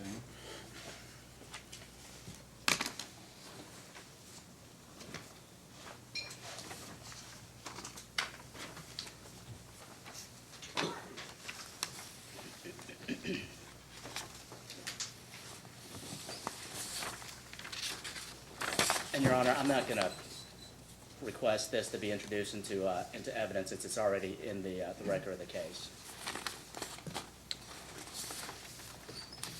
Have you had a chance to take a look at that? Yes, sir, I've reviewed it. Okay.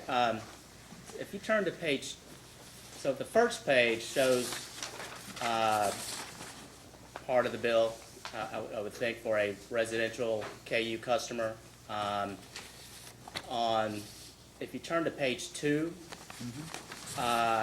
and under the box where it says current charges, there's a basic service charge line there, and it sets out what appears to be the proposed daily amount multiplied by, I guess, the number of days for that billing cycle, and then the total amount associated with that basic service charge for that bill.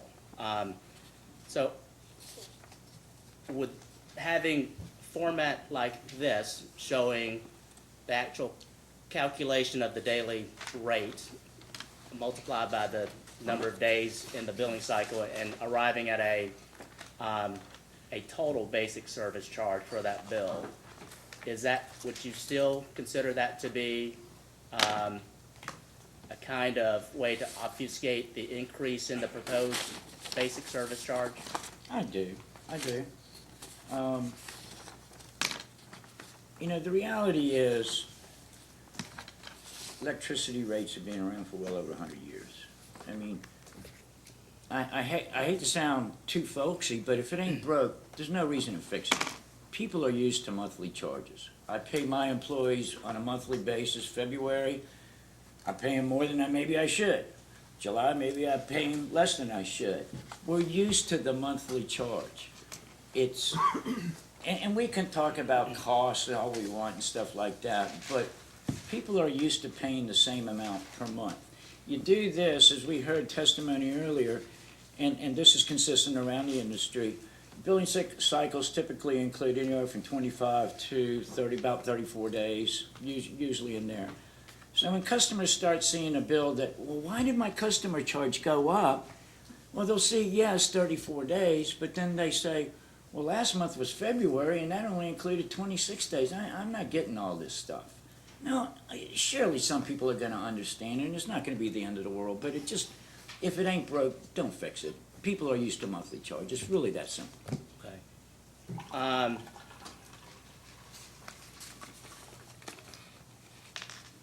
And I think you mentioned it. You said that did you mention that the industry was evolving as well?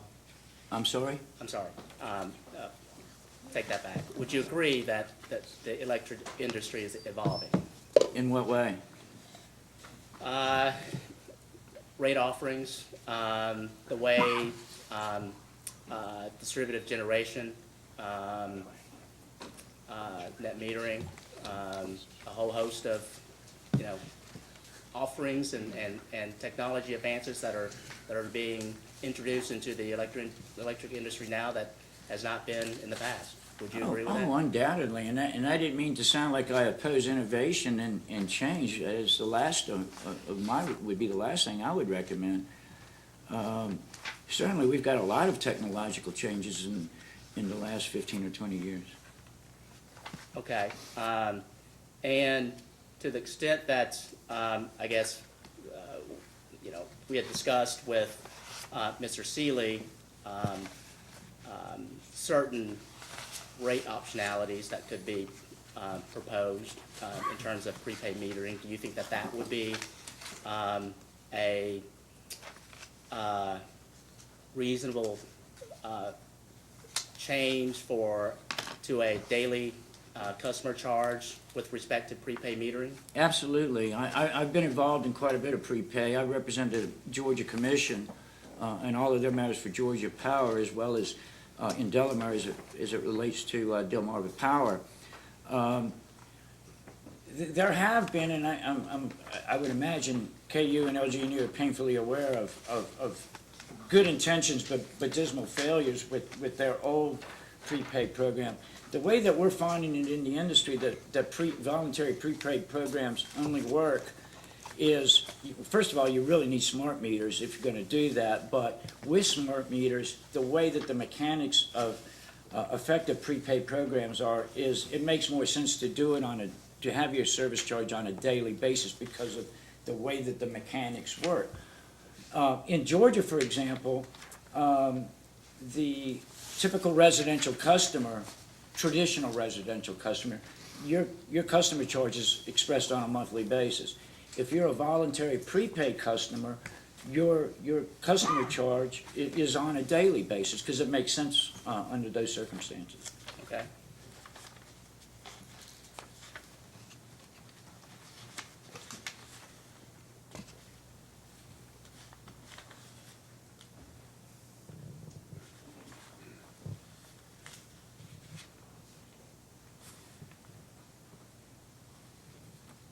The companies also proposed to, on their tariff for informational purposes, to set out for the energy charge separate components that make up that energy charge, an infrastructure component and a variable component.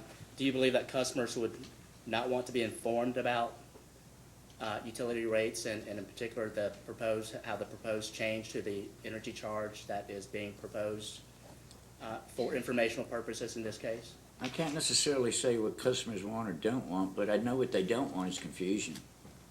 And most importantly, they could care less. I consider myself an average day Joe as far as understanding my utility bills or any other bill. When I go buy gasoline, I don't care what the fixed costs are for transporting that gasoline from the refinery in Texas all the way to Virginia versus the variable cost of their employees. I don't care. It makes no difference. Moreover, to those that may be perhaps more intuitive or more astute, they may not agree with me, or they may not agree with the company as to what exactly is a fixed cost versus a variable cost. Who gives a rep? It is a cost. The price that you pay is the price you pay.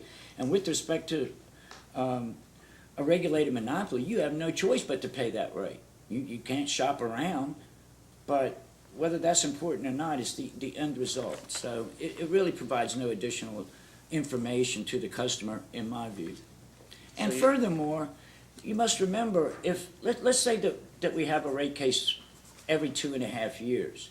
Those fixed costs and those variable costs are changing between the time that the commission order comes out and the next rate case and the next rates are. Well, is the company going to update their tariff so that saying, well, because of accumulated depreciation, our fixed costs will go down, or because I've added a new plant that my fixed costs have gone up? I mean, it's just nonsensical, quite frankly.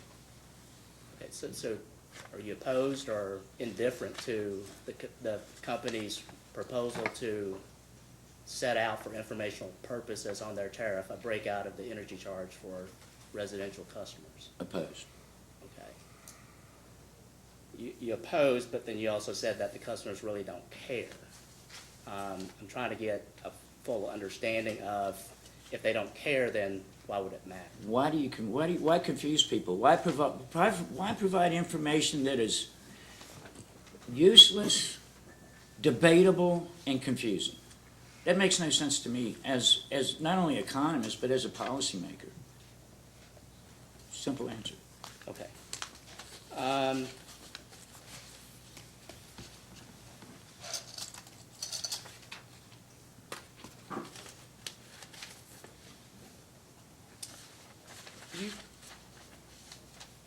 Could you refer to the Attorney General's response to the company's data request, item 10? I don't have that, sir. Okay. Okay, do you have that?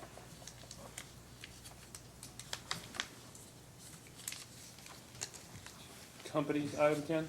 Yes. And this is the response regarding the jurisdictions where the customer cost analysis Yes. question?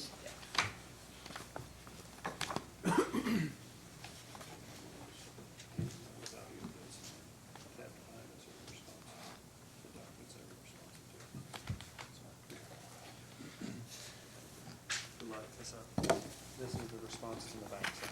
What is this name? So this is your response to number 10, right here. And then these are all the 6 or 7 orders that No, are attached. that's right. So, Okay. there you go. Okay, I've got it, Counselor, thank you. Okay. You mind to just provide me 1 minute so I can? Yeah, sure. Thank you. Oh, yes, I remember this well.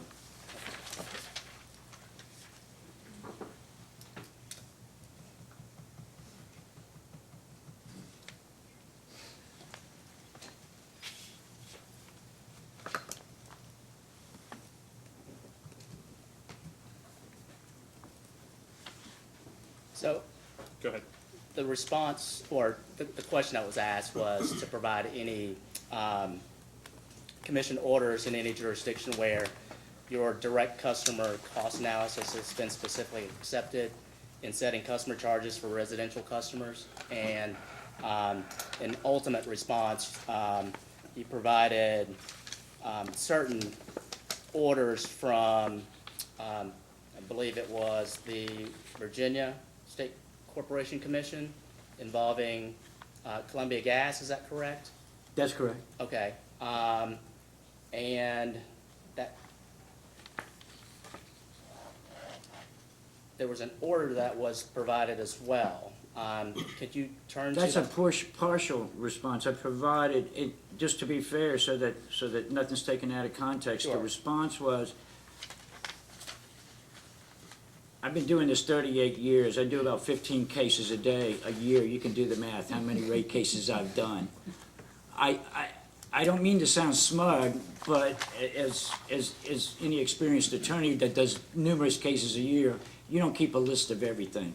I don't keep a list of every order, let alone what commissions have and have not agreed with me on. These are just what, to be fair to your request, what came to mind that I remembered specifically that used, the method that I'm using here. Sure, and I wasn't gonna question you on the. Okay, right. And then with that, I recalled at least 5 cases in which the exact methodology that I used was adopted by the commission. Yeah, I wasn't gonna question you on the I didn't mean number to of throw you of one. cases that you provided. I just wanna focus on, this one order of, involving Columbia Gas of Virginia for the Virginia State Corporation Commission. Yes, sir.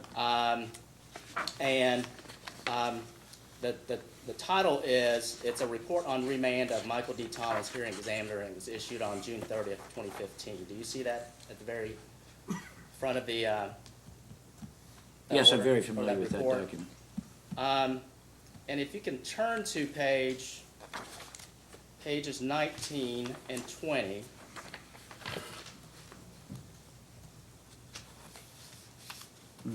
And I think this goes to the reason why you provided this order, or this report as being responsive to the question that was asked by the companies. That last paragraph at the bottom of the page, it starts out, threshold question in this case is whether any portion of the cost related to the company's distribution main should be recovered in the customer charge. The short answer is no. I agree with Consumer Counsel that company's distribution system is required to deliver natural gas to its customers, and the cost of that distribution system should be recovered in the cost of the commodity sold. So the question is, this is a gas case, is that correct? It is. Okay. And so it goes on. In other words, I find the cost of the company's distribution system should be recovered through its volumetric rates. Is this finding based upon what you had provided in this particular proceeding with respect to your direct customer cost analysis? Yeah, let me give you a little background. This case was, in Virginia, we use hearing examiners. The hearing examiner makes recommended decisions to the commissioners. The commissioners can either adopt, reject, in part or whole, the recommendations. That's why I provided this, because the commission order simply adopts the hearing examiner's recommendations, lock, stock, and barrel. With that being said, I was not initially involved in the case, and which the case settled, and the parties had agreed to an increase in the customer charge. The commission at Virginia rejected the settlement, saying, no, this is too darn high. We're going to remand it back, at which time I was engaged by the Virginia Attorney General, and I was the witness for Consumer Counsel. So he was referring directly to my testimony. Okay, I appreciate that, further explanation.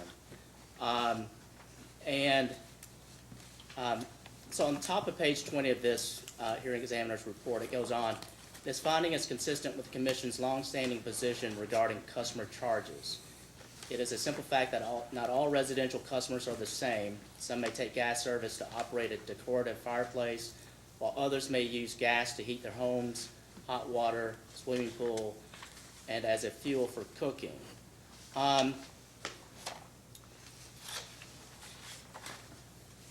Do you believe that such a variety of end uses as mentioned in this report, for a gas company is applicable to electricity, and therefore the intra-class subsidy of what that was further noted in this report is valid for an electric case? To some extent, but not exactly. And I discussed the so-called intra-class cost incidence between low-volume and high-volume customers in my direct testimony to frankly rebut Mr. Seeley's opinion in that regard. The important distinction that for residential use of natural gas, it's even more prevalent for natural gas than electricity, and here's what I mean by that. For a non-heating customer, almost by definition, they're going to have a very high load factor, because they're not using it for heating. if you're a heating customer for gas, the vast majority of your usage is gonna be during the heating season, obviously, because that's when you use most of your gas. So therefore, those customers tend to have a lower load factor. Lower load factor typically equates to higher costs to serve than customers with higher load factors. On the electric side, it's a little more complicated and a little more confusing because in this day and time, most people have air conditioning, and in this part of the country, you have a summer high load, peak load, and a winter peak load, as was testified to yesterday.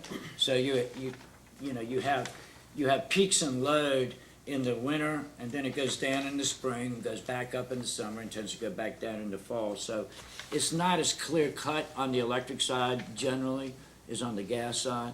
So the concepts are the same, but it tends to be more prevalent on the gas side. Okay, but I thought that the way that you calculated the basic customer charge was to exclude some of those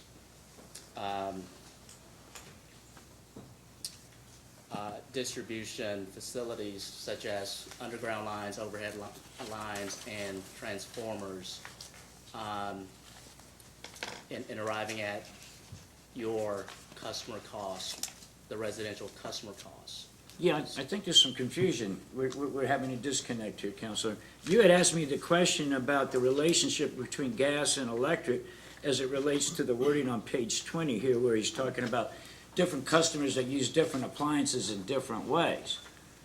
That has nothing to do with my analysis or Mr. Seeley's analysis, but as I think Mr. Seeley explained, in general, the difference between our customer cost analyses are where all of the dollars that he puts in the customer bucket, classification bucket, he's included in his customer cost calculations.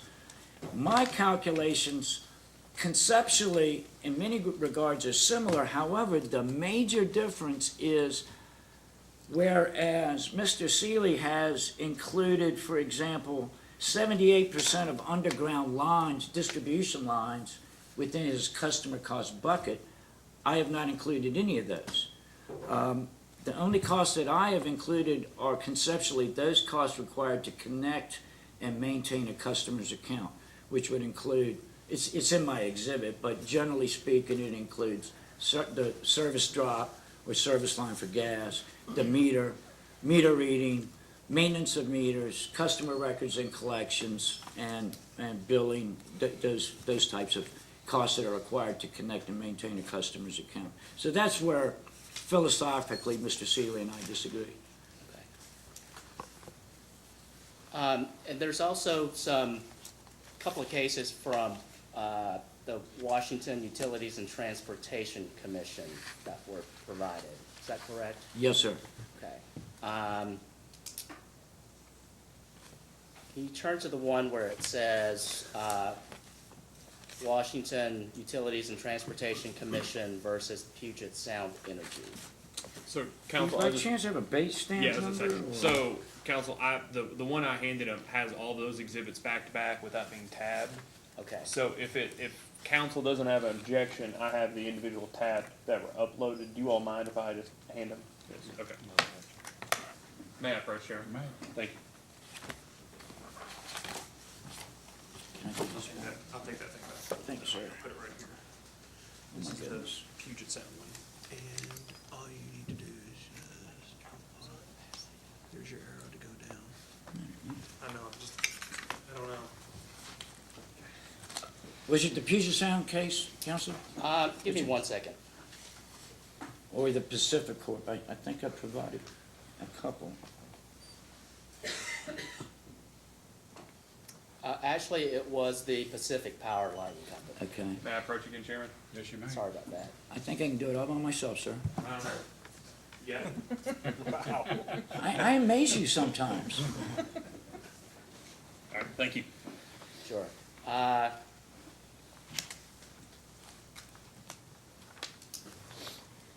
Can you turn to page 87 of that?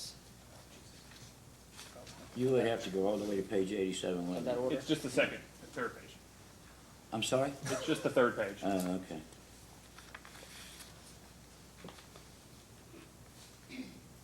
And I think that's numbered paragraph 206. Do you see that?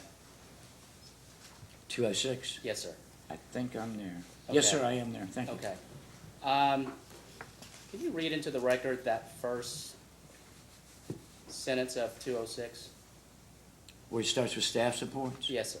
Staff supports this proposed increase in the basic charge by reasoning that in the absence of a decoupling mechanism to reduce Pacific Power's risk of under-recovering fixed costs due to declining load, it is appropriate to shift the distribution of the company's cost recovery towards fixed sources of recovery, such as monthly basic charge.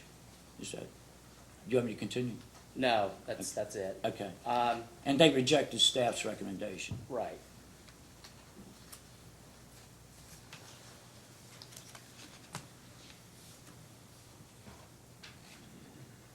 And they rejected, you know why they rejected staff's recommendation? Because they adopted my recommendation. And what was your recommendation? Exactly what I'm proposing here, to base your customer charge on what I refer to, or what is commonly referred to as a direct customer cost analysis. And in fact, if memory serves, I'm pretty sure I'm right here, in the Puget Sound case, it was very similar to this case in which my calculated customer costs were actually lower than the current customer charge, and I recommended maintaining the current customer charge, if memory serves me correctly. But to be absolutely accurate, they rejected staff in favor of my recommendation that used the exact same analysis and approach that I'm using in this case. Okay.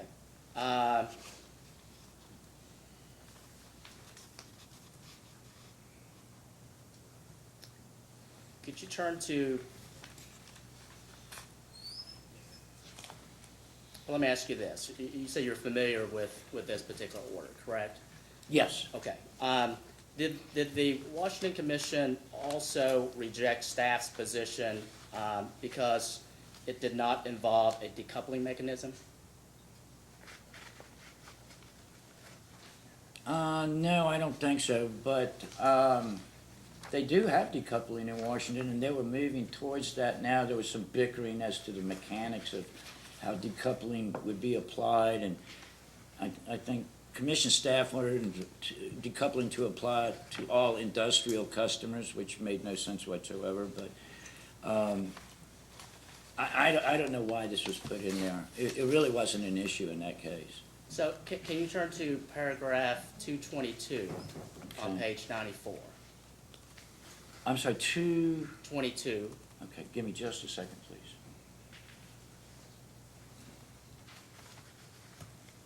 $222. Okay, I think I'm there, yes. Okay, and this was I guess, the conclusion paragraph with respect to the Washington's commission on the issue of decoupling. Yes. Can you read that paragraph? Absolutely. This paragraph states in the order, we approved full decoupling for PSE, which is Puget Sound Energy, in 2013, and for Avista, which is Avista Corp. In 2014. We invite such a proposal from Pacific Corp. And other parties in the company's next general rate case. We encourage Pacific Power to engage in meaningful discussion with staff, public counsel, which was my client, and other interested stakeholders to develop a proposal. So this is all bringing it back and corroborates my memory as to, with respect to decoupling. So staff proposed a recommendation that did not have decoupling. And Nobody proposed decoupling. The commission was really pro-decoupling. In fact, in Washington State, they have policy statements, and the commission issued a policy statement saying we want to go to decoupling for electric and gas, and it was met with resistance from the industrial customers as well as Pacific Power, who did not want revenue decoupling. But there was no revenue decoupling proposal on here. Staff was trying to cram it down Pacific Corp's throat, and they said, we don't want it. It's really that simple. I think that's where your confusion lies. Well, I thought that based upon paragraph 222, it was the Washington Commission's intent for the parties to that case to engage in a dialogue to develop a proposal for decoupling. That was their invitation to ask them politely. They're very polite out west. And I don't mean that in a funny way. They were encouraging them, but I'm not a lawyer, but I don't think they could cram it down their throat, so to speak. And again, no party in that case proposed revenue decoupling. Except for the commission raised it on its own. They raised it, but they didn't propose it. Okay. So is it your testimony that the lower customer charge was not approved? Or, let me take that back. So is it your testimony that the lower customer charge that was approved in this Puget Sound case was done so without requiring a full decoupling mechanism? There were, just to be clear, forget decoupling. There was no decoupling. All the commission was doing was saying, we want decoupling. We invite you to please come forward in future cases and make a proposal. There was no decoupling in this case. Proposed, advocated, objected to, or otherwise. Okay, Plain and simple. those are all my questions. Commissioner Cicero, questions? I have no questions. Mr. Matthews? I have none. I have none. Mr. Crosby, or redirect? No, sir.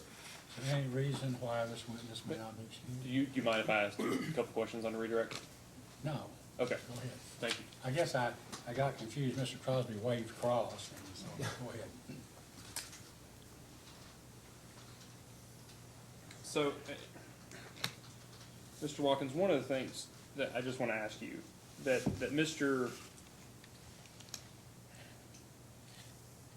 going back to Mr. Nguyen's questions about what the company's calculations include and what yours calculations do or don't include.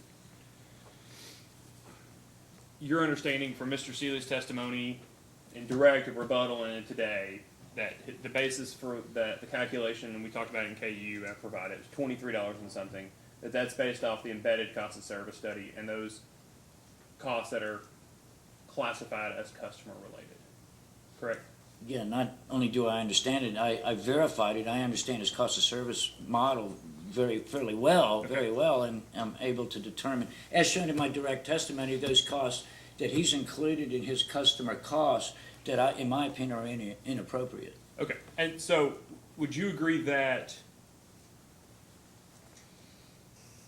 the NARUC electric cost allocation manual that was referred to is a costing manual and not a pricing manual? Absolutely. What the NARUC cost allocation manual is, and this goes to Vice Chairman's questions earlier, it's a manual of various allocation methods that are used in the industry wherein they don't advocate any particular one because there's a variety of ways. It's a manual on allocating joint costs. Those joint costs are very few costs of electric or gas utility can be directly ascribed to a particular customer.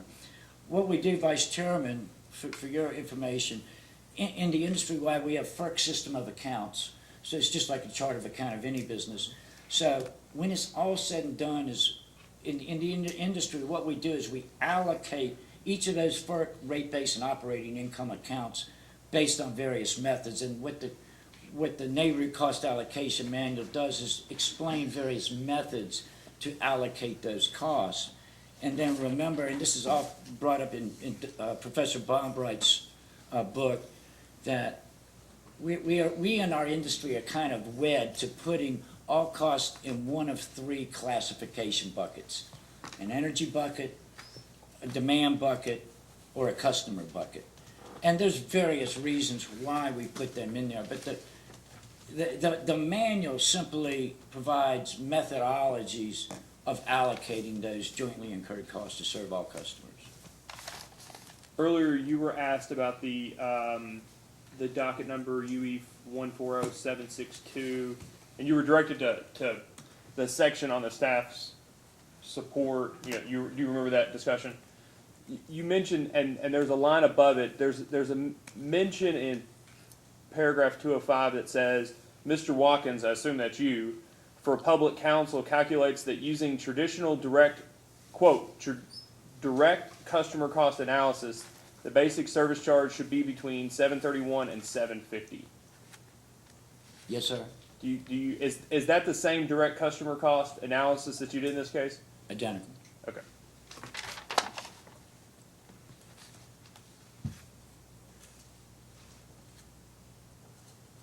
And do you remember being asked earlier about the what was it going to be?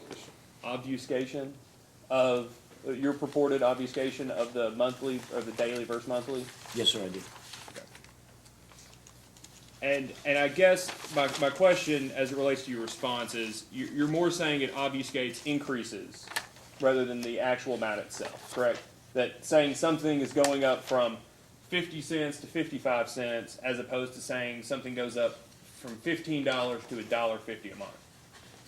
Yes, I think that's the biggest weight. I think there's also some characterization as to the absolute amount, but you know, think about it. If you increase a daily rate by 10 cents from 50 cents, that's a pretty big increase that may not, and a percentage increase, but it looks like only 10 cents a day. So I think probably more weight towards that, Council. That's all the redirect I have, Chairman.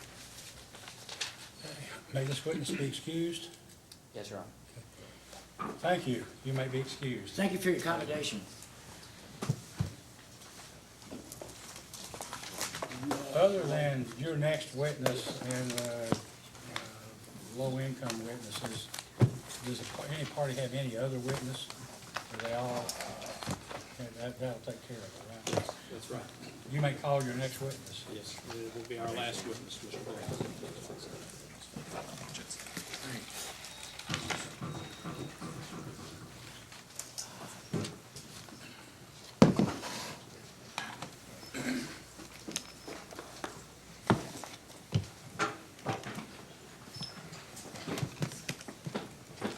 I wasn't sure if he called my name or not. Yes. Please raise your right hand. Do you solemnly swear or affirm under penalty of perjury that the testimony you're about to give will be the truth, the whole truth, and nothing but the truth? I do. Please be seated. Would you please state your full name? Kent Wayne Blake. Would you please state your full business title? I am Chief Financial Officer employed by LG and KU Services, serving as Chief Financial Officer for LG and KU. Would you please state your business address? 220 West Main Street, Louisville, Kentucky, 40202.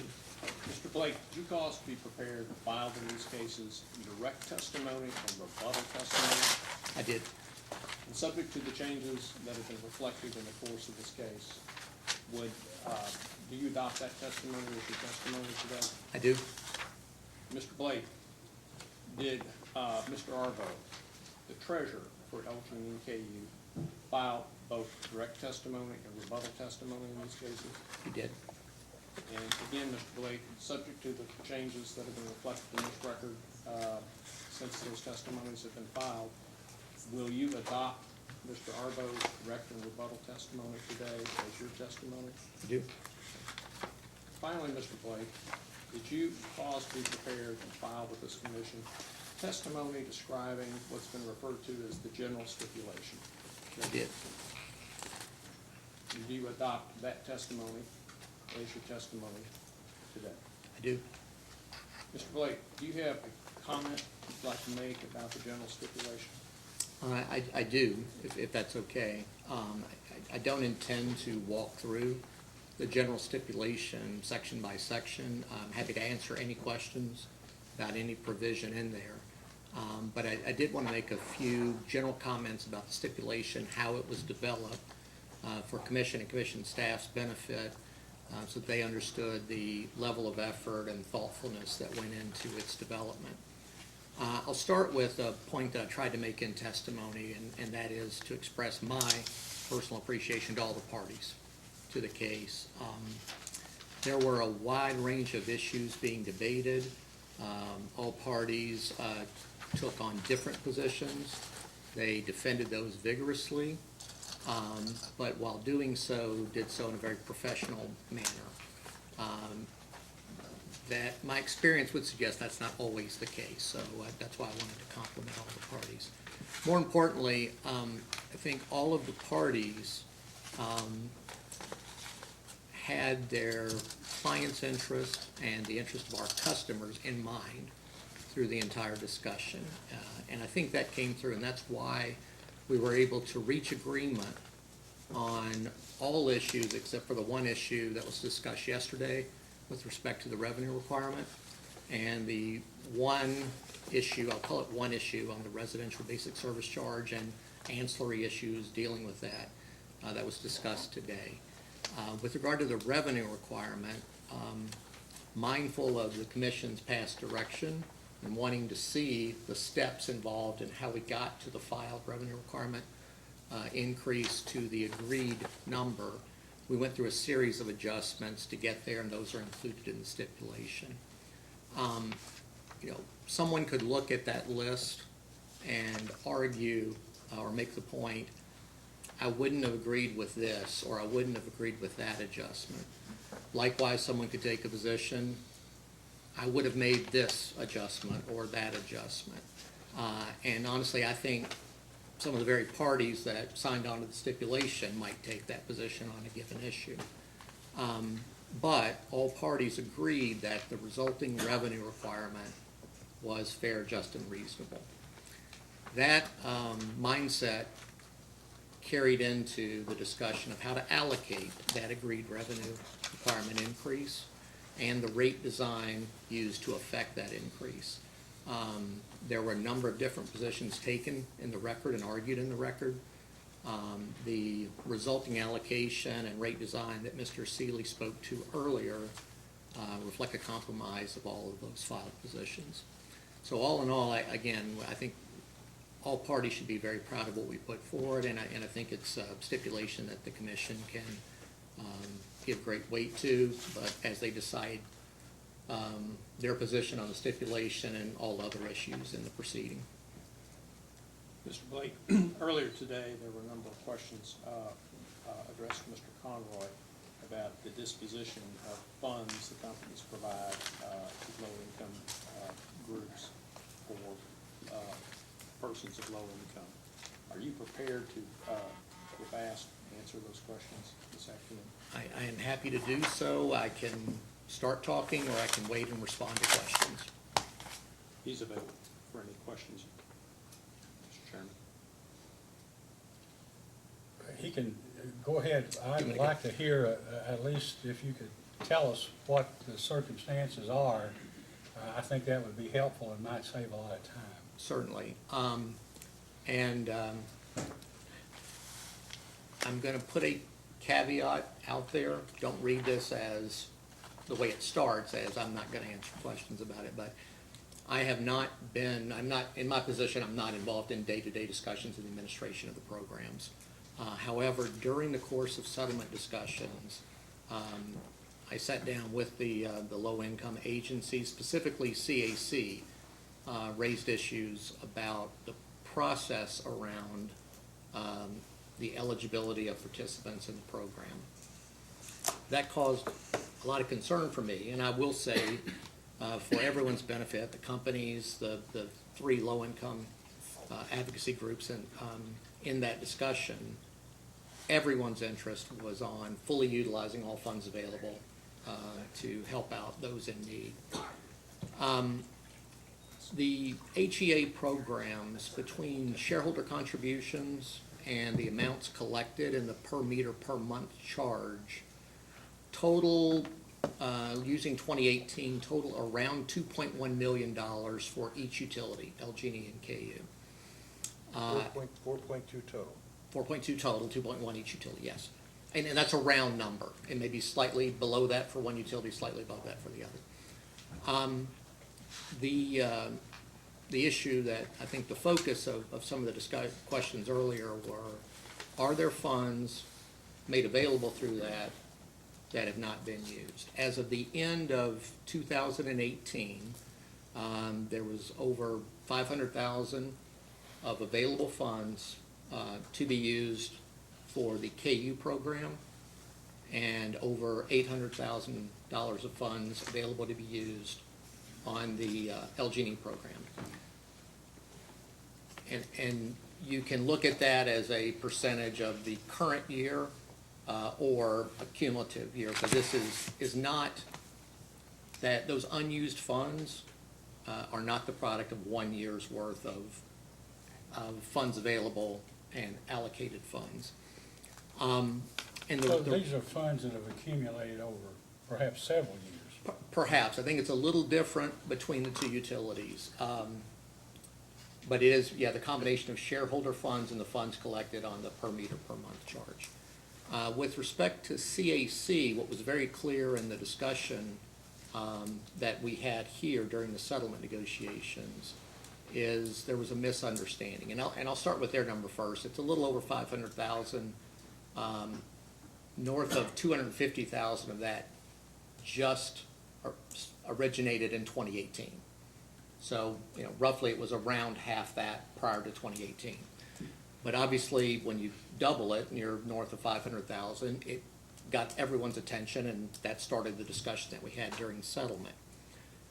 And what came through was there was a misunderstanding of what was possible in terms of the allocation of those funds.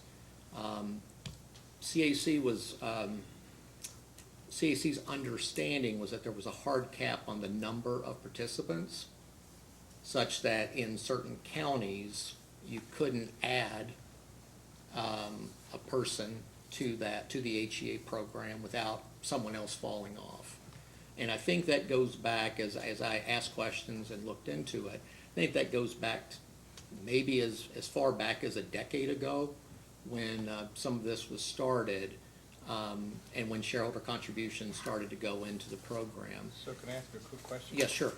Is there some kind of MOU or other type of operating agreement that lays out how the administration of the funds are supposed to be handled? Or is it this development through practice that is not really structured in a firm manner, but kind of develops its way through on historical practice? The latter is my understanding. And I think that may have been why there was this misunderstanding. So I think there was this, there was an allocation on the KU side, given the large number of counties involved, to make sure that the funds were being dispersed in a reasonable fashion geographically across KU's more diverse and widespread service territory. And I think there was a belief that the numbers involved when that was done some time back were sort of hard cap numbers for each county. Well, over the years, we've increased the level of shareholder contributions. The number of customers has grown, and the amount of the per meter per month charge has grown. So CEC said, can't we serve more customers with this? And we said, sure. Unfortunately, that discussion had not taken place yet to get through to that. So we had that discussion this was last Thursday. We were in the settlement negotiations, and the teams, our team and the CEC team got together, and the next day on Friday, funds were provided. 400 new participants were signed up to receive funds through the HEA program. So what has recently developed there, I think will go away very quickly, and because there is a backlog, there's a waiting list of applicants who have proven need and are in need of those funds. So did CAC come to LG&E or KU and say, we've got a hard cap and we've got this extra money, or did that just develop as a result of the informal conferences that were being held? When I became available, or I became aware of it, it was during last Thursday's discussion. So I'm not sure what conversations happened between now and then. So I would say it's very unfortunate that misunderstanding existed. To me, the important thing is we've eliminated it and are utilizing those funds now. Do you think as a result of this that there will be some kind of an administrative agreement or MOU that helps the administrative agencies in performing their duties for the future? Because it sounds like there's potential for further confusion, maybe not, I don't know, but doesn't sound like there's Right. anything that's structured. Well, and I want to make this clear, you're going to talk to their witnesses later. I suspect they have procedures in place, because what happens now is we sort of make the shareholder funds available January 1st of each year. And we receive the per meter per month charge, we receive those funds. And so we make CEC aware of the funds that are there. They provide us the list of qualified participants to apply those credits to. Generally, I think it's 7 months a year, $88 a month for, I believe it's July through September in the summer, and December through March's bill in the winter. I think we've committed in the stipulation to have more and more discussions. I think that last Friday was just a quick, let's get this backlog or waiting list of witnesses, let's get it down. So I think there will be more discussion to the extent that the teams believe that putting something in writing between the two might help do that, then I think that's certainly a possibility. Can I ask, it's 4.2 million and the amounts have increased. Is the 10% considered reasonable for administration when you start to have economies of scale? And I mean, I know the background check probably has to be the same, but over a period of time, there's certainly some efficiency that's gained just through volume, and then at some point you have to start adding people when the volume increases to the point where the current staff can't handle it. There's been a lot of discussion surrounding what is the, what should the amount be? In this case, if it's 4.2 million, that's $420,000 that is being paid to these agencies to administer the fund. And certainly, I don't have a problem with paying a fee to administer the fund, but I just know if those funds aren't used for administrative fees, then that would be more that could go to assist those in need. And from the company's perspective, I understand it really doesn't make a difference to you. It's the same amount of money that's being allocated to these agencies. But I am curious, and maybe it's a question for the witnesses from the, but go ahead. They may have more to add, but just to clarify something, the 10% is not, it is a limit. So the provision is no more than 10% of the amounts collected can be applied to cover administrative costs of the program. In my look through the data, the fee that we are paying to the two agencies that are administering those programs is less than that 10% threshold. So I think those efficiencies have been gained as the programs have grown. That's great to hear, because I know in the other case that we're reviewing, it's a 15% multiplied times the amount being distributed, and I don't think there's any basis for it. So I'm happy to hear that there is some kind of an actual cost basis for the administrative fee. Right. And I think the question was asked earlier, how do you actually administer these programs? And I went through sort of how funds are provided, credited to customers' bills. The only cash that exchange hands is actually administrative fee. So we're given a statement or invoice each month, and we'll write the check and provide that to the administrative agency for each HEA program, keeping track of those fees such that we know that cap of 10% per the agreement is not exceeded.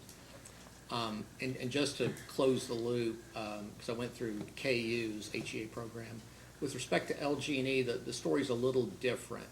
If you look at 2018, the funds collected through the meter charge or from shareholder funds were fully allocated to customers in need for 2018.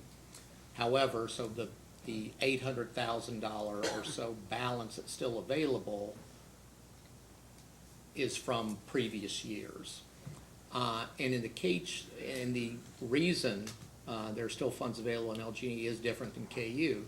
There is no waiting list for the HEA program for LG&E, as I understand it. And discussions have been ongoing there between our customer commitment team and I believe it's AEC, which is Affordable Energy Corp. That administers the HEA program for LG&E customers. And it may be a function, and I say it, of the more skeptical Louisville population versus the less skeptical rural populations that KU serves. But there's a belief among certain potentially eligible participants that, well, it must be too good to be true. No one's going to give me a monthly contribution on my electric bill, so I'm not going to sign up for the program. So the teams have discussed that and said, well, how can we fix that? And so one of the ideas is co-branding, actually putting the LG&E name on the program as well, so people, in theory, if they see the logo, hopefully will believe that, no, it's real money, you really can get someone to pay a portion of your bill if you have the need. I believe they've hired, AEC has hired a new program manager to work on the marketing of the program as well. So there, I think we need to, I think the need is really there. I think we all think the need is there based on the economics in the population and certain, challenged residents in our Louisville service territory. So I think it's just a matter of these efforts are going toward marketing, making sure people are aware that it's available, and get people signed up to use that remaining $800,000 and future contributions.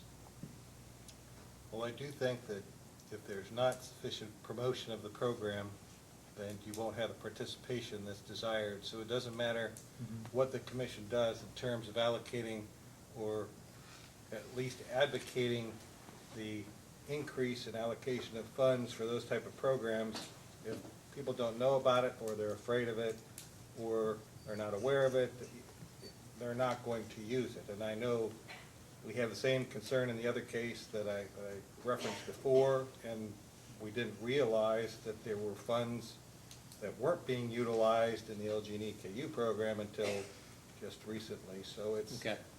I'm glad to hear you're taking an active role in this, because that's probably the only way that it will move on to the next phase of resolution. Agree. Are you finished with your Oh, explanation? yes, All right, so who is it, can you name individuals in Louisville Gas and Electric and Kentucky Utilities that actually work these programs or are charged with some kind of communication with the third-party people who provide you with the names? Sure. Robert mentioned earlier our customer commitment team and the manager of the group and the person I talked to get a version or some information from is a fellow by the name of Tim Melton that works for us. Okay, we may try to get some information by way of a post-hearing data request. My own, I'm not as optimistic as Vice Chairman Cicero about how all this will work out, and I think the commission ought to become involved by opening a case involving these programs so that we can see that the appropriate documentation, and I'm not being critical of LG&E or KU or the other programs, but I just think that at the time when you're not only making substantial contributions, but there are every ratepayer, including low-income ratepayers, right, are paying a meter charge that they have not consented to, that is a result of an order of this commission, that the commission owes a responsibility to basically see that there are protocols in place and that it can be properly documented how the money is spent, and that the money that is allocated, if someone sends an invoice, for instance, in the other case, the Duke case, there's just an invoice and they just ask for so much money. You don't know what they did, and you don't know if the money that's being paid by ratepayers into the program is being used to support other services of Northern Kentucky Community Action, even though those services may be needed. I think that money from the utilities ought to be specifically designated for those costs, and maybe they are. But for instance, in your territory is maybe 70-plus counties, and you use apparently the community action services or programs in other counties are involved in this also. Is that true? Or is it just this Central Kentucky, the group here of Community Action Council? Is that the only community action program that participates? In the HEA program? Yes. Yeah, our program covers all counties within KU service territory. All right, Yeah. and this one organization administers all those, or does the community action program, there was one in Harlan County, for instance, is it involved at all with you all in terms of providing information or submitting a statement for services rendered? Yeah, I believe Harlan County would probably be served by Kentucky Power, the AEP subsidiary, so Well, you're gonna have, I'm East afraid Kentucky. that you provide Yeah. service to a lot of, you and Cumberland Valley Rural Electric. Yeah. Oh, I just didn't understand, but you're telling us, and if you don't know, I mean, you can say that, but Community Action Council is the only third-party provider that provides information and services for the low-income home energy program for Kentucky Utilities. Is that true or untrue? That's correct. There's one administrator for the KU program and one for the LG&E program. All right. And to your point, and any concern on where those funds go, just to re-clarify, the only cash or check that we write to the two agencies administering those programs are to cover administrative cost. The rest, we simply credit the customer's bills. So we know that all of those funds are in fact going to reduce bills. Yeah, in terms of cost, so I don't know if you're given, when you receive an invoice, presumably, does it indicate what those costs represent? Or do you know, for instance, what the community action program's costs are related to servicing this program? You know, we've got two employees and they do this and they work so many hours. Do you have any idea how that relates, or if they just do it on a system-wide basis based on money? I would say I've never seen an invoice or statement. I think that question's probably better answered by the agencies themselves. Yeah. I know then in Jefferson County, or the area served by Louisville Gas and Electric, it is the Association of Community Ministries that basically handles that part of the program? Not HEA. It's they do not administer that program. That's a Affordable Energy Corp, I believe it is. It's AEC. ACM does have their own programs to support low-income customers and their ability to pay their bills. Okay. Does Louisville Gas and Electric or Kentucky Utilities or its parent company pay any money to Association of Community Ministries? As part of the last rate case agreement, and this goes back for many rate cases, but of the $1.45 million of shareholder funds that we provide for low-income assistance, I believe $700,000 a year goes to the Association of Community. I'm looking at page 18 of the previous, I guess, agreement in the a couple of years ago. It says the total annual shareholder contribution from LG&E shall be as follows: $700,000 to ACM for utility assistance and $180,000 for HEA. Yes. Okay. So that's cash, right? That's $880,000 in coin of the realm that goes to them, or you keep the money and credit it. I don't know. I definitely know, because the issue that came up last week and that I was focused on was HEA.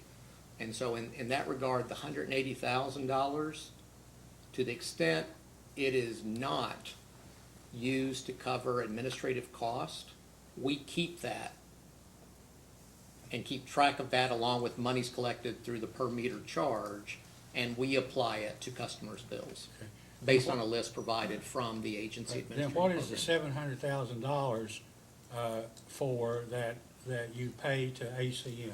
That is through ACM programs also to help low-income customers with their bills. With And- utility bills? What's that? With utility bills, yes. And so how is that money distributed, do you know? I think, and ACM's witness can confirm this, but I believe we apply that to customers' bills as well. But I'm not sure about that one, because again, my questions and data gathering was on HEA. What's that? You don't know whether they actually whether they receive that in cash money. Correct. Correct? Okay. Correct. The reason that I ask is that I guess the last rate case, I read the testimony of ACM's witness, and I couldn't tell the way it sounded or read was that they actually get a cash contribution. I don't know if that's true, and I just wondered, well, then how is the money distributed? Right, and I apologize for not knowing. Like I said, I'd been focused on the HEA program. I actually thought about it while I was sitting in the crowd and didn't have a chance to go gather the information. But Yeah. again, their witness will be able to answer Sure. that question. The last, I guess, area I wanted to ask you about was in this case and in the other cases that, I guess the only other one that I was involved in, or maybe a couple of your alls, the Municipal Housing Coalition, intervened. Do they provide money or financial support to low-income individuals to help pay their utility bills? To your knowledge? To my knowledge, no. To your knowledge, they don't make any payment to Louisville Gas and Electric? Correct. Or Kentucky Utilities? Right, I'm assuming they have their own utility bill, but other than that. Well, I no. know, I understand. But in terms of facilitating the payment or relief to low-income individuals in need of support for paying their electric bill or their gas bill, you don't have any relationship with them? They are not one of the agencies administering the programs that we contribute to. Okay. Correct.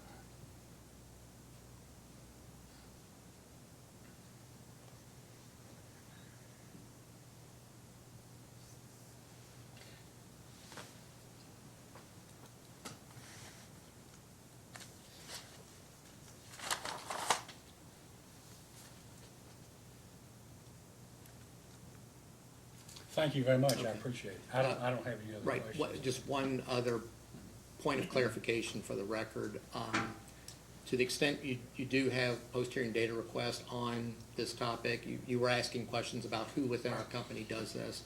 I should clarify that Tim Melton is within the department of Beth McFarland, who is our Vice President of Customer Service. So to the extent you see her name on any response to a post-hearing data request, that would be why.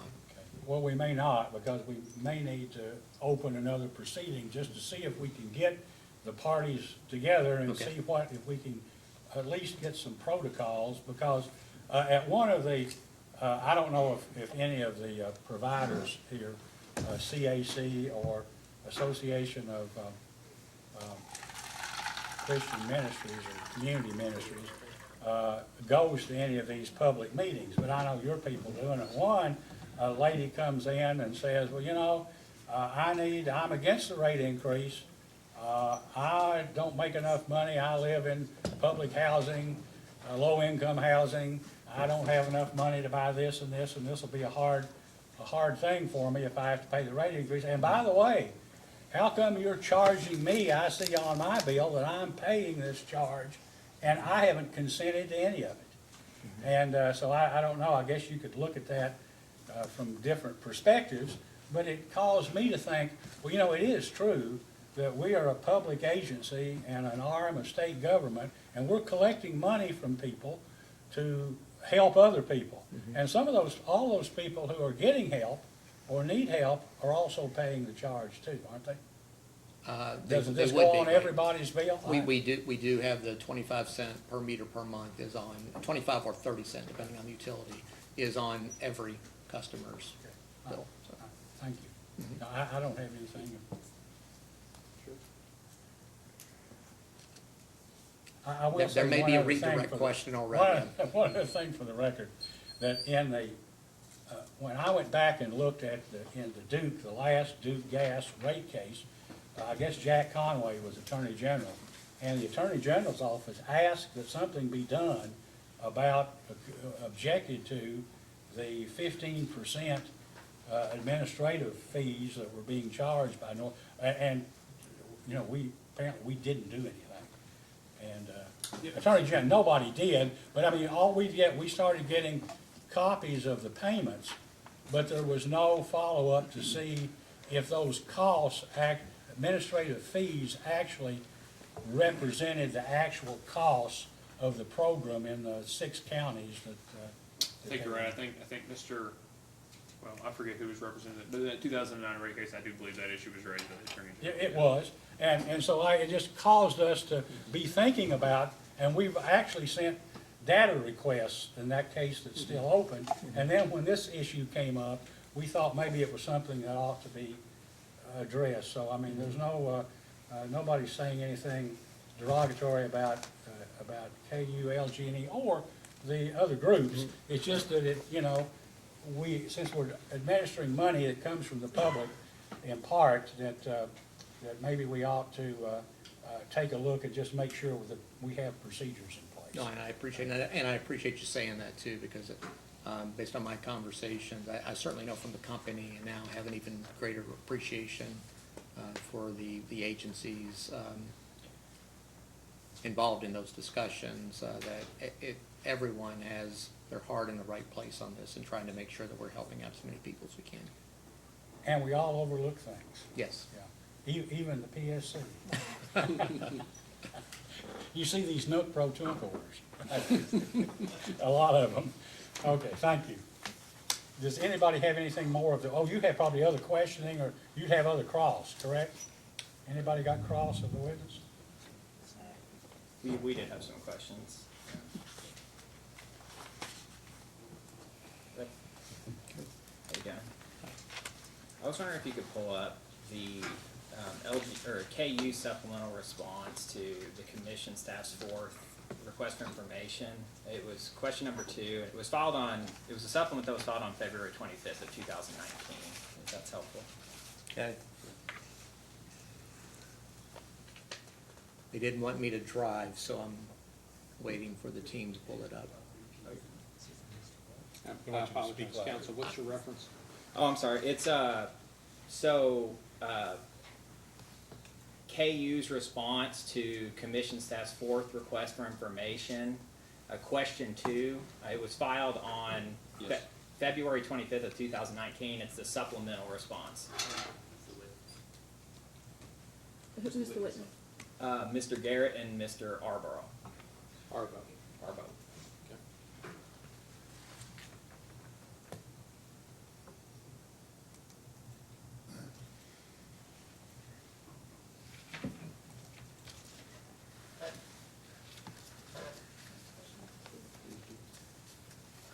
Okay, can you flip back to the question, just so I've got context on the attachment?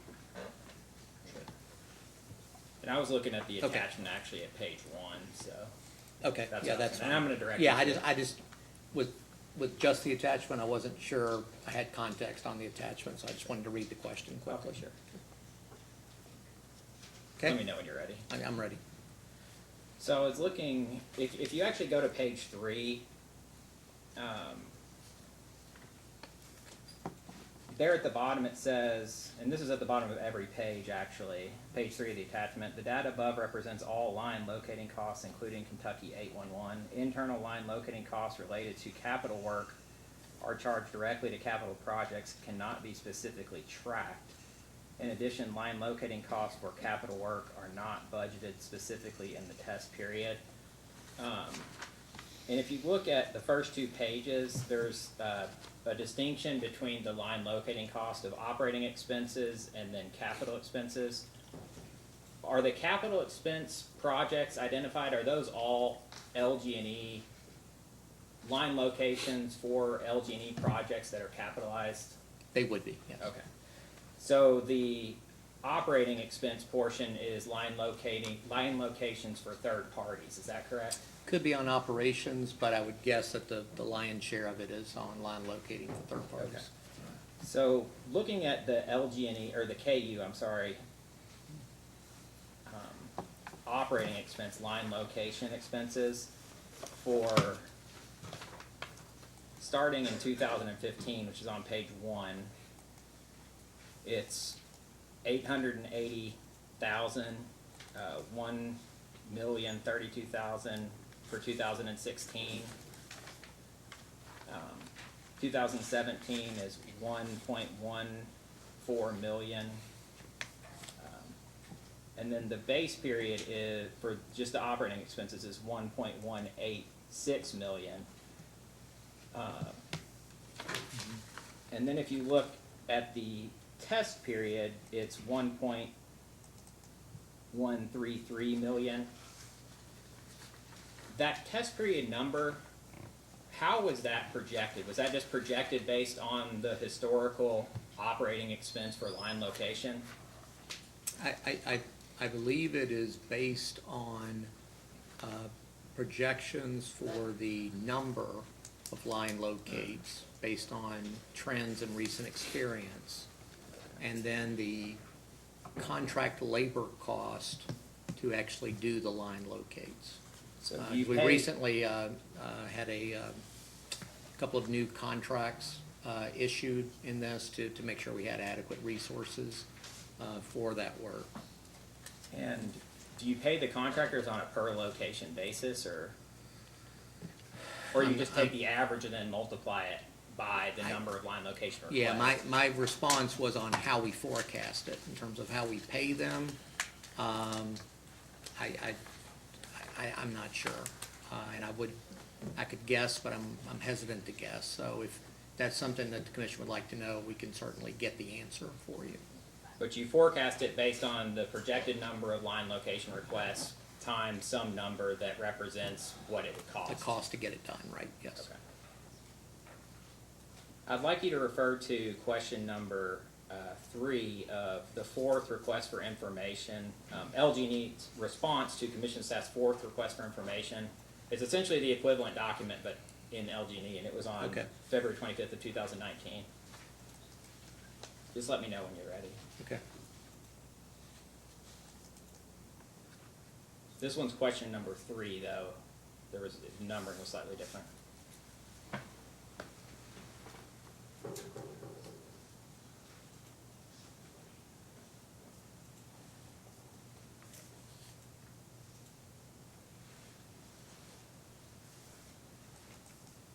And you want to refer to the attachment?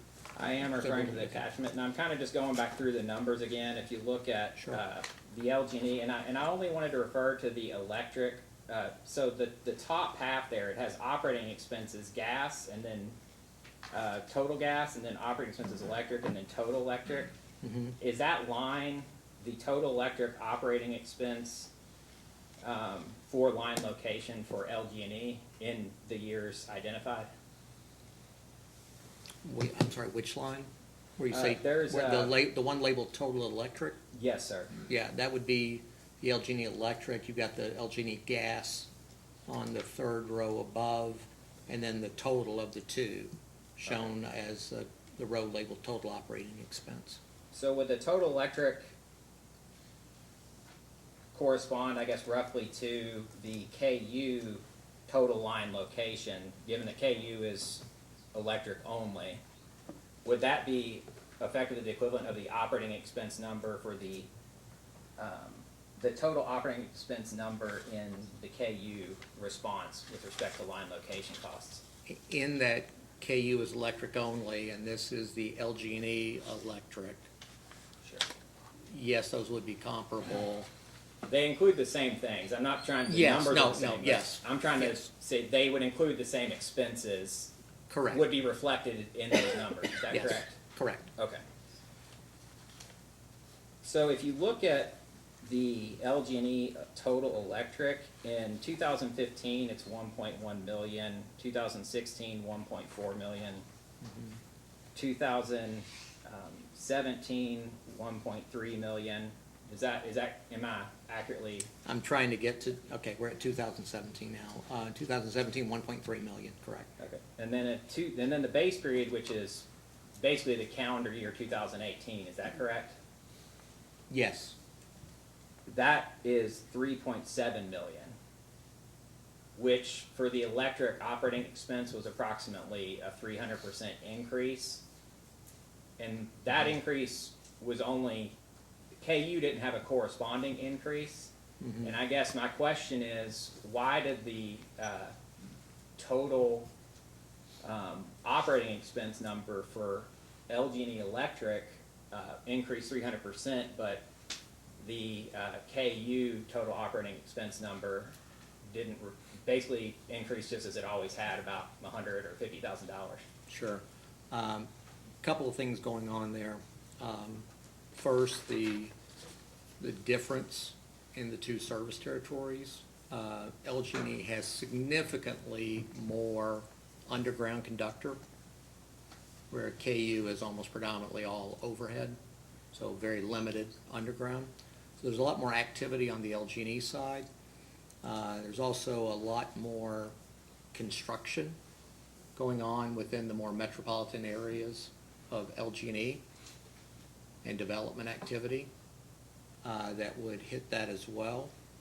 And I believe, we've been, there's been a lot of documentation between our utilities and the commission on this whole general topic, and we did have a need to catch up on a backlog in LG&E in light of line locate request, in light of all that construction activity.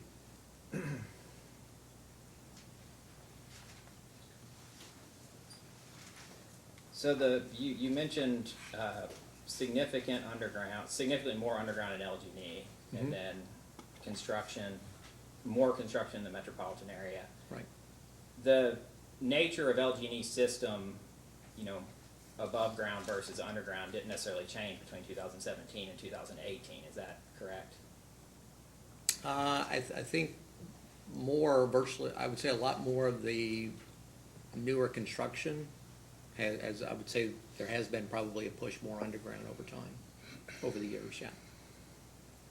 And the one thing I didn't mention in terms of the increase, with all of that activity and the need to hire 2 different contracting firms to be able to keep up with the demand in Louisville, the other thing that we're running into, and we took the contracts out for bid, that we ran into, is the nature of this work and the skill sets required is one that has been significantly impacted by low unemployment rates. So when we went out for bid to find contractors to do this work, I would say the rate for those contractors has gone up significantly. Would that not correspondingly be true for KU though? KU, going up for those yeah, contractors? KU, I would venture to guess that the activity just hasn't demanded the increase in volume of number of contractors. Are the rates that you're paying the contractors for underground line location effectively the same for KU and LG&E?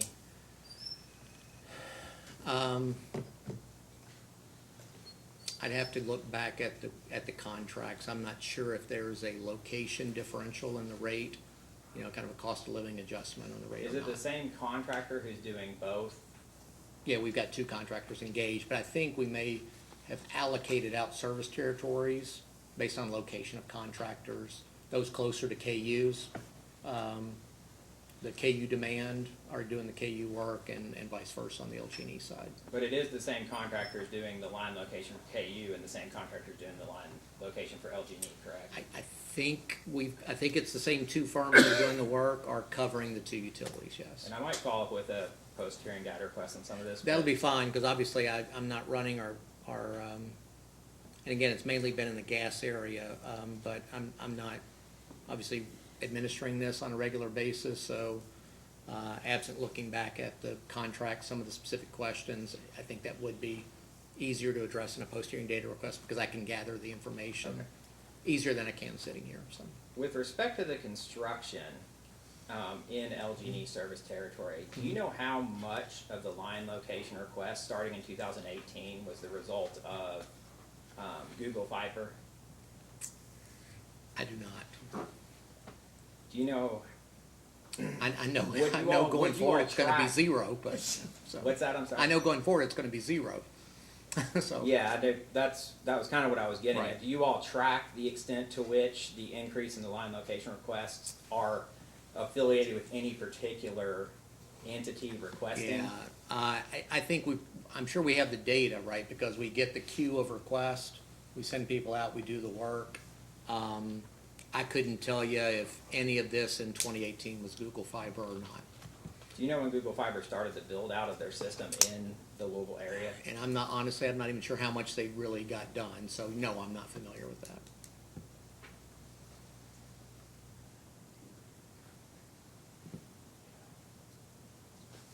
Do you know if you'll track the cost for line location by mile or by foot? Or, I don't know the answer to that. I'm just trying to figure out if there's any way to determine how much of this line location was associated with the build out of Google Fiber. If you give us a post-hearing data request on that, we'll give you the answer to that, whatever level of detail we have. And I'll follow up with that. I didn't have Okay. any other questions on that point. Thank you. Okay. I do have other questions though. I kind of asked this question of Mr. Garrett a little bit, but he deferred to you. Does LG&E and KU don't engage in project financing, correct? Correct. And essentially what that means is you don't take out a particular loan or a particular line of credit to fund a specific capital project, correct? That's correct. Do you assign any specific financing to any particular operating or fiscal purpose? No, I would say all of our financing, both the short-term debt outstanding under the commercial paper programs, the tax-exempt bonds, and the first mortgage bonds. On the long-term debt side, they're all covered by a first mortgage bond indenture, which effectively secures them with virtually all the physical assets of each respective utility.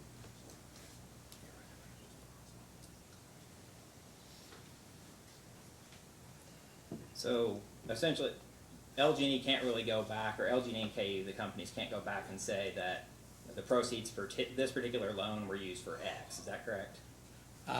Correct. Obviously, when we issue a bond, we provide an explanation, a purpose, and use of proceeds. It generally, based on the way we finance, often it is to repay short-term debts or existing debt, either refinance existing debt or repay short-term debt, because we generally build up our short-term debt balance, our commercial paper balances, until there's a sufficient amount outstanding for us to be able to issue a first mortgage bond issuance and receive favorable rate treatment, because it needs to be listed on an index, and that threshold went up a couple years ago from $250 million to $300 million. Okay. So, and I was kind of going to get to that. You'll fund capital projects with short-term debt, whether that's commercial paper, I guess your revolving line, and then once it gets high enough, you're going to do a bond issuance and essentially pay off that short-term debt with the long-term debt, correct? Correct, and then obviously any difference is used for general corporate. We typically use the general corporate purposes phrasing beyond that. And I was kind of going to get to that too. The general corporate purposes, along with that, do the companies use short-term debt to finance operating expenses? I would say you generally, for the most part, you're using, the general adage from a treasury standpoint is you use short-term debt to finance short-term obligations and long-term debt to finance long-term obligations. The exception being how we build up short-term debt to get to a volume that allows us to efficiently put it in the form of long-term debt. I guess So you- clearly, working capital would generally be funded out of short-term debt. You said that you'd use short-term debt to fund general corporate purposes. What type of purposes would that be? I'd say short-term debt and long-term debt, just general operations. It would be the difference between operating cash flows and investing cash flows is what needs to be financed.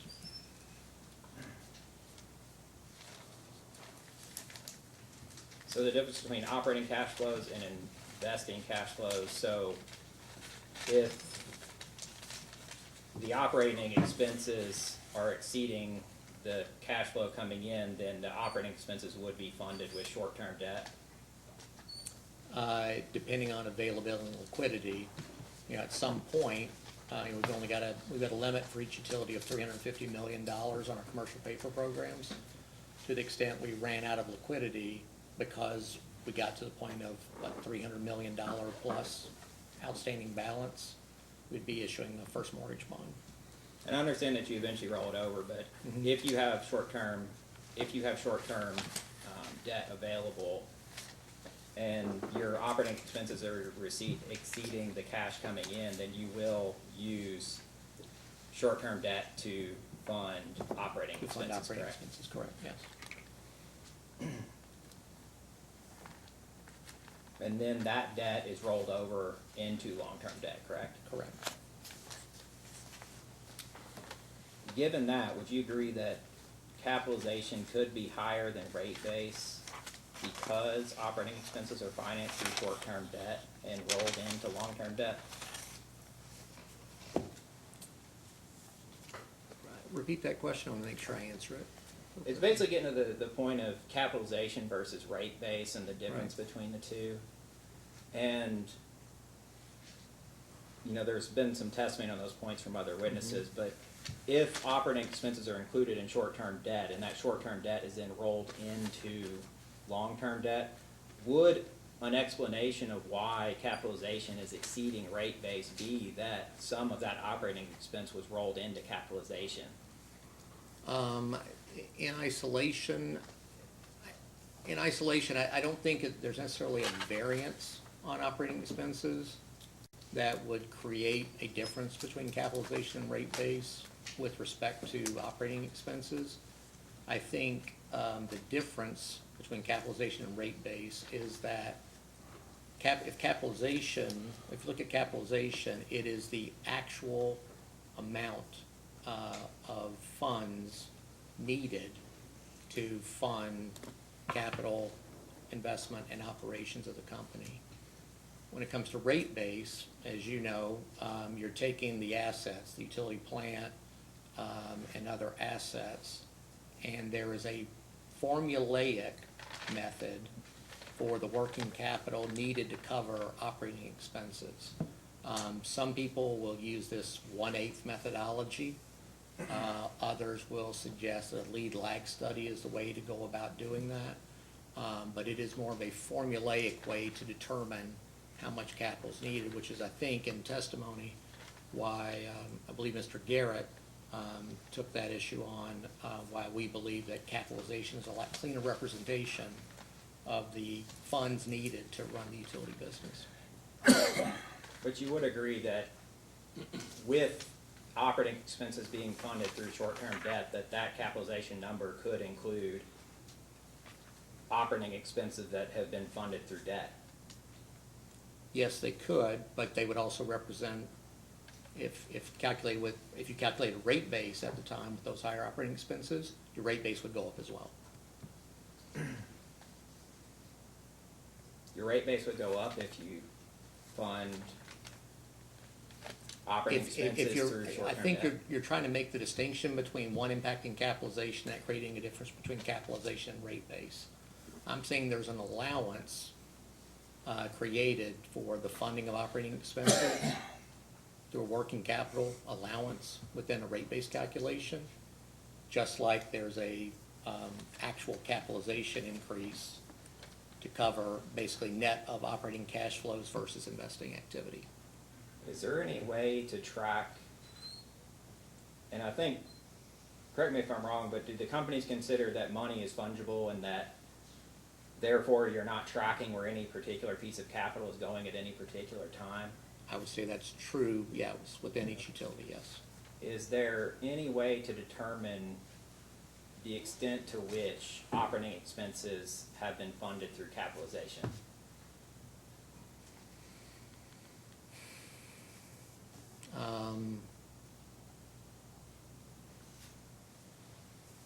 I don't think so, because you'd have to go back to the start of time for each utility and look at every cash flow statement and look at, and even then, you'd have to, or you typically start with a net income line, which includes revenues and expenses, and, you know, operating expenses, taxes, et cetera, and any movements in the other movements in the balance sheet to get to operating cash flows since the beginning of time, and investing cash flows since the beginning of time.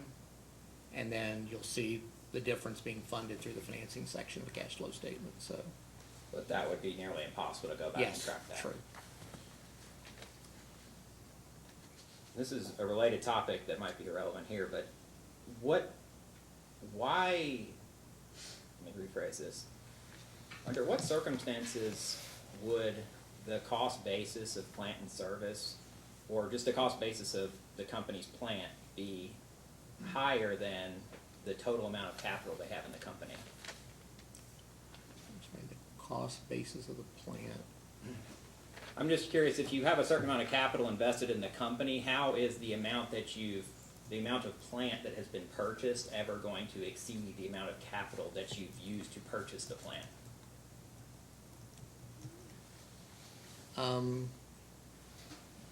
Ask that question one more time. I want to make sure I'm answering it. How is the amount of capital that you've invested in the companies, how would the cost basis of the plant of the companies ever exceed the total amount of capital that has been invested into the companies? To the extent that you have capital, you've had to raise funds to cover inventory or other items that wouldn't be included in utility plant.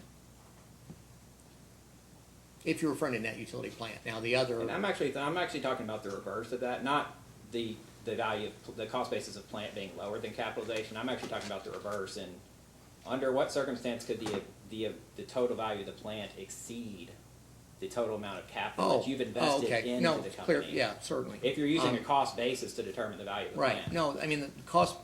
I agree. The cost of the plant is what we paid to construct or purchase all utility plant. Part of the way, we don't have to finance all of that with debt and capital, right? To the extent that we have earnings coming in and revenues coming in that are partially funding that along the way. More importantly, a big difference is we get accelerated depreciation for tax purposes on that plant. So we essentially get tax breaks and don't have to pay as much to the IRS. We have tax savings, which means that's equity and debt that we don't have to raise. And so that helps to basically fund the plant. I understand, and you offset rate base by that number. Yes. But you don't include deferred taxes in capitalization, is that correct? You do, and yeah, you do. It's not as direct, it's indirect, because if I pay less to the IRS, that's an amount I didn't have to issue debt to cover, and I didn't have to raise equity to cover. So it has a direct impact on capitalization.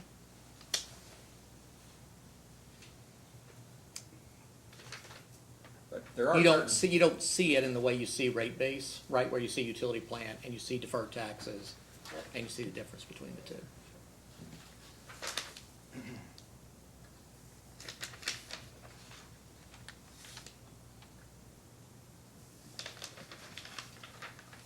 Sorry, I'm just looking to see what else I have. Okay.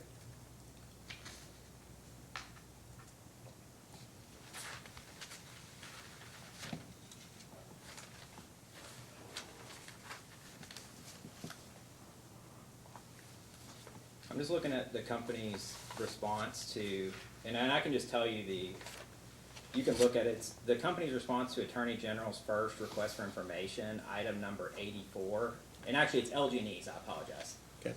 So LG&E's LG&E's response to the Attorney General's first request for information, item 84. Who's the respondent? That I don't have right in front of me. Looks like it's Dan Arba. Okay. It basically pertains Is this to the rating credit credit card rebates? Yes, and I was basically just asking, you were basically asked about the amount of credit card rebates, and I think in 2016, the number in that response was 237,000. In 2017, it was 242,000. And then in the settlement, the electric amount was 0.18, and then the gas amount was 0.003. We were just curious, I guess, what accounted for that discrepancy? You mean that variance between years? Yeah, well, no, not the variance between years. I'm saying Okay. their 2016 was 237,000. Right. 2017 was 242, but in the offset of the revenue requirement for credit card rebates in the settlement or the stipulation, for LG&E Electric it was 0.18, and then for LG&E Gas it was 0.003, which don't add up to the 2016 and 2017 numbers. Yeah, I'm assuming we weren't using the 2016 and 2017 numbers for that. The idea would have been to use what was in the an amount that would be representative of what would be in the forecasted test period. And if I remember correctly, I believe the amounts in the stipulation, I believe they came from one of the interveners' testimony. I believe maybe both the KAUC and the Attorney General offered those amounts up. Okay. Any of the, and this is a request for information, the stipulation, to the extent that there are any spreadsheets attached to that, would it be possible to provide those in Excel format? Yes, I think most of the, yes is the answer. I will tell you, I don't know that there will be many, because I believe most of the adjustments to the revenue requirement in the stipulation were footnote reference to somewhere else in the existing record of the case. I think the one adjustment that we realized where that would not be possible was the third of 3 depreciation adjustments. And we did, I believe that was an exhibit to the stipulation. I don't believe, and I could be wrong about this, I don't believe we provided the underlying work papers and Excel files, but we'd be happy to do that. Okay, and in the request, I can specify specifically, so you don't have to Okay, guess at which ones we're running, so. okay.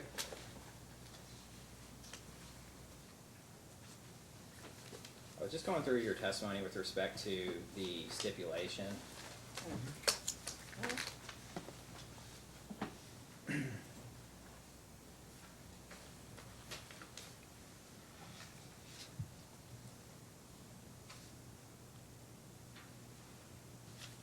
So I'm looking at and this starts on page 8, but goes on to page 7 of your testimony regarding the stipulation. Okay. There's other depreciation expense changes, entry in the table above. And just as stipulated revenue requirement increases reflect certain revised depreciation rates for non-steam plant, as well as the associated impact of all depreciation adjustments on the company's capitalization and amortization of excess ADIT.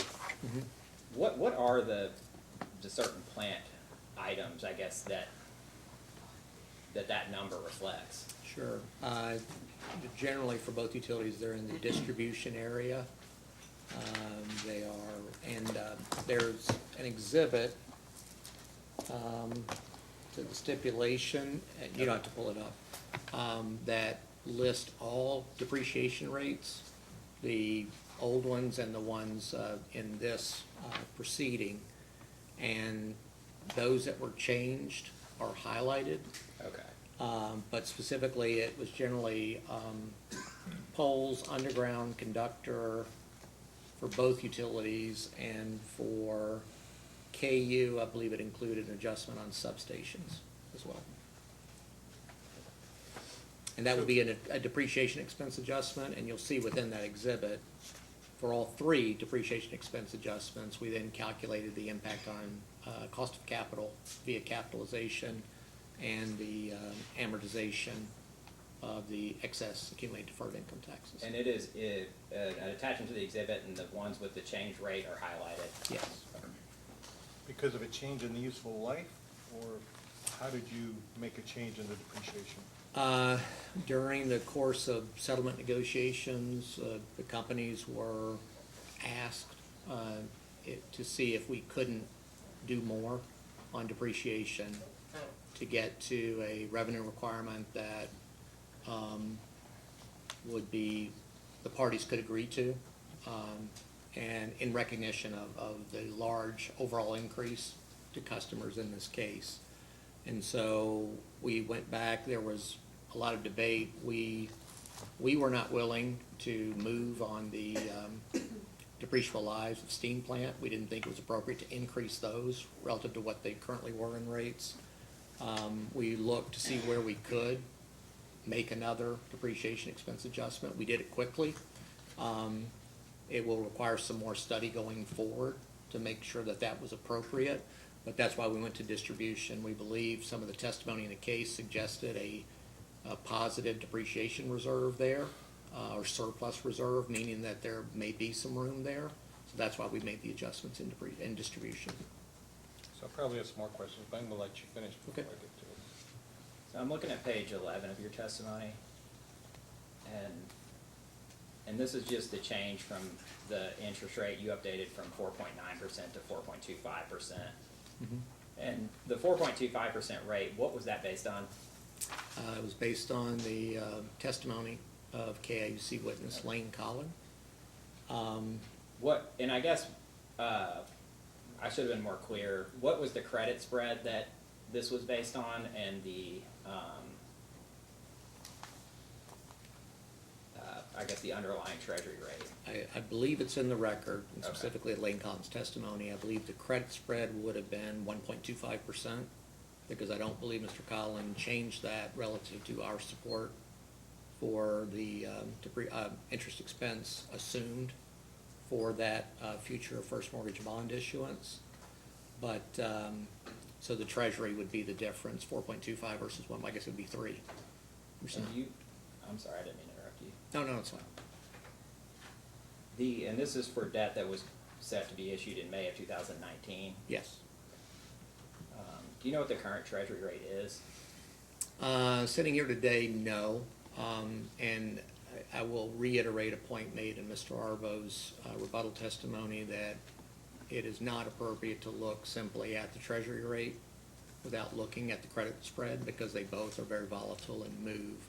I can tell you that, and I've been spending a lot of time over here this week, so I don't have an updated view, but looking at comparables, market issuances last week, if we had gone sometime last week, we may have been able to get to the interest rate included in the stipulation.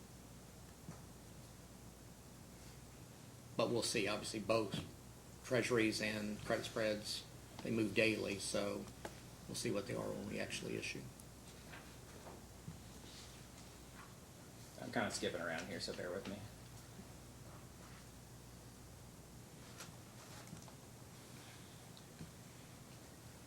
I'm looking at page 13, and it's just your testimony on extending the amortization of the July 2018 storm damage regulatory asset from 5 years to 10 years. Does that regulatory asset carry, I guess, a carrying charge based on the cost of capital?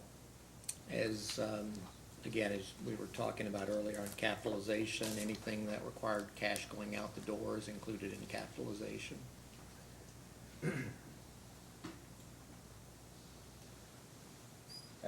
what I'm meaning is as you amortize it, if you slow the amortization, will that increase the value over time?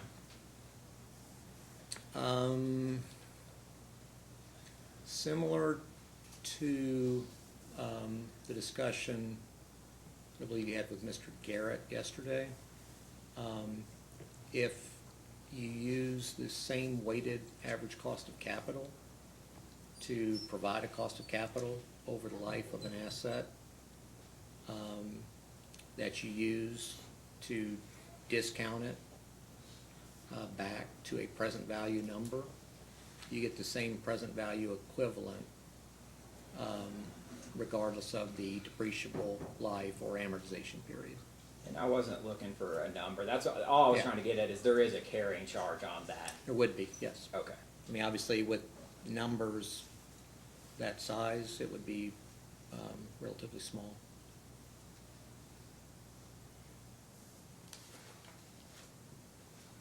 On page 13, the ECR beneficial reuse revenues in rate base. Is this item moving, I guess, a credit from the ECR to base rates? It is and again, this was an adjustment proposed by the Attorney General, as was the one we just discussed. It is leaving a credit in KU's base rates that existed at the time that the commission approved or found that all beneficial reuse revenues and expenses should be run through the ECR mechanism. Like when other projects are approved for ECR, to avoid a double counting and a double recovery, you'll do the calculation on the total within the ECR mechanism and then back off anything that is included in base rates. So this adjustment simply leaves that credit in base rates, but it will continue to be reflected in the monthly ECR filings. Okay, so the company's proposed to remove the credit, which would have increased the base rates and decreased the ECR charge? Yes. Okay, but this stipulation, it's gonna stay in base rates and then won't go to the... Correct.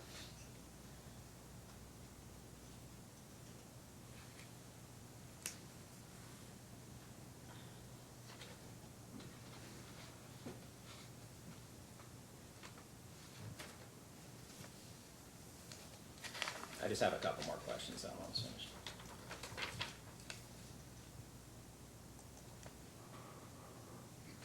I'm just, at page 11 of, I believe it's your rebuttal testimony. Okay. You talked about, and I can give you a second, I'm sorry. It's okay, these guys have gotten pretty quick at this. Okay. You talked about slippage and how it had been discussed, I guess, in multiple previous rate cases. I guess, with respect to both KU and LG&E, have each of the companies been involved in, I guess, 2 forecasted test year rate cases, is that correct? Yeah, I believe this is our 3rd forecast test period rate case. And those cases are 2014, 272, and 2018, 294, correct? I'll take your word for it. Yeah, I'm sorry, I know you don't have it in front of you, so I won't even ask you to confirm that. Was either of those cases fully litigated? Last case was a unanimous settlement. Trying to remember. Trying to remember the one before.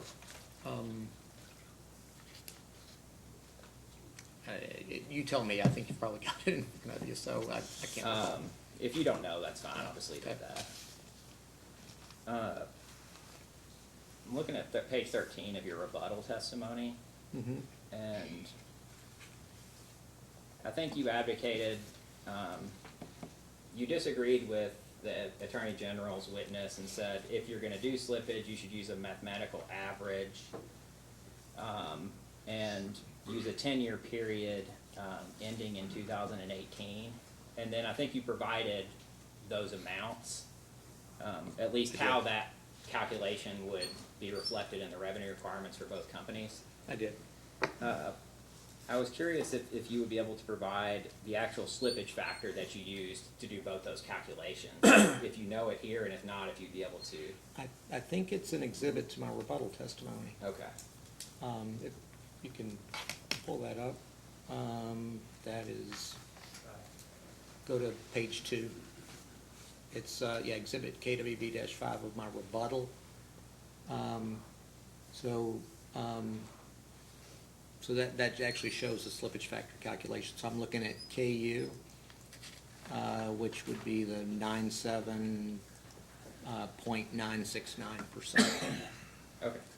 I appreciate that. And again, just to clarify it, based on your questions on company's position, or my position in rebuttal testimony, I'm not questioning the commission, why commission staff would ask the question on a forecast test period rate case.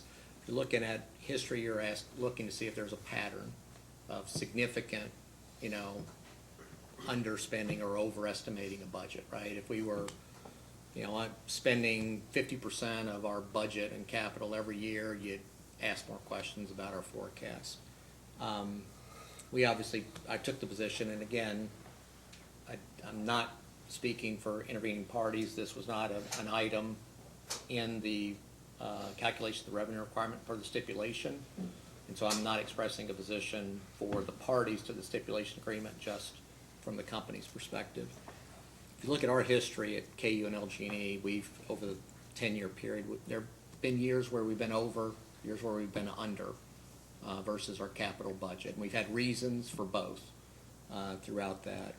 And the fact that we've been over, we've been under, and relatively close, 90 in this case, looking at KU, about 98% of what we budgeted, we've spent. I think that says we do a pretty good job of budgeting. I would say that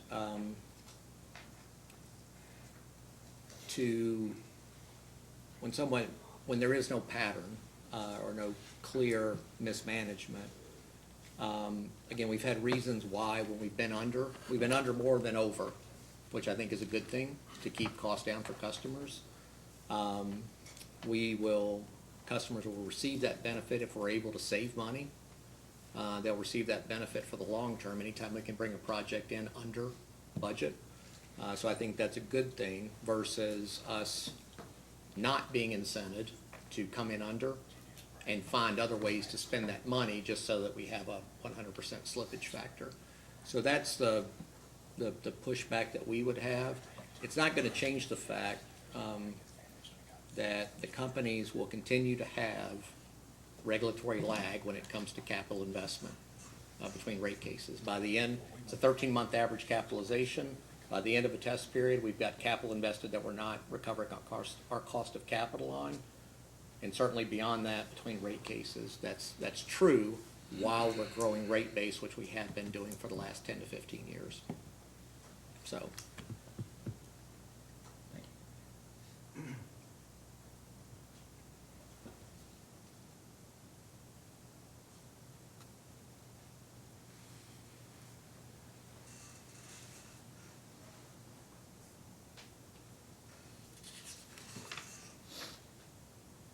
I'm just checking these. I'm almost finished.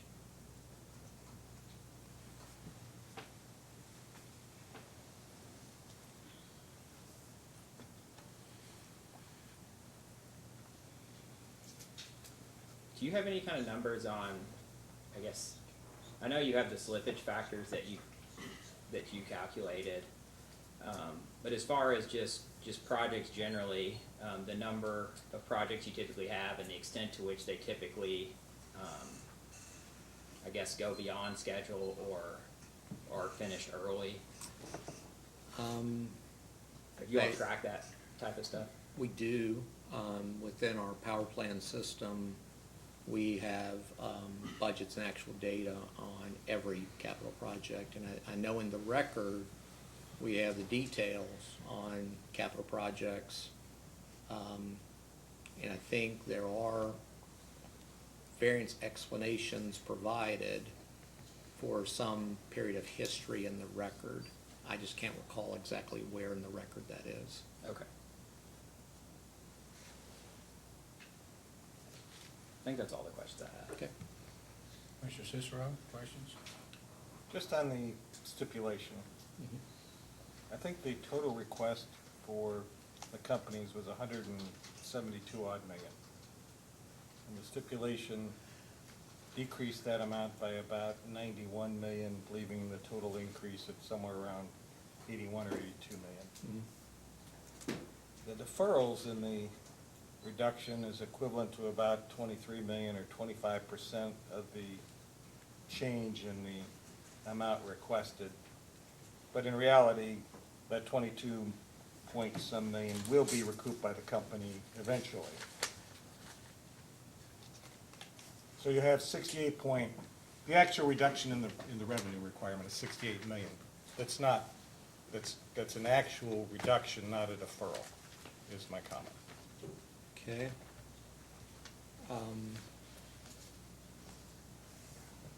I haven't done the math that way, so That's okay.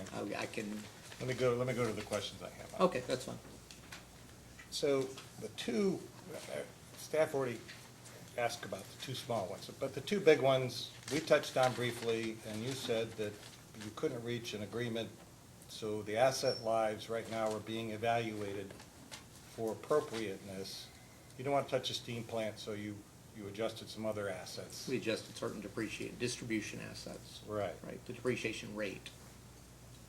I guess since you're entering into the stipulation, that those new depreciation rates will be adopted by the company, it's not really a matter of evaluating, is that right? Correct. The evaluation would be, I think we've got a commitment, standing commitment with this commission to file depreciation studies at least every 5 years. So it would be re-examined in the next depreciation study. As far as the just over $8 million that was for the reducing the ash pond service lives to the time those ash ponds are scheduled to be closed and instead continuing to depreciate. Did the company, this is on page 8 of yours. Yes, I see it. So, Was this a situation where the company tried to change the depreciation and it was objected to, or the ash life, the ash pond life was never aligned with the assets it was serving? This one is a case where we proposed a change. We said, historically, and in the current rates, before settlement of this case, in the current rates, those ash ponds are being depreciated over the life of the plant that they serve. We proposed to change that and said, since we're capping and closing all of the ash ponds, you could argue their life is until they're capped and closed. So we proposed to shorten the life until the time that they're closed. And interveners objected to that, and ultimately in the revenue requirement, we left the basis unchanged from what is currently in rates. Well, that makes it a lot more palatable, because now we're talking about $9 million that is an actual reduction, because the depreciation rates aren't going to be adjusted from where they were.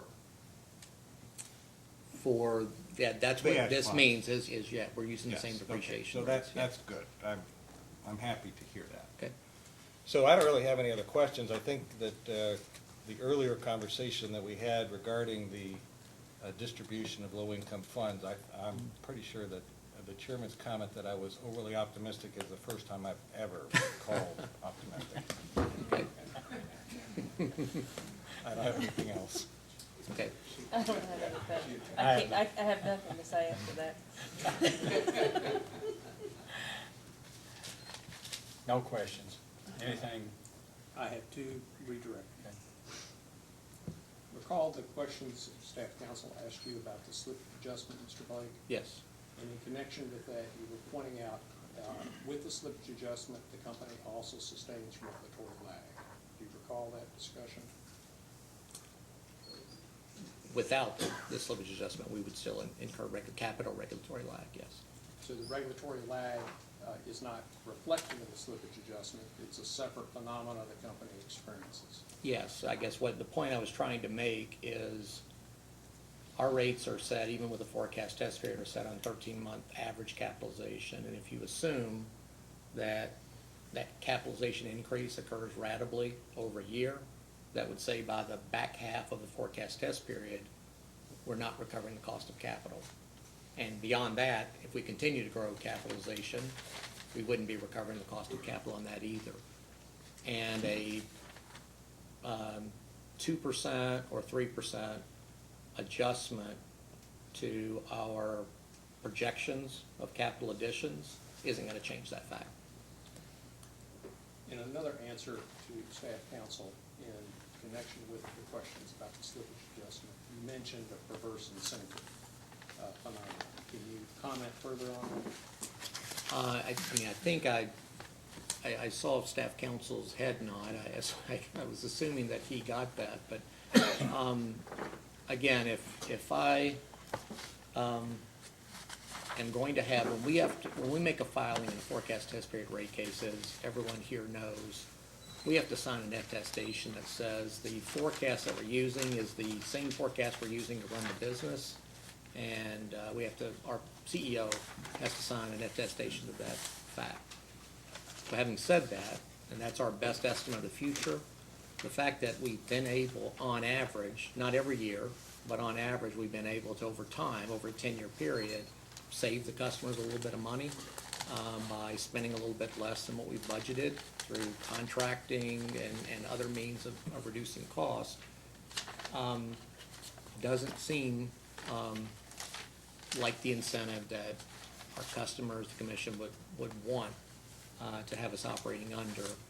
It sort of does get you to the point of, gee, I want to get 100% slippage factor, so I'd better make sure I spend every dollar that I have in my budget. Thank you. That's all the questions I have, Your Honor. Thank you. May this witness be excused? Okay, thank you. You may step down. You're excused. Is that the case? That is the case, Your Honor. That concludes our evidence.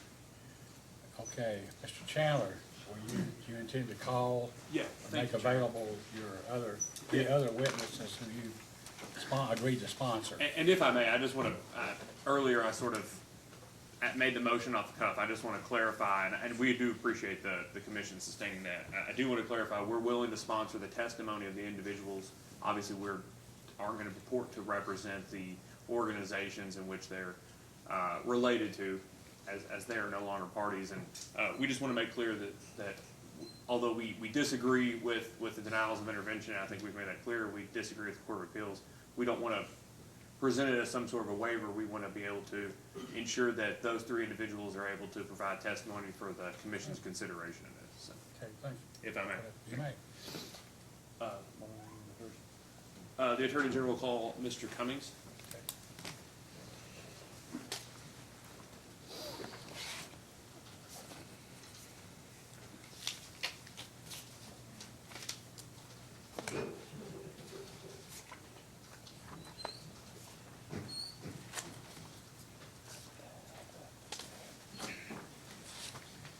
Mr. Cummings, please raise your right hand.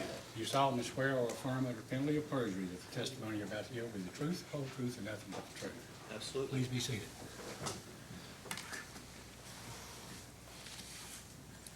May I, Chairman? Yes. Thank you. Good morning, good afternoon, Mr. Cummings. It's almost good evening. Almost good morning again. Do you mind to state your name and organization for the record? My name's Marlon Kent Cummings. I'm employed by the Jeffersontown Area Ministries. And do you mind to provide your address? 10617 Taylorsville Road, Louisville, Kentucky. And did you cause to be filed direct testimony in this matter? I did. Okay. And on whose behalf did you initially provide that direct testimony? Well, it was on the behalf of ACM, Association of Community Ministries. And is it your understanding that the testimony is now being sponsored by the Attorney General's office? That's correct. Okay. And do you have any corrections to that testimony? Only that I no longer represent ACM because ACM is not a part of this proceedings. And if you were asked those same questions that you were asked in discovery and testimony in this matter, will your responses be the same? Yes. And do you adopt those responses and your testimony in this matter as your testimony? Yes. The Attorney General submits Mr. Cummings for cross-examination, Chairman. And if I may, Yes. just to give a background, because it's pretty obvious to me that the Association of Community Ministries, the knowledge of our organization has not been made known to the commission. If I might just have a moment. Please go ahead, because I think you're exactly correct. The Community Ministries Network represents 15 community ministries, 15 agencies, they're all nonprofits. We form the Association of Community Ministries. We provide a safety net for Louisville Metro. Each community ministries has a geographical area, therefore we do not allow duplication. Somebody who is in need can't come to my area and then go to somebody else's area. And we're also recognized by Louisville Metro government, and we're also a line item in the mayor's budget in Louisville. And so being the community ministries, as far as the LG&E is concerned, we operate out of 3 pools of money that flows through the community ministries. The one pool is the one that has been negotiated in rate cases, and that's the $700,000, and that is considered grant dollars. We refer to it as grant dollars. The other one is the community winter help dollars, which is a combination of people who are residential customers who make donations to the Community Ministries Network, and the company, LG&E, matches those donations. And those are all distributed through the Community Ministries Network. And then there are what we consider ministries dollars, and ministries dollars are purely the dollars that we raise in various ways that we use for LG&E assistance. So those are 3 different pools of money. LG&E assistance is only one component of what we do. Because we are a safety net, we work with people who are in crisis. We help with other utilities as well. And we've also negotiated with the Louisville Water Company and MSD. It's now called the Louisville Water Foundation. We've negotiated with them for $225,000 that we use for Louisville Water customers as well. And so when somebody comes in, we are able to work with them on utilities, on rent, food, and other areas that we consider crisis areas. Our number one concern is trying to prevent homelessness, and it's to stabilize communities. And that's what we use all of our dollars for. We're here for LG&E. With LG&E dollars, we want to prevent disconnections. That's our number one goal, is prevent disconnections. Our policies for most of the funds that we have in all 3 pools is to purchase 30 days of service for that customer, our client. There are exceptions to that. For example, if somebody's disconnected, we are able to use those funds to get people reconnected. Because of my relationship, ACM, my relationship with LG&E, we work with LG&E on low-income issues, including, I'm going to call it the portal, and they've got a new name for it, including the portal and other issues that come about. Because we are in the trenches and working with low-income people, we are able to have a great partnership and dialogue with LG&E about improving what we do and for them to improve on what they do when it deals with people who are in crisis. And we have a great partnership with that. When it comes to the funds that we're talking about, the $700,000, I'm the treasurer. I'm a volunteer treasurer. I handle all the funds for all community ministries. The funds are allocated to the community ministries in allotments. LG&E funds are a lot, and the grant dollars. Okay, I'm only going to speak about the grant dollars now because I don't want to confuse all the other components. So with the grant dollars, ACM receives a $700,000 check that goes into our utility account. Those funds can only be used for LG&E direct assistance, with a 10% admin. And that 10% admin, for example, I write a check for $8,000 to an agency, and they pull out 10% of those dollars to use for admins for the operation of the LG&E portion of what they do. Only, yes. You have to understand, when you look at in some of the data that's been presented, you look at the numbers that we're talking about. close to 4,000 individuals received grant dollars in the 2017 through 2018 test years. That was McFarland's page 202, the data request that we requested. So that's I mean, that's just the grant dollars, okay? So that's a little over 4,000 individuals, households, I won't say individuals, households received those funds. And so, again, with those dollars, we reached an agreement with LG&E, I don't know how many years ago, I've been doing this for over 20 years. We reached an agreement some time ago. We created a program, ACM created a program. We have a manual that was presented to ACM, and I believe that was also presented to the Public Service Commission when that first initiated happened. So we have a manual, an operational manual, that spells out how we can utilize these dollars with our clients. Each month, as those monies are spent down, the agencies send a document to my office. I have a person in my office who gets those reports. They're all in Excel spreadsheets. We know what clients received those dollars. We know their account numbers and how much dollars they received. Those are downloaded to a master spreadsheet. The individual client sheets and the master sheet goes to Tim Melton, who is with LG&E. And that's on a monthly basis. We receive those in our office, depending on what time of the third of the month comes on. We try to get it to Tim by the 10th of the month. And that's the way, that's the mechanism for the accounting mechanism for all of that. As well as when we make a payment to LG&E, either the portal or by picking up the phone and contacting customer service, those dollars are separated out because we just tell them grant dollars, and there's a unique ID number for every client that goes along with those grant dollars.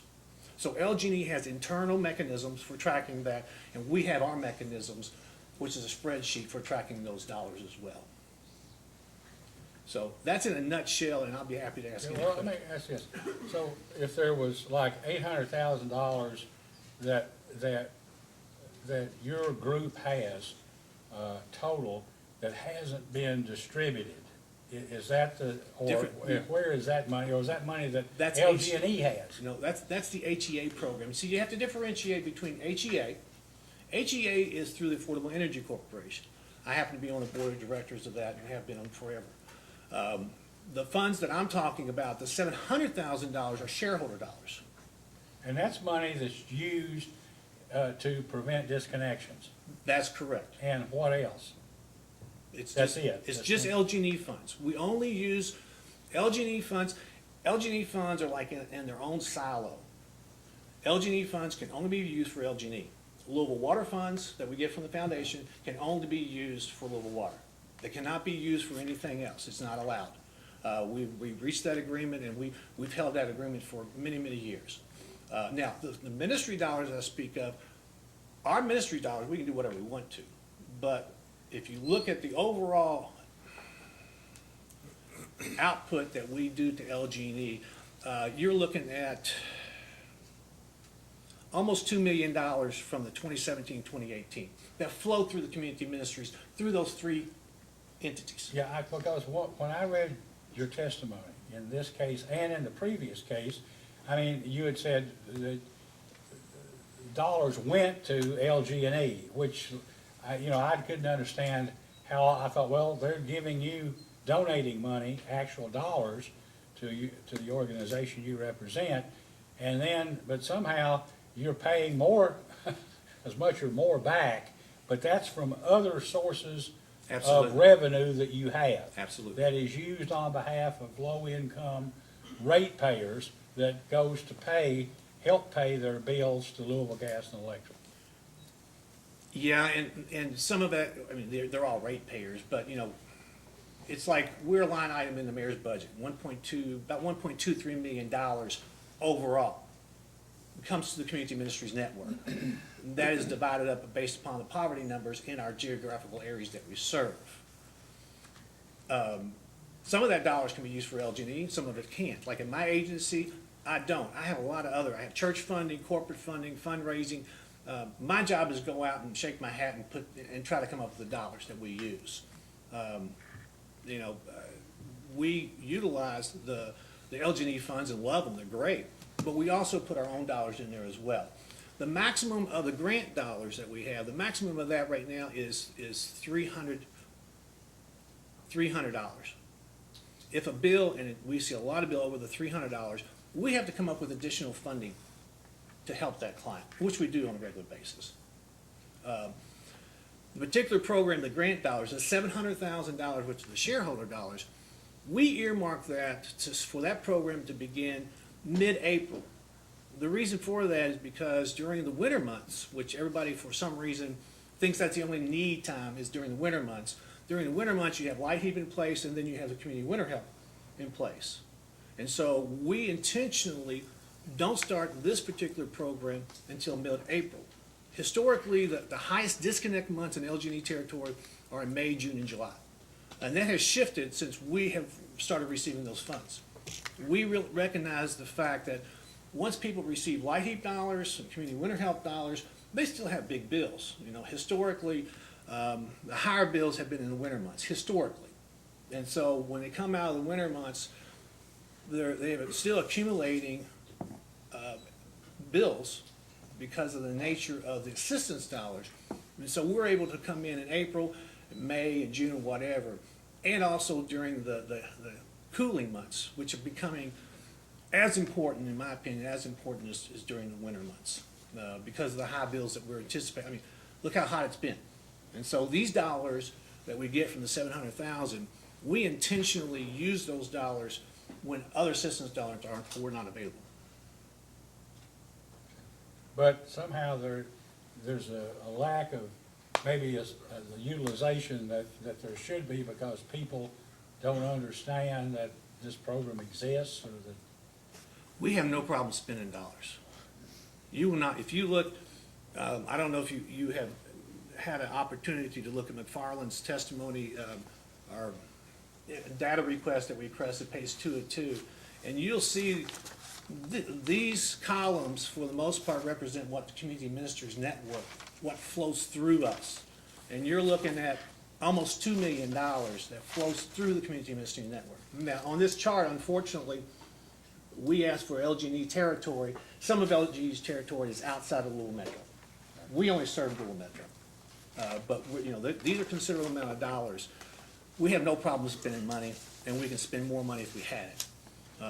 Especially when you look at how high bills are, especially this time of the year and during the peak time in the summertime. It is what it is. Same thing I would say with the Louisville water. If you live in Louisville, you know how much our MSD Louisville water continues to go up. It's very problematic. I've been working in this position for 20 plus years. And over those 20 plus years, I have seen a lot of heartache, especially from the low income, which are also a lot of fixed income. And fixed income folks and low income folks cannot keep pace with the cost of living. And it's as simple as that. And so I represent low income folks in Louisville Metro through the Association of Community Ministries. Chairman, if I may, I have another copy if you would like of the document that Mr. Cummings is referencing. Sure, I'd like to see it.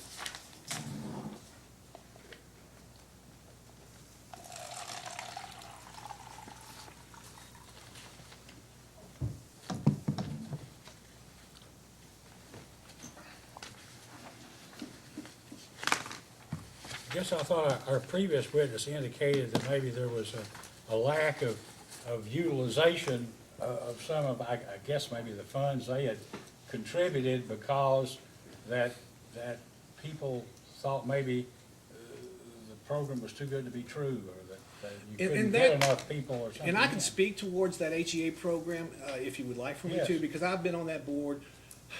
That's a different program than one Totally you different administer. program.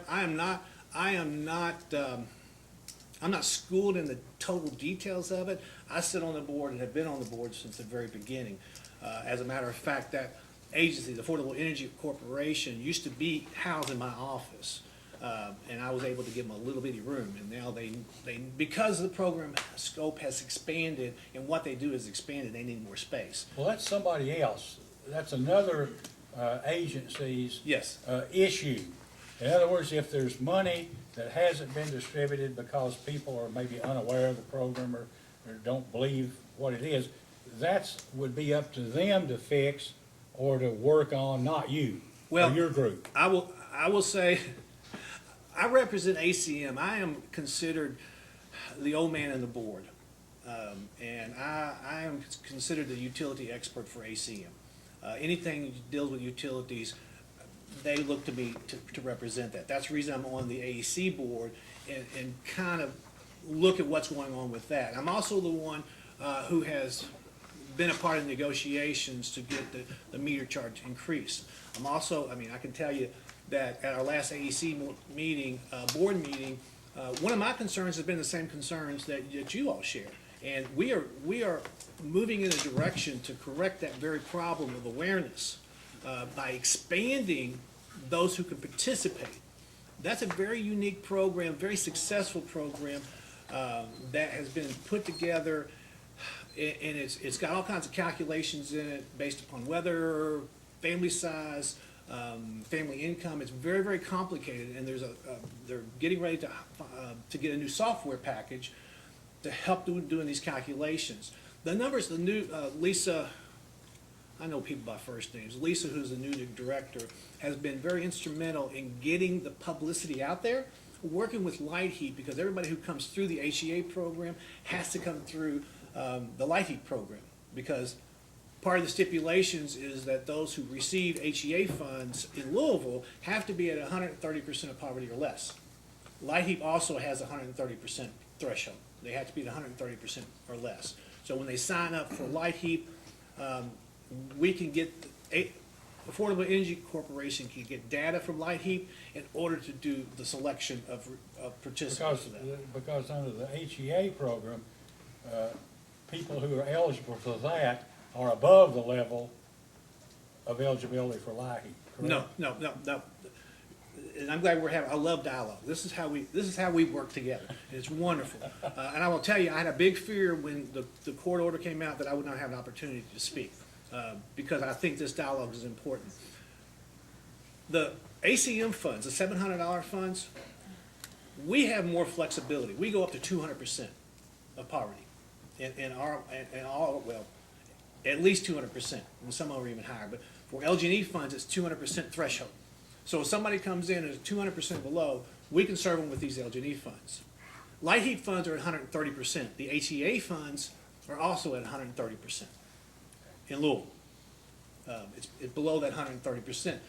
One of the reasons for that is because AEC uses Light Heat for eligibility criteria. It's already established. AEC does not make the decision who is income eligible. Light Heat does it for them, and it's a federal regulated through the state through CAK, and that's how those the Light Heat monies flow. But they have a criteria that's already set, and there's already when somebody comes in to get Light Heat, they sign a waiver that gives Light Heat permission to turn over information, data, to the Affordable Energy Corporation. The same as with our funds, when somebody comes into my agency and is getting grant dollars, the $700,000, the shareholder dollars, they sign a waiver giving us permission to share their information with LG&E. We take confidentiality to the utmost, and also LG&E requires us on an annual basis to sign a confidentiality agreement and also list our personnel who are allowed to work with clients through the LG&E system. Great partnership with LG&E for that. Who makes the ultimate decision if you have 100 people who are eligible in funds for 75? Is the contractor make that decision? ACA or some of the group that administers or provides information on HEAP? On Light Heat? I can't speak for Light Heat. I don't know anything about it. I don't know. I do not know. I know You're just talking about your group. I'm talking about my group. In my group, we have a pool of dollars, and it's a first come, first served basis until we run out of dollars. We normally don't run out of dollars because we have so many other pools of money to pull from. You know, the $700,000 we get is just one part of that. You know, my agency has has thousands of other dollars that we use for LG&E assistance that we can use. Our criteria is in the shareholder dollars, the $700,000. A person can come in and get a maximum of $300. Now, they may get all that at one time, or they may come back 2 times, but they get a maximum of $300 out of that particular pool money. And that's the criteria that's spelled out in the manual, which we designed and LG&E approved. Would you have any objection to providing Mr. Chandler with the Attorney General's office a copy of that manual? Oh, and he could then provide a file or something with us? Would you have We'd be happy to do notice of filing with that, Chairman. No problem. I have no further questions. Mr. Cicero, anybody else? I do. So I'm looking at your sheet that has all the zip codes and the amount of residential customers in each one, and the amount of assistance that's provided. And I went back and compared the zip codes to the list that the Attorney General handed out earlier. And I thought it was interesting that the #1 poverty listed zip code on AG number 13, which is of the top 12 zip codes in Jefferson County, there's only 2 residents receiving assistance out of 4,499 in the top listed poverty zip code on the AG 13. What's the, I don't Zip have code 4209. 40209? 40209. And I couldn't tell you why that is that way. Other than this is 2018, that's the 2018. I'd be interested to see what happened in 2017. And I don't have that document in front of me. Well, this is 18 and 17, and yours, that only increased in 2018 to number 3, and I don't know what's the year of the AG number 3? So you may want to turn to the later pages. It gives the number of bills in each one of those zip codes as well. That seems to be one of the smallest zip codes on the page 1 and page 1978. That's the number of bills. Yes, sir. There's still only 2 out of 2,000, basically. That's just an observation. We're only looking at this from the perspective that I know that there's those that believe that this commission is not interested in curing the poor or helping out the poor or assisting the poor. And I think that's the furthest thing from the truth that there could be. As the chairman mentioned, we've made every effort and every order that's come out of this commission, at least since the 3 of us have been here, have been to make as much money available to assist those in the most need, and do it in a way that the utilities share a corporate responsibility to the community. And as he alluded to earlier about possibly opening an investigation, we just want to understand how it works. It's a lot of money.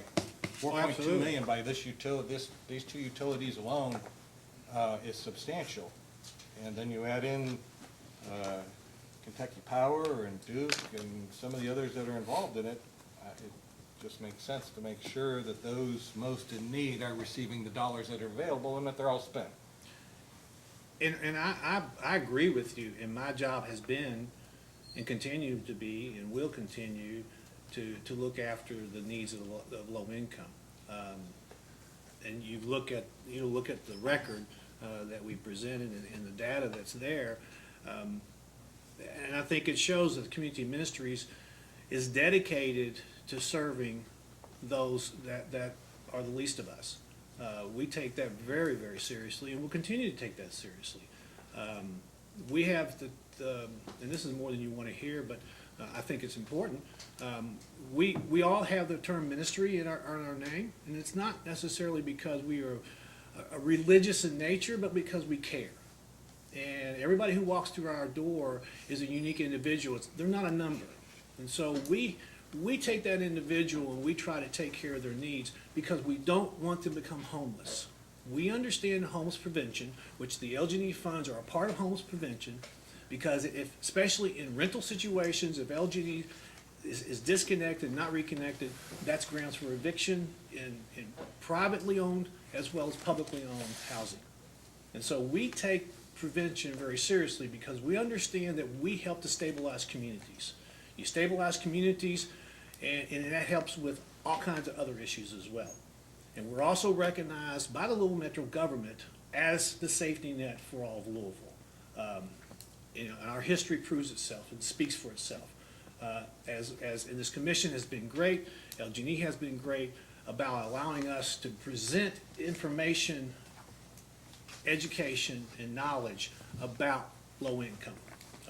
That's what we do. That's what I do every day. Well, I would say that from our perspective, we took the first step in trying to increase funding, and now maybe the next step is to make sure through an investigative, and that's not an indictment, we're not trying to say anybody here does anything wrong, but the chairman's probably right, is the next step is the PSC as an agency has probably been fairly ignorant in terms of how the programs work and how the dollars are spent. It's out there as a line item, everybody thinks it's great, but I don't think any of us understand fully how it works, only that it's better to know and understand how it works and it's actually working than to just feel good about the fact that somebody's getting some money and maybe it's not working in the most efficient manner. So I believe in transparency. I have no issue with transparency. I'm under, all the agencies are under contract with the Metro government. We're basically under contract with LG&E through our partnership. We are very, very unique. We're unique in the nation. We are very unique in the nation because we bring together a total geographical, a total city, and we put them under one safety net. And we work together to avoid duplication and prevent homelessness. We're very successful in what we do. So I'll provide any information that the commission wants and have been providing that information. And I'm glad we're having this dialogue because through the dialogue process is the only way we can get to what we need to get to. You understand where I come from, I understand where you come from. Paper's wonderful. I hate texting, but I love dialogue. So do we. Good. Thank you. I don't have anything else. I have nothing. I don't have anything. Thank you. If there's no cross tonight, just a tab at a redirect. Thank you, Chairman. So I just want to make sure I understand. Can you explain exactly what ACM is? ACM is the umbrella organization for all the 15 community ministries. It's easier for LG&E to give to one entity than to give to 15 entities.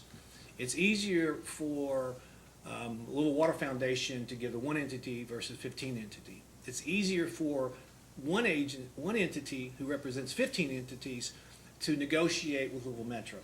And so we form, ACM is an independent 501c3 of its own. We're all volunteers. None of us, I am not paid to be here. I don't get paid for what I do for ACM. It's a voluntary basis. My agency fortunately gives me permission to do what I do, but my agency pays me. ACM pays nobody. ACM has no staff, none, zero, none.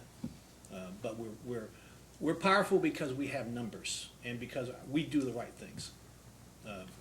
So that's what ACM is. And earlier, I just want to make clear, the grant dollars you're referring to are actually the shareholder funds in which LG&E have given to the Association of Community Ministries, correct? Correct. And talking about the HEA funding, the per meter amount that's on all LG&E customers' bills, we'll talk about LG&E just for now. That's AEC that administers that and works directly with LG&E on that program, correct? And although you were stating that you're on the board of AEC, that's nothing that ACM does at all. No. Okay. And I just want to make sure I understood. ACM, you were saying so obviously the companies graciously give you the shareholder funds that we were discussing earlier that you referred to as grant funds, but was I to understand that of that amount, effectively the Association of Community Ministries on any given year sends far more back the other way to help pay bills than you receive from shareholder contributions? Absolutely. Okay. More than double, More way than more than double. I mean, you look at almost $2 million during the period of time we're talking about. And you would agree in a normal case, that helps all customers though, right? With things like bad debt expense and disconnections and items like that, that reflects through the rates that are ultimately paid in the case, correct? I would assume that. I am not an expert in that field whatsoever. I do know that if we can prevent disconnections and trucks don't roll in either direction to turn off or to turn on, that saves the company money, therefore ratepayers are having a savings in just that one category. And I couldn't even imagine if we weren't there, I don't know what would happen to low income with their bills. I mean, I don't know. Right. I'm no expert in that type of rate design stuff. Thank you, Chairman, that's all I have. One last clarifying question. On this exhibit that was handed out by the AG, I referenced the number of 4,499, but I note that the zip codes are 17 and 18, and it appears that the numbers add up for the 2 years for the same zip code. So it's not, it appears that the number might be closer to like 4,250 or 2,250 rather than 4,500. I don't understand your question. Please rephrase. So if you look at page 1, starts out with 2017, and you read down. Are you on page, I'm sorry, mine starts out with 2018. Page 1 of 2, look up here at the top. Page 1 of 2. You're on just, okay. So there's 2 pages to do, okay. I'm This with is you. page Okay. 1 of 2. Okay. It starts out with 2017, and at the bottom, it's got 2018 numbers. There's no total.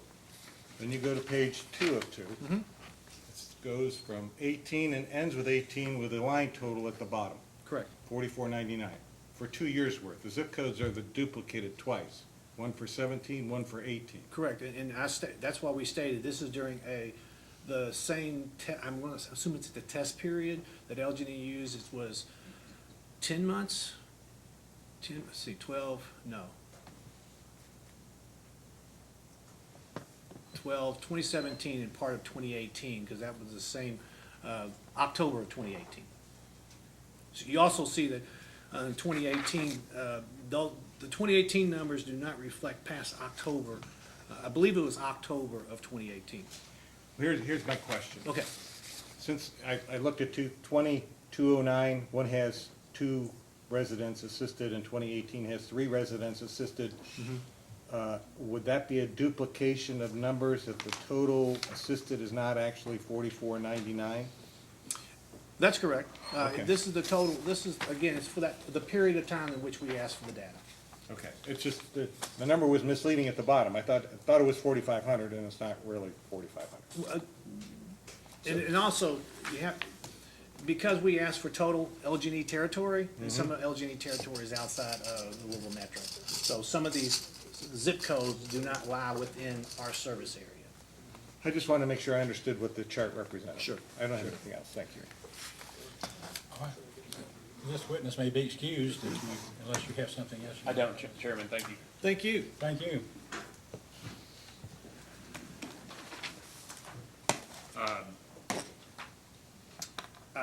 The Attorney General will call Ms. Tibbs.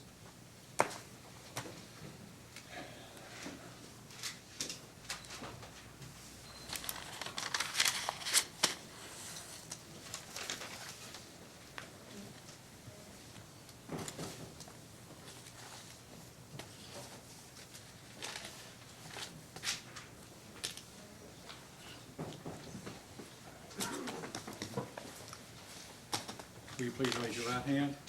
Do you solemnly swear or affirm under penalty of perjury that the testimony you're about to give will be the truth, the whole truth, and nothing but the truth? Yes, I do. You may be seated. Good afternoon, Ms. Tibbs. Good afternoon. You mind to state your name for the record, please? Melissa Kane Tibbs, And with whom are you employed? Community Action Council for Lexington, Fayette, Bergen, Harrison, and Nicholas Counties, Inc. And did you cause to be filed testimony in this matter on behalf of your employer? Yes. Okay. And would you agree that, given the changes today, your testimony is now being sponsored on behalf of the Attorney General's office? Yes. And do you have any corrections? Or did you also cause to be filed certain data request responses in this matter? Yes. And do you have any corrections to your testimony or to those data requests? Yes. And what are those? Okay. So I have, in referring to my direct testimony, I have page numbers and line items, like, so I can say those if that's helpful. That'd be great if you would just identify the page number, the line number, and the specific corrections for the record. So I'm gonna go in order that it's listed in the testimony. So on page 6, line 18, I talk about the slots that we operate for the Home Energy Assistance Program. At the time of the testimony I wrote, it was 2,700. As of last Friday and still today, it is, the slot allocation that we have is 3,100. I can further break it down that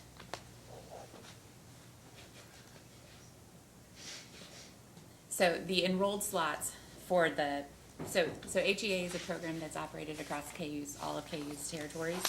So as of yesterday's date, the 5th, as of March 5th, there are 1,682 slots enrolled in the counties that are in KU service territory that are not served by Community Action Council. Does that make sense? Yeah, and we'll discuss that in a few minutes, yes. Sounds good. There are 1,418 slots in the 4 counties that are operated by Community Action Council, so for a total of 3,100. Okay.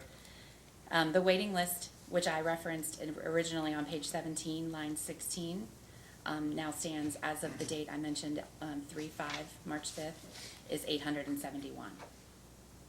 Can you say that number again? Yes, it's 871.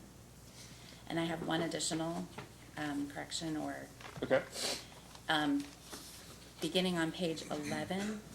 Oh, so I didn't go in order, I apologize. Beginning on page 11, starting at line 2, beginning October 1st through March 3rd, we have completed 7,597 energy assistance applications, of which, and that includes multiple utilities, multiple types of services, of which 1.106 million has been paid out, and of that figure, $645,180 has been paid to KU from October 1 to March 3rd. And those are the amounts on page 11. Correct. Okay. Do you have any other corrections? No. And if you were asked the same questions that you were in the data requests and the testimony, would your answers be the same today? With the clarifications that I just made added in, yes. Okay. Yeah, including those responses. Yes. Thank you. Including those corrections. And do you adopt those with those given corrections as your testimony? Yes. Okay. And Chairman, may I have just a little bit of direct? Sure, go right ahead. As we did It maybe would be last time. helpful. So, Ms. Tibbs, can you tell me just a little bit about what you do at CAC and maybe as that relates or your experience to the HEA program? Sure. So my title currently is I'm the Director of Planning, Communications, and Advancement. What that means is I oversee a team, including myself, of 6 people, and we are largely responsible for grant writing, grant submission, community assessment, looking at needs and assets in the communities that we serve, and we operate programs that extend throughout the state as well as in our 4 county area. And with respect to the HEA program, I don't operate it. It does not. It is not within my actual purview. But because I have had participation in the past, in cases such as this one, the base rates, I have participated on behalf of Community Action, which of course touches on HEA programs. Okay. And generally, do you understand how? And we're going to call them the slots because I think that's how they're referred to. Do you understand how? As a general matter, the slots are filled, how information flows back and forth between CAC and Kentucky Utilities and CAC and the other community action groups that fill slots themselves? Yes. Okay, can you explain that just a little bit? Maybe start at the genesis and maybe walk through where a dollar starts and maybe how the dollar gets to a customer, let's just say in Harlan or Bell County, for instance. Okay, I can do that. So it is my I started working at Community Action in 2011. So, but it's my understanding that this program began in 2004 as a pilot program, and that the initial parties to the program were Community Action Council, my agency, Community Action Kentucky, which held a different name at that time, I believe, and Kentucky Utilities. If there's others, I'm not aware, but I believe there are just those three. And so at the time, it started as a meter charge to customers, and that the funding stays with KU with the exception of the administrative rates, which are paid to Community Action Kentucky. And from Community Action Kentucky, we receive monthly invoices. No, we invoice monthly for our services, which relate to the cost of operating the program. And those include, as it stands today, if I may, there is a $15 payment that we receive, and that, let me back up. So the funding that goes to Community Action Kentucky, that's where our funding comes from. So every month we invoice, and that we invoice them based on our actual costs, which include shared facilities costs, the cost of a little bit of salary charge, and mostly the cost for our agency plus the participating community action agencies across the state to enroll or maintain enrollment for its participants. So for a if the households, the slots that are enrolled today contain or continue to be enrolled, that cost is $15 that they get. So the ensuring the continued enrollment. If it's a new application, it's $25. And that is true for Community Action Council and all the other community action agencies. So we pay the community action agencies based on their maintenance of enrollment or new enrollment. Okay, so let's just say, let's say there's a slot open in Pineville, right? So there's a slot open in Pineville, in Bell County, and somebody goes to their local community action affiliate and signs up and would like to receive HEA assistance, right? And so if there's a slot available, then that local community action agency enrolls that person and sends that information on to KU, correct? Or do they send it on to CAC? I believe it's sent to us. So Okay. if I can speak about the 400 slots that were applied last week, that might help to shed maybe some light on this. It is my understanding that is not my understanding. It is true today that the slot allocation for HEA is 55% for all other, I'm going to call them partner communities. Does that make sense? So it's the 68 counties that are served by other community action agencies. I'll call those partner communities for this purpose. And the 4 counties that we operate, I'll call them ours. So the slot allocation of the 400 that was applied last Friday, 55% of that number was given to the partner communities based on their based on the waiting list, based on the slots that are available and the waiting list that they have generated. And then so the 45% went to the Community Action Council, and that is based on a slot allocation process that has been pre-established and determined ongoing. Right. So when somebody enrolls and takes a spot in Pineville, then that local community action group would enroll that person and provide their information to CAC along with an invoice, and you said that the amount is for $25 for the cost of them actually enrolling the person, right? The work and things like that. Yes. And then you all are invoiced for that amount, and then, go ahead. I'm sorry. So every day we run a report that shows us from KU, it shows us what slots have become available overnight. This is a daily process. A slot in the county that you indicated, if it becomes open, we let the community action agencies know, and it's an automatically generated process. So the allocation is such that as long as they have somebody on their waiting list, that next, and they usually do, that next slot gets filled in that county where it became available. And your understanding of the amount that Mr. Blake was referring to, it may have been that the community action agencies understood they had a limited number of slots, and that there was money available in excess of the number of slots that the community action agencies thought they could enroll. We're under the impression they could enroll. Yes, And because, if I may, it's because our waiting list at that time and now still, it is my general understanding that it exceeds the level and amount of funding that is currently available.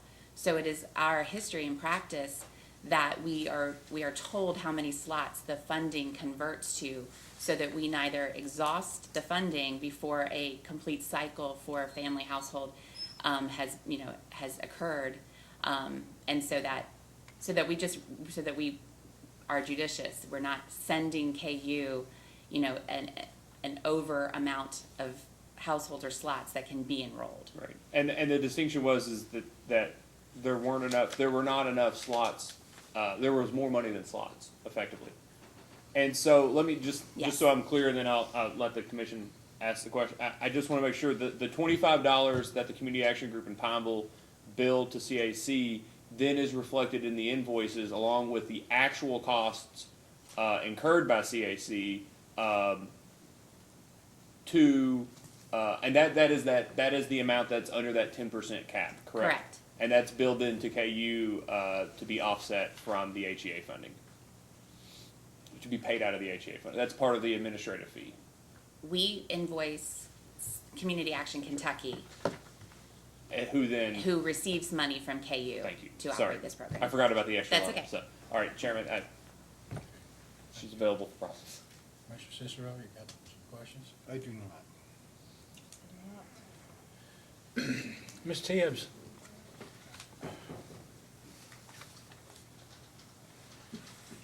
I noticed that the community action programs throughout the state, I mean, you have, or your employer has moved to intervene in this case, and then in the most recent, before the 2016 or 17 KU LG&E case.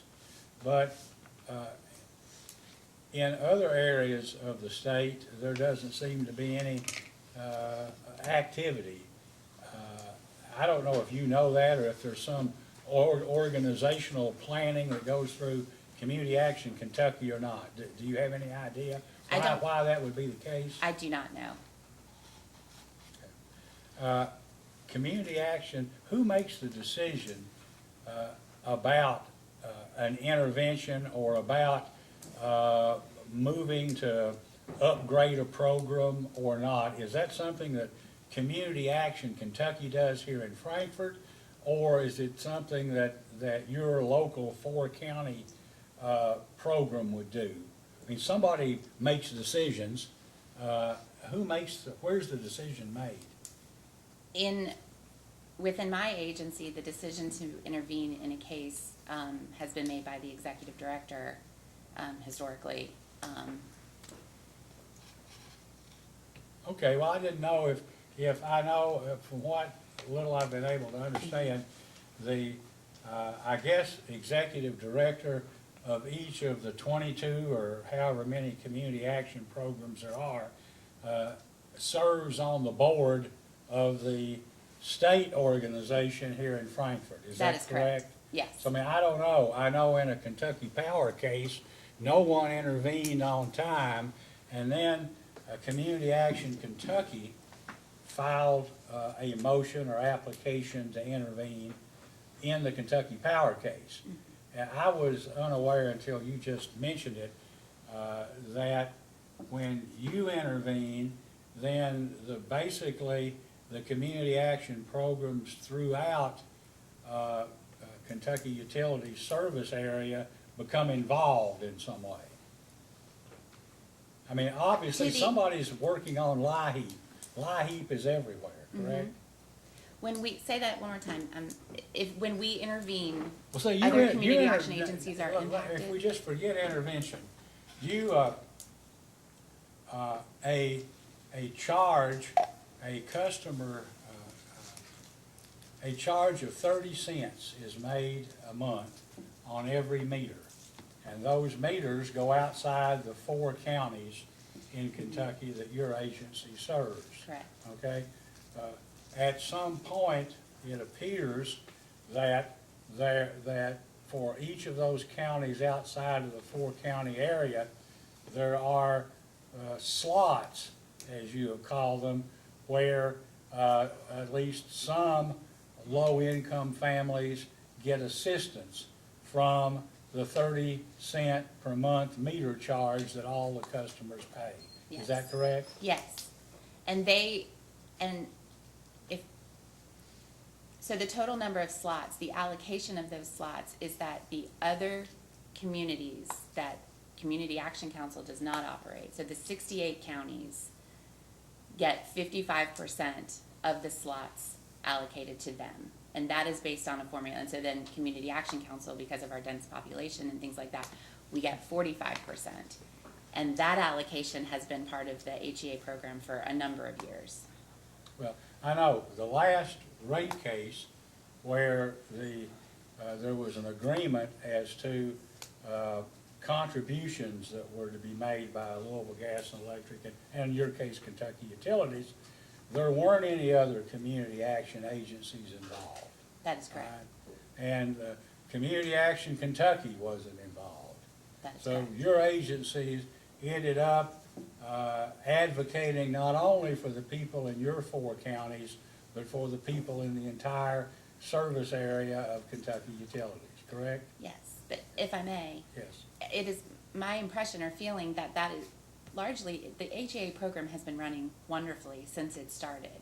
And so, meaning that we are providing opportunity for low-income families in those communities to get the assistance that they need. And that's why for example, that's why the waiting list has been high and usually stays high, even with the addition of shareholder dollars. The need and the wait list that demonstrates that need outpaces often the money that has been or is available for HEA. So, and based on the allocation, I feel like I'm comfortable saying that we're making sure that the need is distributed appropriately with the funding that is available. If that. No, I understand what you're saying. What I'm saying is there may be utilities, investor-owned utilities in western Kentucky, which have no program for low-income ratepayers, and there are community action agencies in all of those counties. I was just wondering if you knew. If you don't, that's okay. Maybe we'll ask Mr. McCann one day, why is it that the activity all seems to be out of your organization as opposed to anybody else? I mean, I assume that poor everywhere would like to have the opportunity to, have some relief from their utility bills. And so it's my understanding that Winter Care provides what you're speaking about as well. That Winter Care is something that we operate for community action, but again, we operate it in partnership with community action agencies and the other utility companies. I believe there are 15. And so Winter Care provides utility assistance for families in conjunction with eligibility for LIHEAP, but it goes up to 150% of the federal poverty guidelines, and it operates from October through May 31st of the year. So And those funds come from where? They are contributed by the utility companies and then become restricted for its own customers in the areas in which that utility company operates. And what are the eligibility requirements for HEAP? For HEAP? Yes. The KU program? Yes. May I refer to my notes, make sure I don't miss anything. So it is, applicants have KU they have KU Electric as their primary heat source. It goes up to 130% of poverty. The applicants or the households have to be responsible for their home energy costs, meaning that the bill is in their name or a spouse's name. They must recertify annually by the anniversary date of their enrollment. They must apply for and accept weatherization services if available, and they must apply for LIHEAP subsidy and direct the payment to Kentucky Utilities. And who establishes that criteria? It is my understanding that it was established at the inception of the program. And do you have documents, does your agency have documents that would show what that criteria is, or whatever document was produced at the inception of the program? Yes. Would you have any objection to providing that to Mr. Chandler at the Attorney General's office? So, and Mr. Chandler, would you have any objection to receiving that and filing it in the record in this case? If the chair would like, when it gets into our hands, we're happy to comply with the direction and make another notice of filing to that effect. Thank you. Now, insofar as the costs associated with the HEAP, Home Energy Assistance Program, I guess each local agency sends some sort of invoice for whatever costs are associated with administering the program or providing information, and they send it to the headquarters here in Frankfurt. Is that correct? The individual. Well, I want to make sure I understand what you're asking. Bell County, which is whatever the name of the organization is there, the Community Action Program or Council. Bell Whitley, Community Action.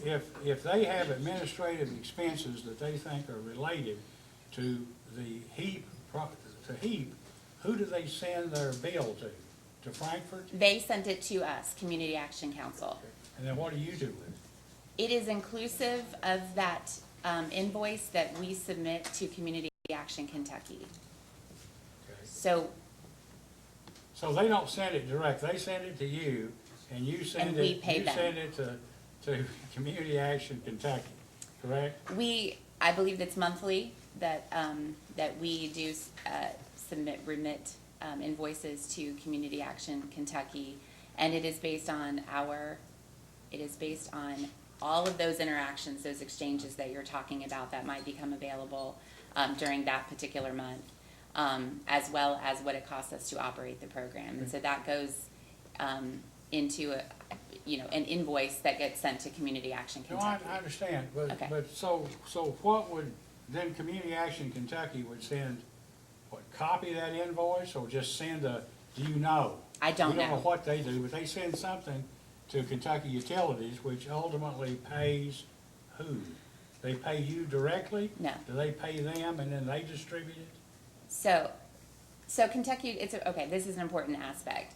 The funding that is available for the HEA program stays with Kentucky Utilities except for the administrative costs, which is given to Community Action Kentucky.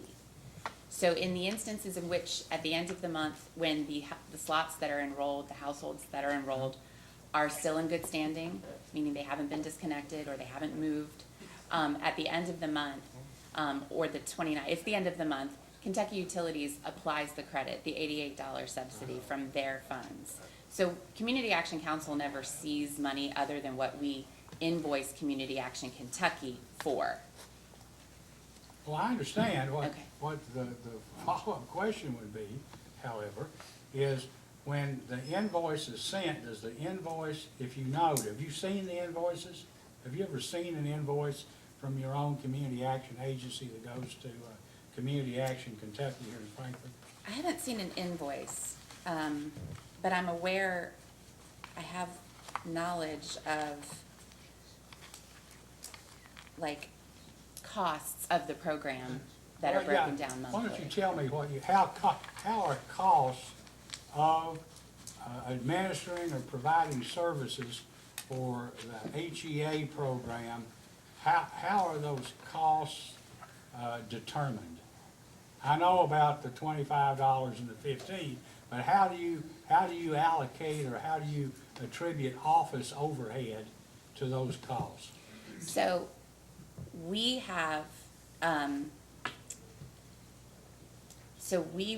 as part of the invoice that we send to Community Action Kentucky, aside from the application fees that you mentioned, we have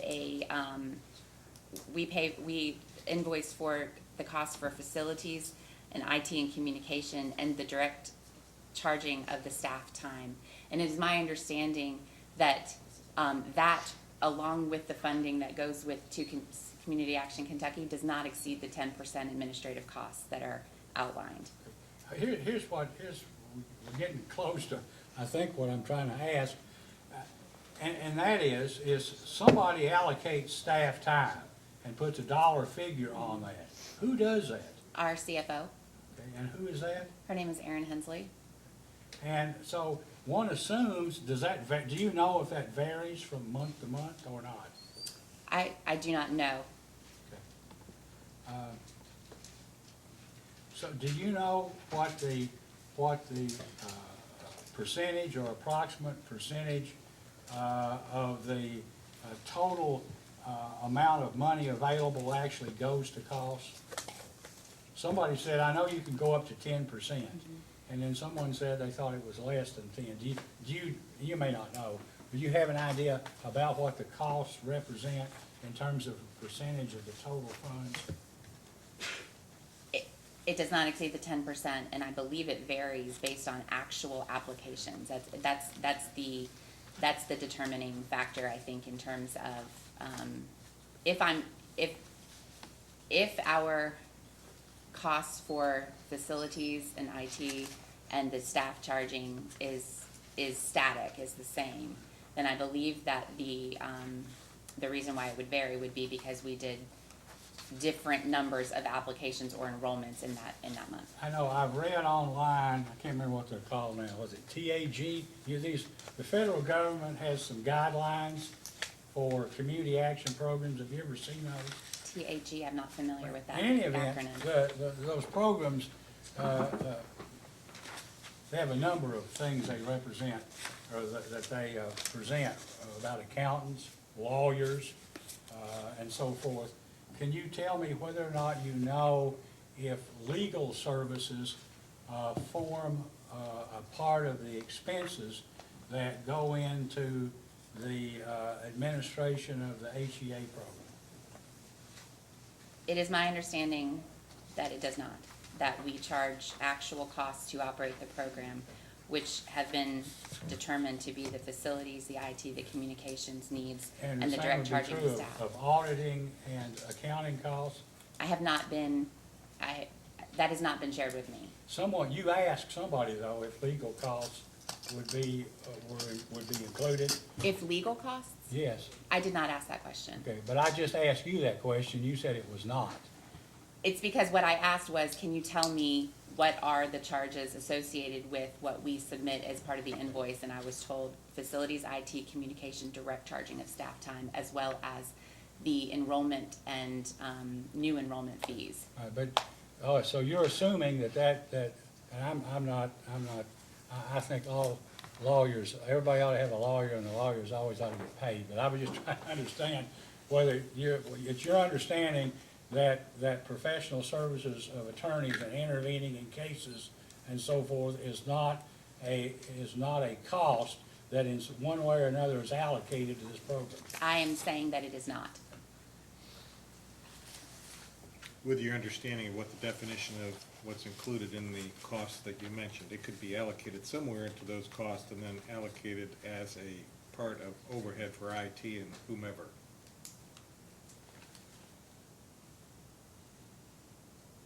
I think it calls for speculation It does. that she's acknowledged is beyond what she has. Okay, I'm just making sure that she understands when she says it's not included, it may be, she's just not aware that it is. I mean, I don't think there's an expectation that interveners provide their ledgers when they're practicing in front of the Public Service I'm not Commission. trying to extend this out, believe me. It was just a comment. If I may, I'm saying that it is not, just based on the question that I did ask and the answer that I did receive, and it did not include the legal fees of any kind. That's quite all right. Okay. Do you, I guess we probably ought to get a data request to LG&E and KU. Do you, and maybe your foundation document that was 2004 or whatever will tell us, do you have any knowledge or information as to whether there is a contract or contractual relationship between the community action program either at the state or local levels, and either Louisville Gas and Electric or Kentucky Utilities, to the extent that they're required to use you as a contractor to provide this information?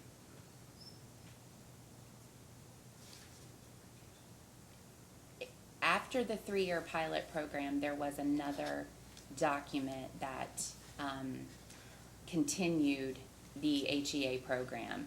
That is the only document that I am aware of, and I believe that date was 2007. Okay.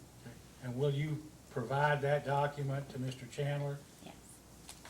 Mr. Chandler, we ask that when you receive it, you would file it with us. So.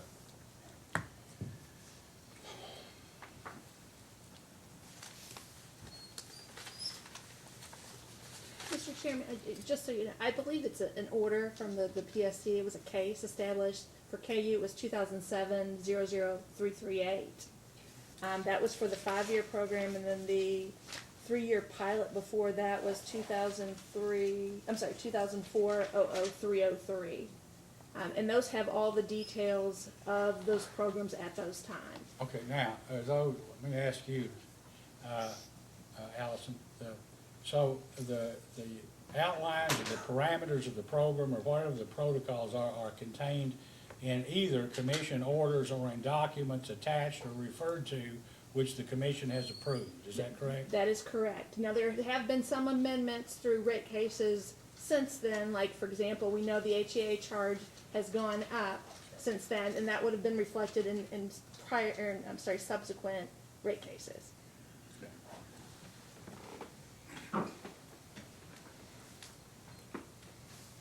Chairman Schmidt, Yes. this may be none of my business, but this is all very complicated, you know, this is a grant and 130%, 200%, et cetera. It may be helpful if somebody with knowledge could put together a flow chart. Here's how the money goes, this to this to this, and here's how the reimbursements go back, and here's the dollar amounts, and something like that. Well, I agree. I thank you for that suggestion. We'll see if we can, maybe that'll be a data. Would you be willing to? Like a good research project. I don't have any further questions. I don't know if anyone else I does don't. or not. Thank you. Thank you. May I add, just Yes. because the companies did, I would like to say that we have enjoyed a great working relationship with Kentucky Utilities as well, specifically in the area of HEA, and because his name was mentioned with Tim Melton. And last week when this information came to light and we were talking, it was rectified very quickly. And as of today, as I mentioned, 3,100 slots of households are being served for this program that operates 7 months of the year. And it really does help meet the need. And we really are, interested, as has been said before, in making sure that it continues to run smoothly on behalf of the people that we work alongside. So I would like to thank you all for your time. Thank you. Well, thank you for your time. Thank you. You may be excused. And does the commission have questions for Ms. Hinko? Well, just a couple. Okay. I'll give Ms. Tibbs just a second.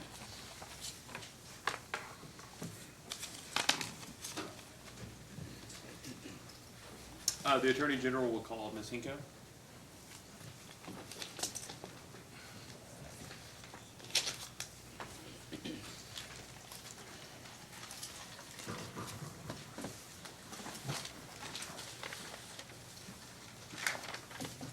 Please raise your right hand. You solemnly swear or affirm under penalty of perjury that the testimony you're about to give will be the truth, the whole truth, and nothing but the truth. I so swear. Thank you. Please be seated.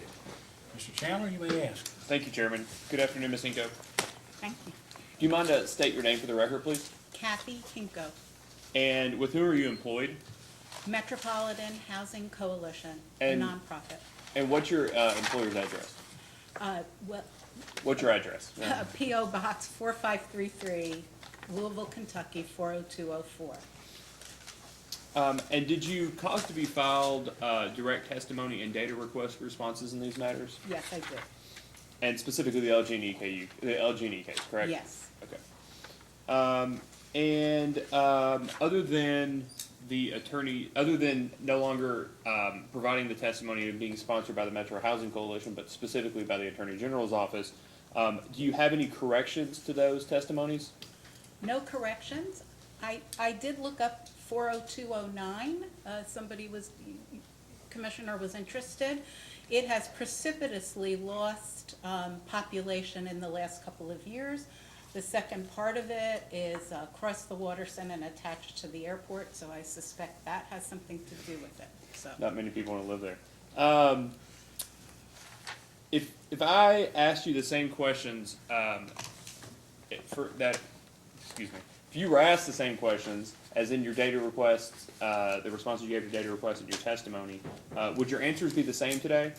They would be the same. I would like to add one thing because I am on the board of AE, Affordable Energy Corporation, which oversees the HEA program. And because of that, I learned that Louisville, in its LAHEAP, the LAHEAP money, they were sending back $1 million, $500,000, $350,000 every year, not able to use LAHEAP. And you know we've got people in need. So MHC did the research and found that it was a flaw in the state's structure of the program that denied access, fair access by low-income people in Louisville. We asked LG&E and we asked Kentucky Community Action, and we asked the ministries if they wanted to join us in this advocacy. And because they're not as independent as MHC is, they declined. So MHC alone took up the cause, including going to the legislative oversight body of the LAHEAP program to say how the program was structured was really preventing Louisville from using its money. Those changes were made. They finally started to negotiate with Community Action. And for the first time, Louisville used all of its LAHEAP money.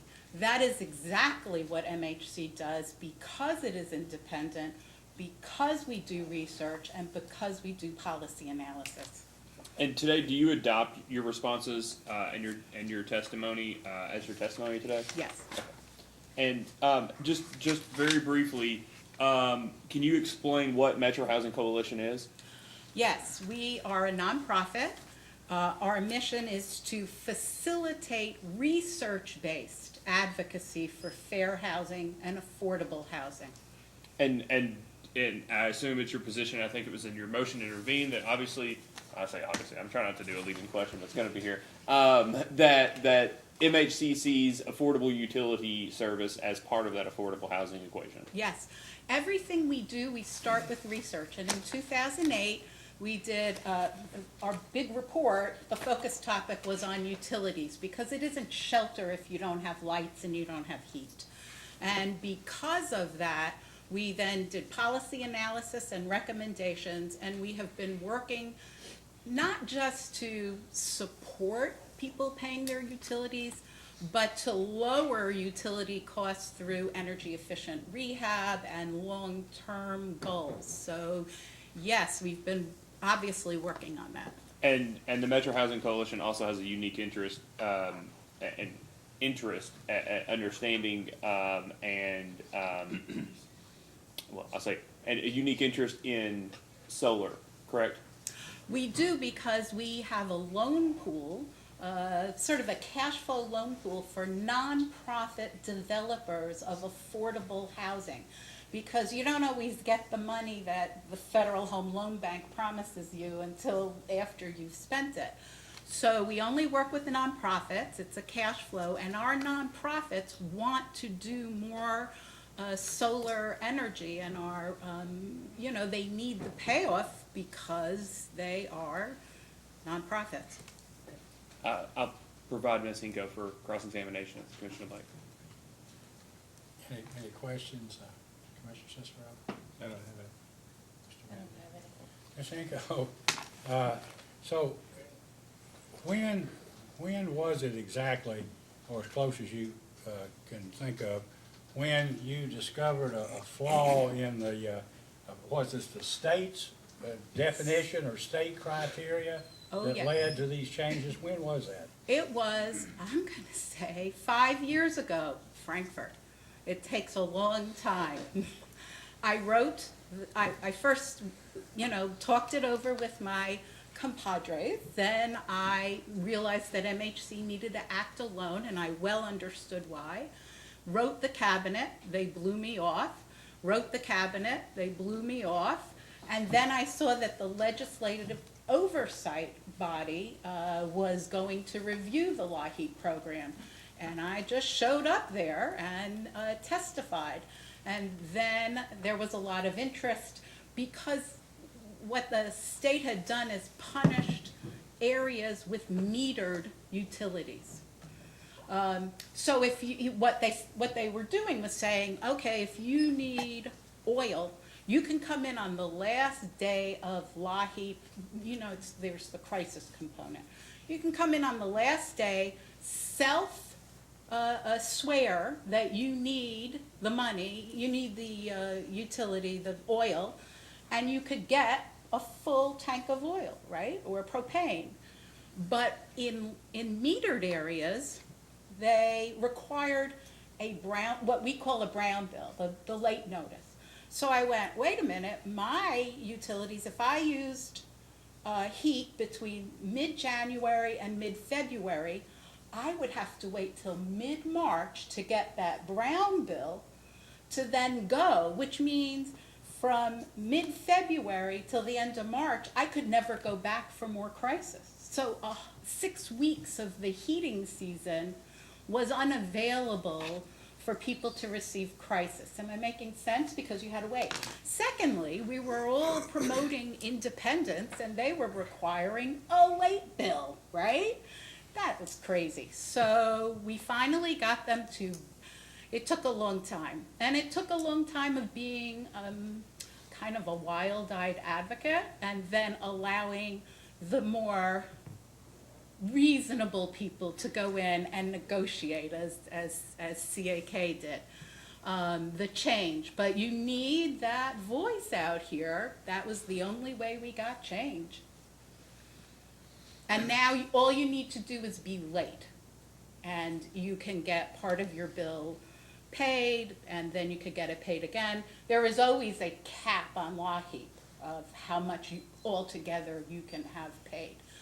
The reason it was important for the HEA program is all of our potential clients have to go through LAHEAP because that's how we keep administrative costs so low. Because we don't certify the income, we let the federally mandated process of proving income for LAHEAP be our process. So we keep that really low. That's one of the ways we keep it low in terms of administrative costs. So our pool is only the LAHEAP applicants. So expanding the ability of people to come in, even through crisis, expanded our pool. Sorry. Can I ask a clarifying question, Chairman? Yes. Ms. Hinko just said "we." I just want to make clear that she's referring to AEC. Is that correct? Yes, That yes, you're yes. a board member of. Yes. Thank you. Yeah, we understood that, but it's good for the record. Sorry, I just want to make Sorry. sure. Thank you. Well, that's what I assumed that on LAHEAP, that once that information about the income level or the eligibility of families was determined, you would have a list, presumably, or Yes. a data bank of known people who were eligible. And then if a slot opened up for the home energy assistance, all you had to do was go to your database or the list and put somebody in there. Is that- Yes. Which would keep costs very low. Well, with the expanded list, as you heard, was it Mr. Blake? Yes, Mr. Blake say, last year, we spent every dime, we being the HEA program, spent every dime, had all the families enrolled. This expansion of the LAHEAP, the people who can use LAHEAP helped us expand our, in our pool of people to enroll. So, the downside of it, the great thing is this cost savings, right? The downside is we don't go up to 150% of median or 200% of median. I mean, not median, of poverty. We are stuck with the 130% that LAHEAP uses as. And that's because, I don't know, because we want to look and see, but presumably that's because of the program that the Public Service Commission initially approved. Is Right. that Yeah, correct? oh, that's how we designed it. We designed it to be as low cost in administration as is possible to put as much money into client benefit. Absolutely. But it restricted the number of people who were available for those benefits. Right. We, are also, when I say we, each and every time, it's about the HEA program. No, I understand. And I'm just on the board. I'm not the administrator of it, but the board is very involved. And I hope somebody said that we not only have a regular plain old audit, every couple of years or so, LG&E conducts an audit. So everybody's looking at us. Tim Melton usually is there at every board meeting. Sometimes he can't be, but he's at every board meeting. We are very closely entwined with LG&E on this, and they have been wonderful in their responsiveness. Wonderful. But LG&E what? Audits or checks your records or something? Is that what you're saying? I believe LG&E conducts an audit every once in a while, not every year. We do an audit every year, a regular old audit, right? So the money is spent as we say it's spent. And that's the administrative. But LG&E oversees this program and makes sure that we are following the rules and, operating it as as it's supposed to be run. In Metropolitan, when I've read your testimony in the last 2 or 3 cases, and I never saw, that's what I wanted to ask, I never saw it said that Metropolitan Housing Coalition was officially in any of these utility programs in terms of low income, that you didn't receive money or weren't responsible for providing information to Louisville Gas and Electric, or you weren't getting paid any service fee for providing information, and you weren't, as far as I know, contributing money to LG&E or Kentucky Utilities, which went for the benefit of paying low income, helping pay or defer the cost of low income electric users or gas users. Absolutely. Nor have we ever been part of getting money through a settlement. We are completely independent, and we are devoted to advocacy and correct policy. Okay. And have you, I know I've seen your testimony, have you ever read the testimony of Mr. Cummings in any of these cases? Have you ever seen? Sure, yes. Well, I mean, his testimony is pretty comprehensive, isn't it? Yes. I mean, I know in a lot of respects, your positions overlap in the sense that you're both for the same cause. You have the same goal. Yeah. Correct? We do, and most of the time we agree, but not always. His perspective is different from our perspective. We do take a more 30,000 feet look at policy and how things should be best run. When we want changes, we want those changes to be elegant. For instance, okay, I ran a housing authority. Having a floating meter fee is counter to every single housing program administered by the federal government, including the U.S. Treasury as well as HUD, who thinks in terms of allocating 12 months a year. That's how you know what the utility cost is when you're figuring out what is affordable housing. you know, that's 20,000 households at least in Louisville that will be impacted by a floating meter fee that at some points is whatever, $14.79, and at other points $17 and whatever, depending on how many days in that particular cycle. That's not something Marlon would know. That's that 30,000-foot perspective of understanding how all these things mesh together to make housing affordable. Marlon may not know, but the Coalition for the Homeless has done several studies. Every homeless person costs us $19,000 in EMS, police, jail, hospital services, preventing homelessness. He wants to prevent it person by person, and that needs to be done. We look at policy at this 30,000-foot level. You have a board of directors, correct? Absolutely. How many people are on your board? 20 people on that board. Are those people identified on your website? I brought the list, and yes, they are. And I will say that we ensure that we have someone from who is a potential client of affordable housing, if not an actual client of affordable housing.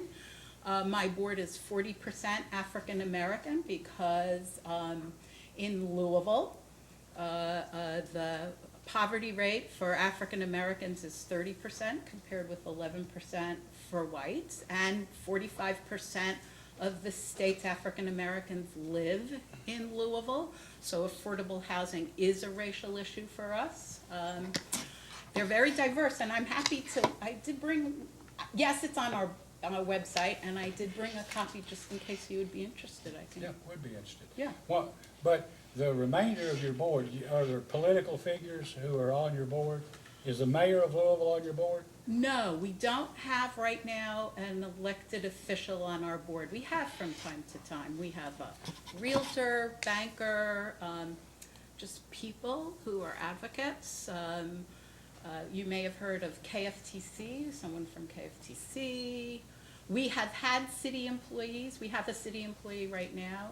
You have contractors on your board? Yes, we have, well, when I say contractors, I mean developers, for-profit developers and nonprofit developers. We have the Urban League and we have LGG. LGG is a for-profit developer, of course, the Urban League. We have members, though, who aren't on the board. Oh my gosh, we have, yes, we have over 300 organizational and individual members, and they range the gamut from,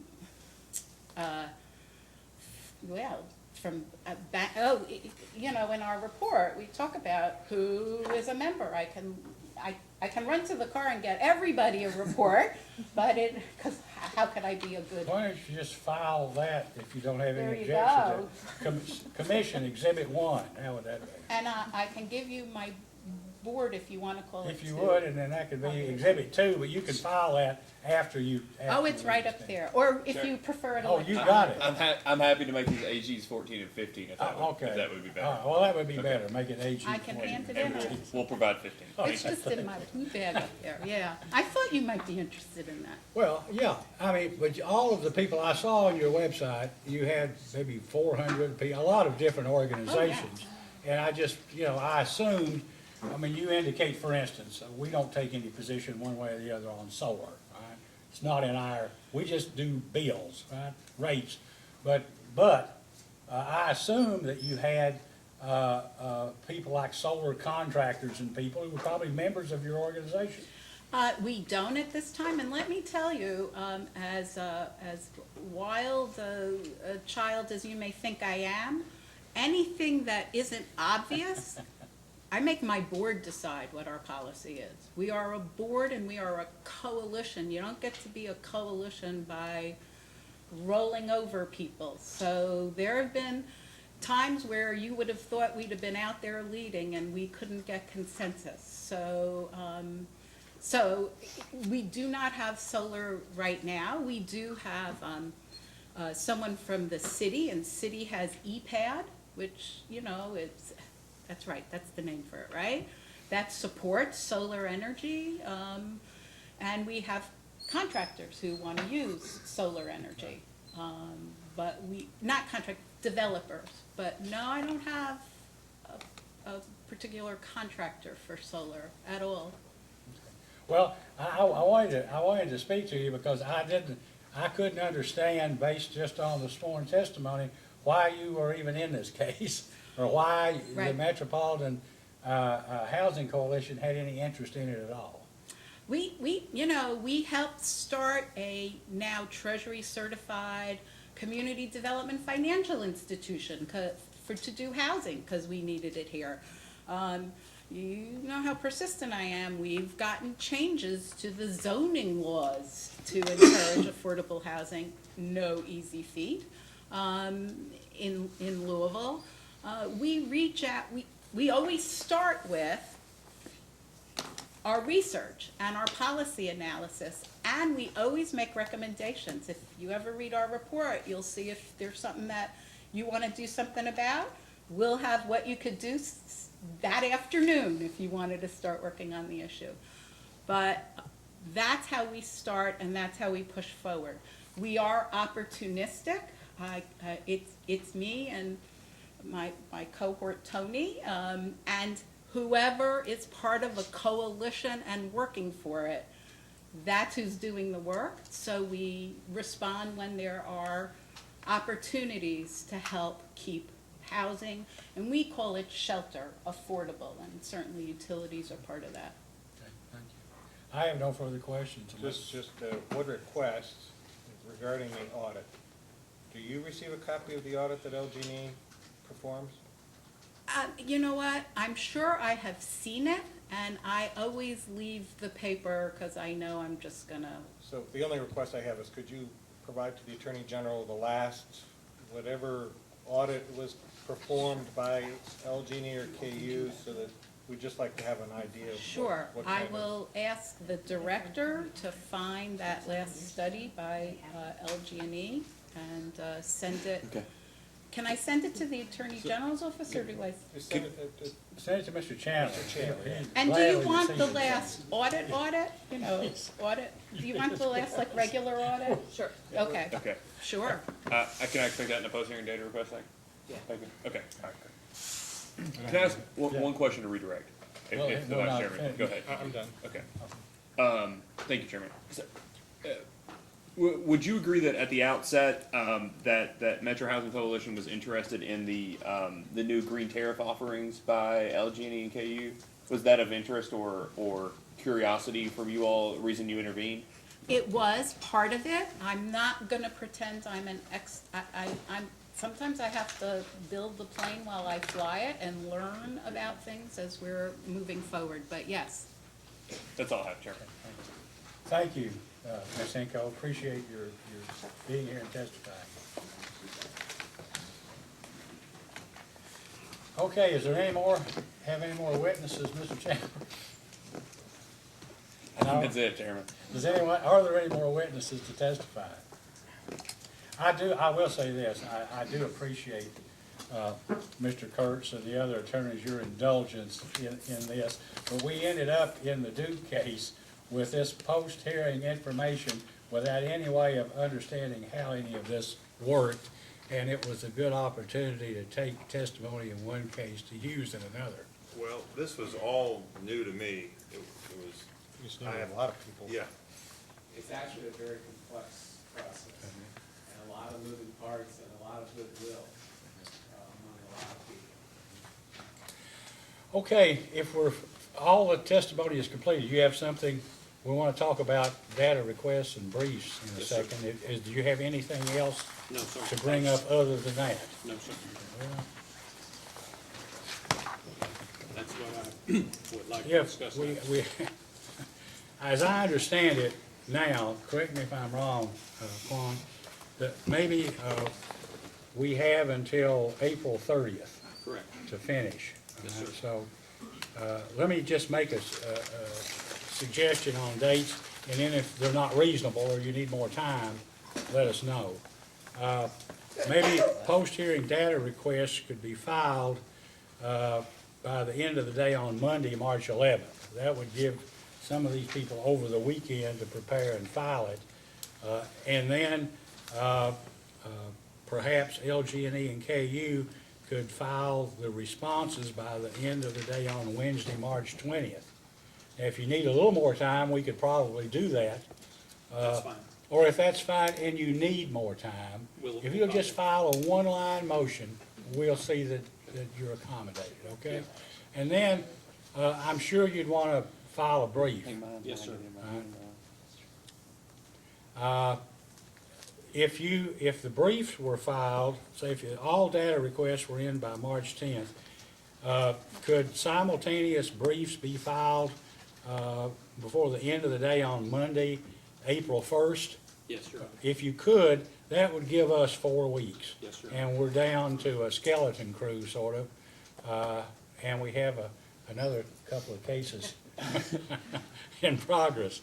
So if that's okay, what about the rest of you, Mr. Osterloh, Mr. Chandler? This would be, data request would be asked on the 11th, responded to on the 20th, and the Yes. brief would be due on April 1st. April 1st. That's acceptable to us. I only ask if, and I don't necessarily need the notes, if the hearing video would be posted before the end of the day Monday, that would ensure that. End of the day Monday, what Monday? The 11th. Oh, Just oh. the video, the actual video. Okay, that would be the 11th. That would be the 11th. Just in order for me to be able to ensure that I don't exceed the actual request that I'm seeking in post-hearing data requests. This coming Monday. Yeah, I don't know. Brenda, how long would it take you to get the, that may be, yes. huh? She said yes. You could do that? I mean, I can take it, Jim has set me up to where I can VPN in on Well, the you're system. good. You're good. I wish we could give you a bonus. Thank you. Well, all right, we ought to have it then. That'd be fine. And if there is a problem, If there's a problem, if you'll call or file That'd be fine. a one-liner, then you'll get a response forthwith. I appreciate that, Chairman. But otherwise, I think the dates would work fine for the Attorney General's office. Thank you. All right, if there's nothing further, this hearing is hereby adjourned. Thank you all very much for your patience and your attention. Thank you.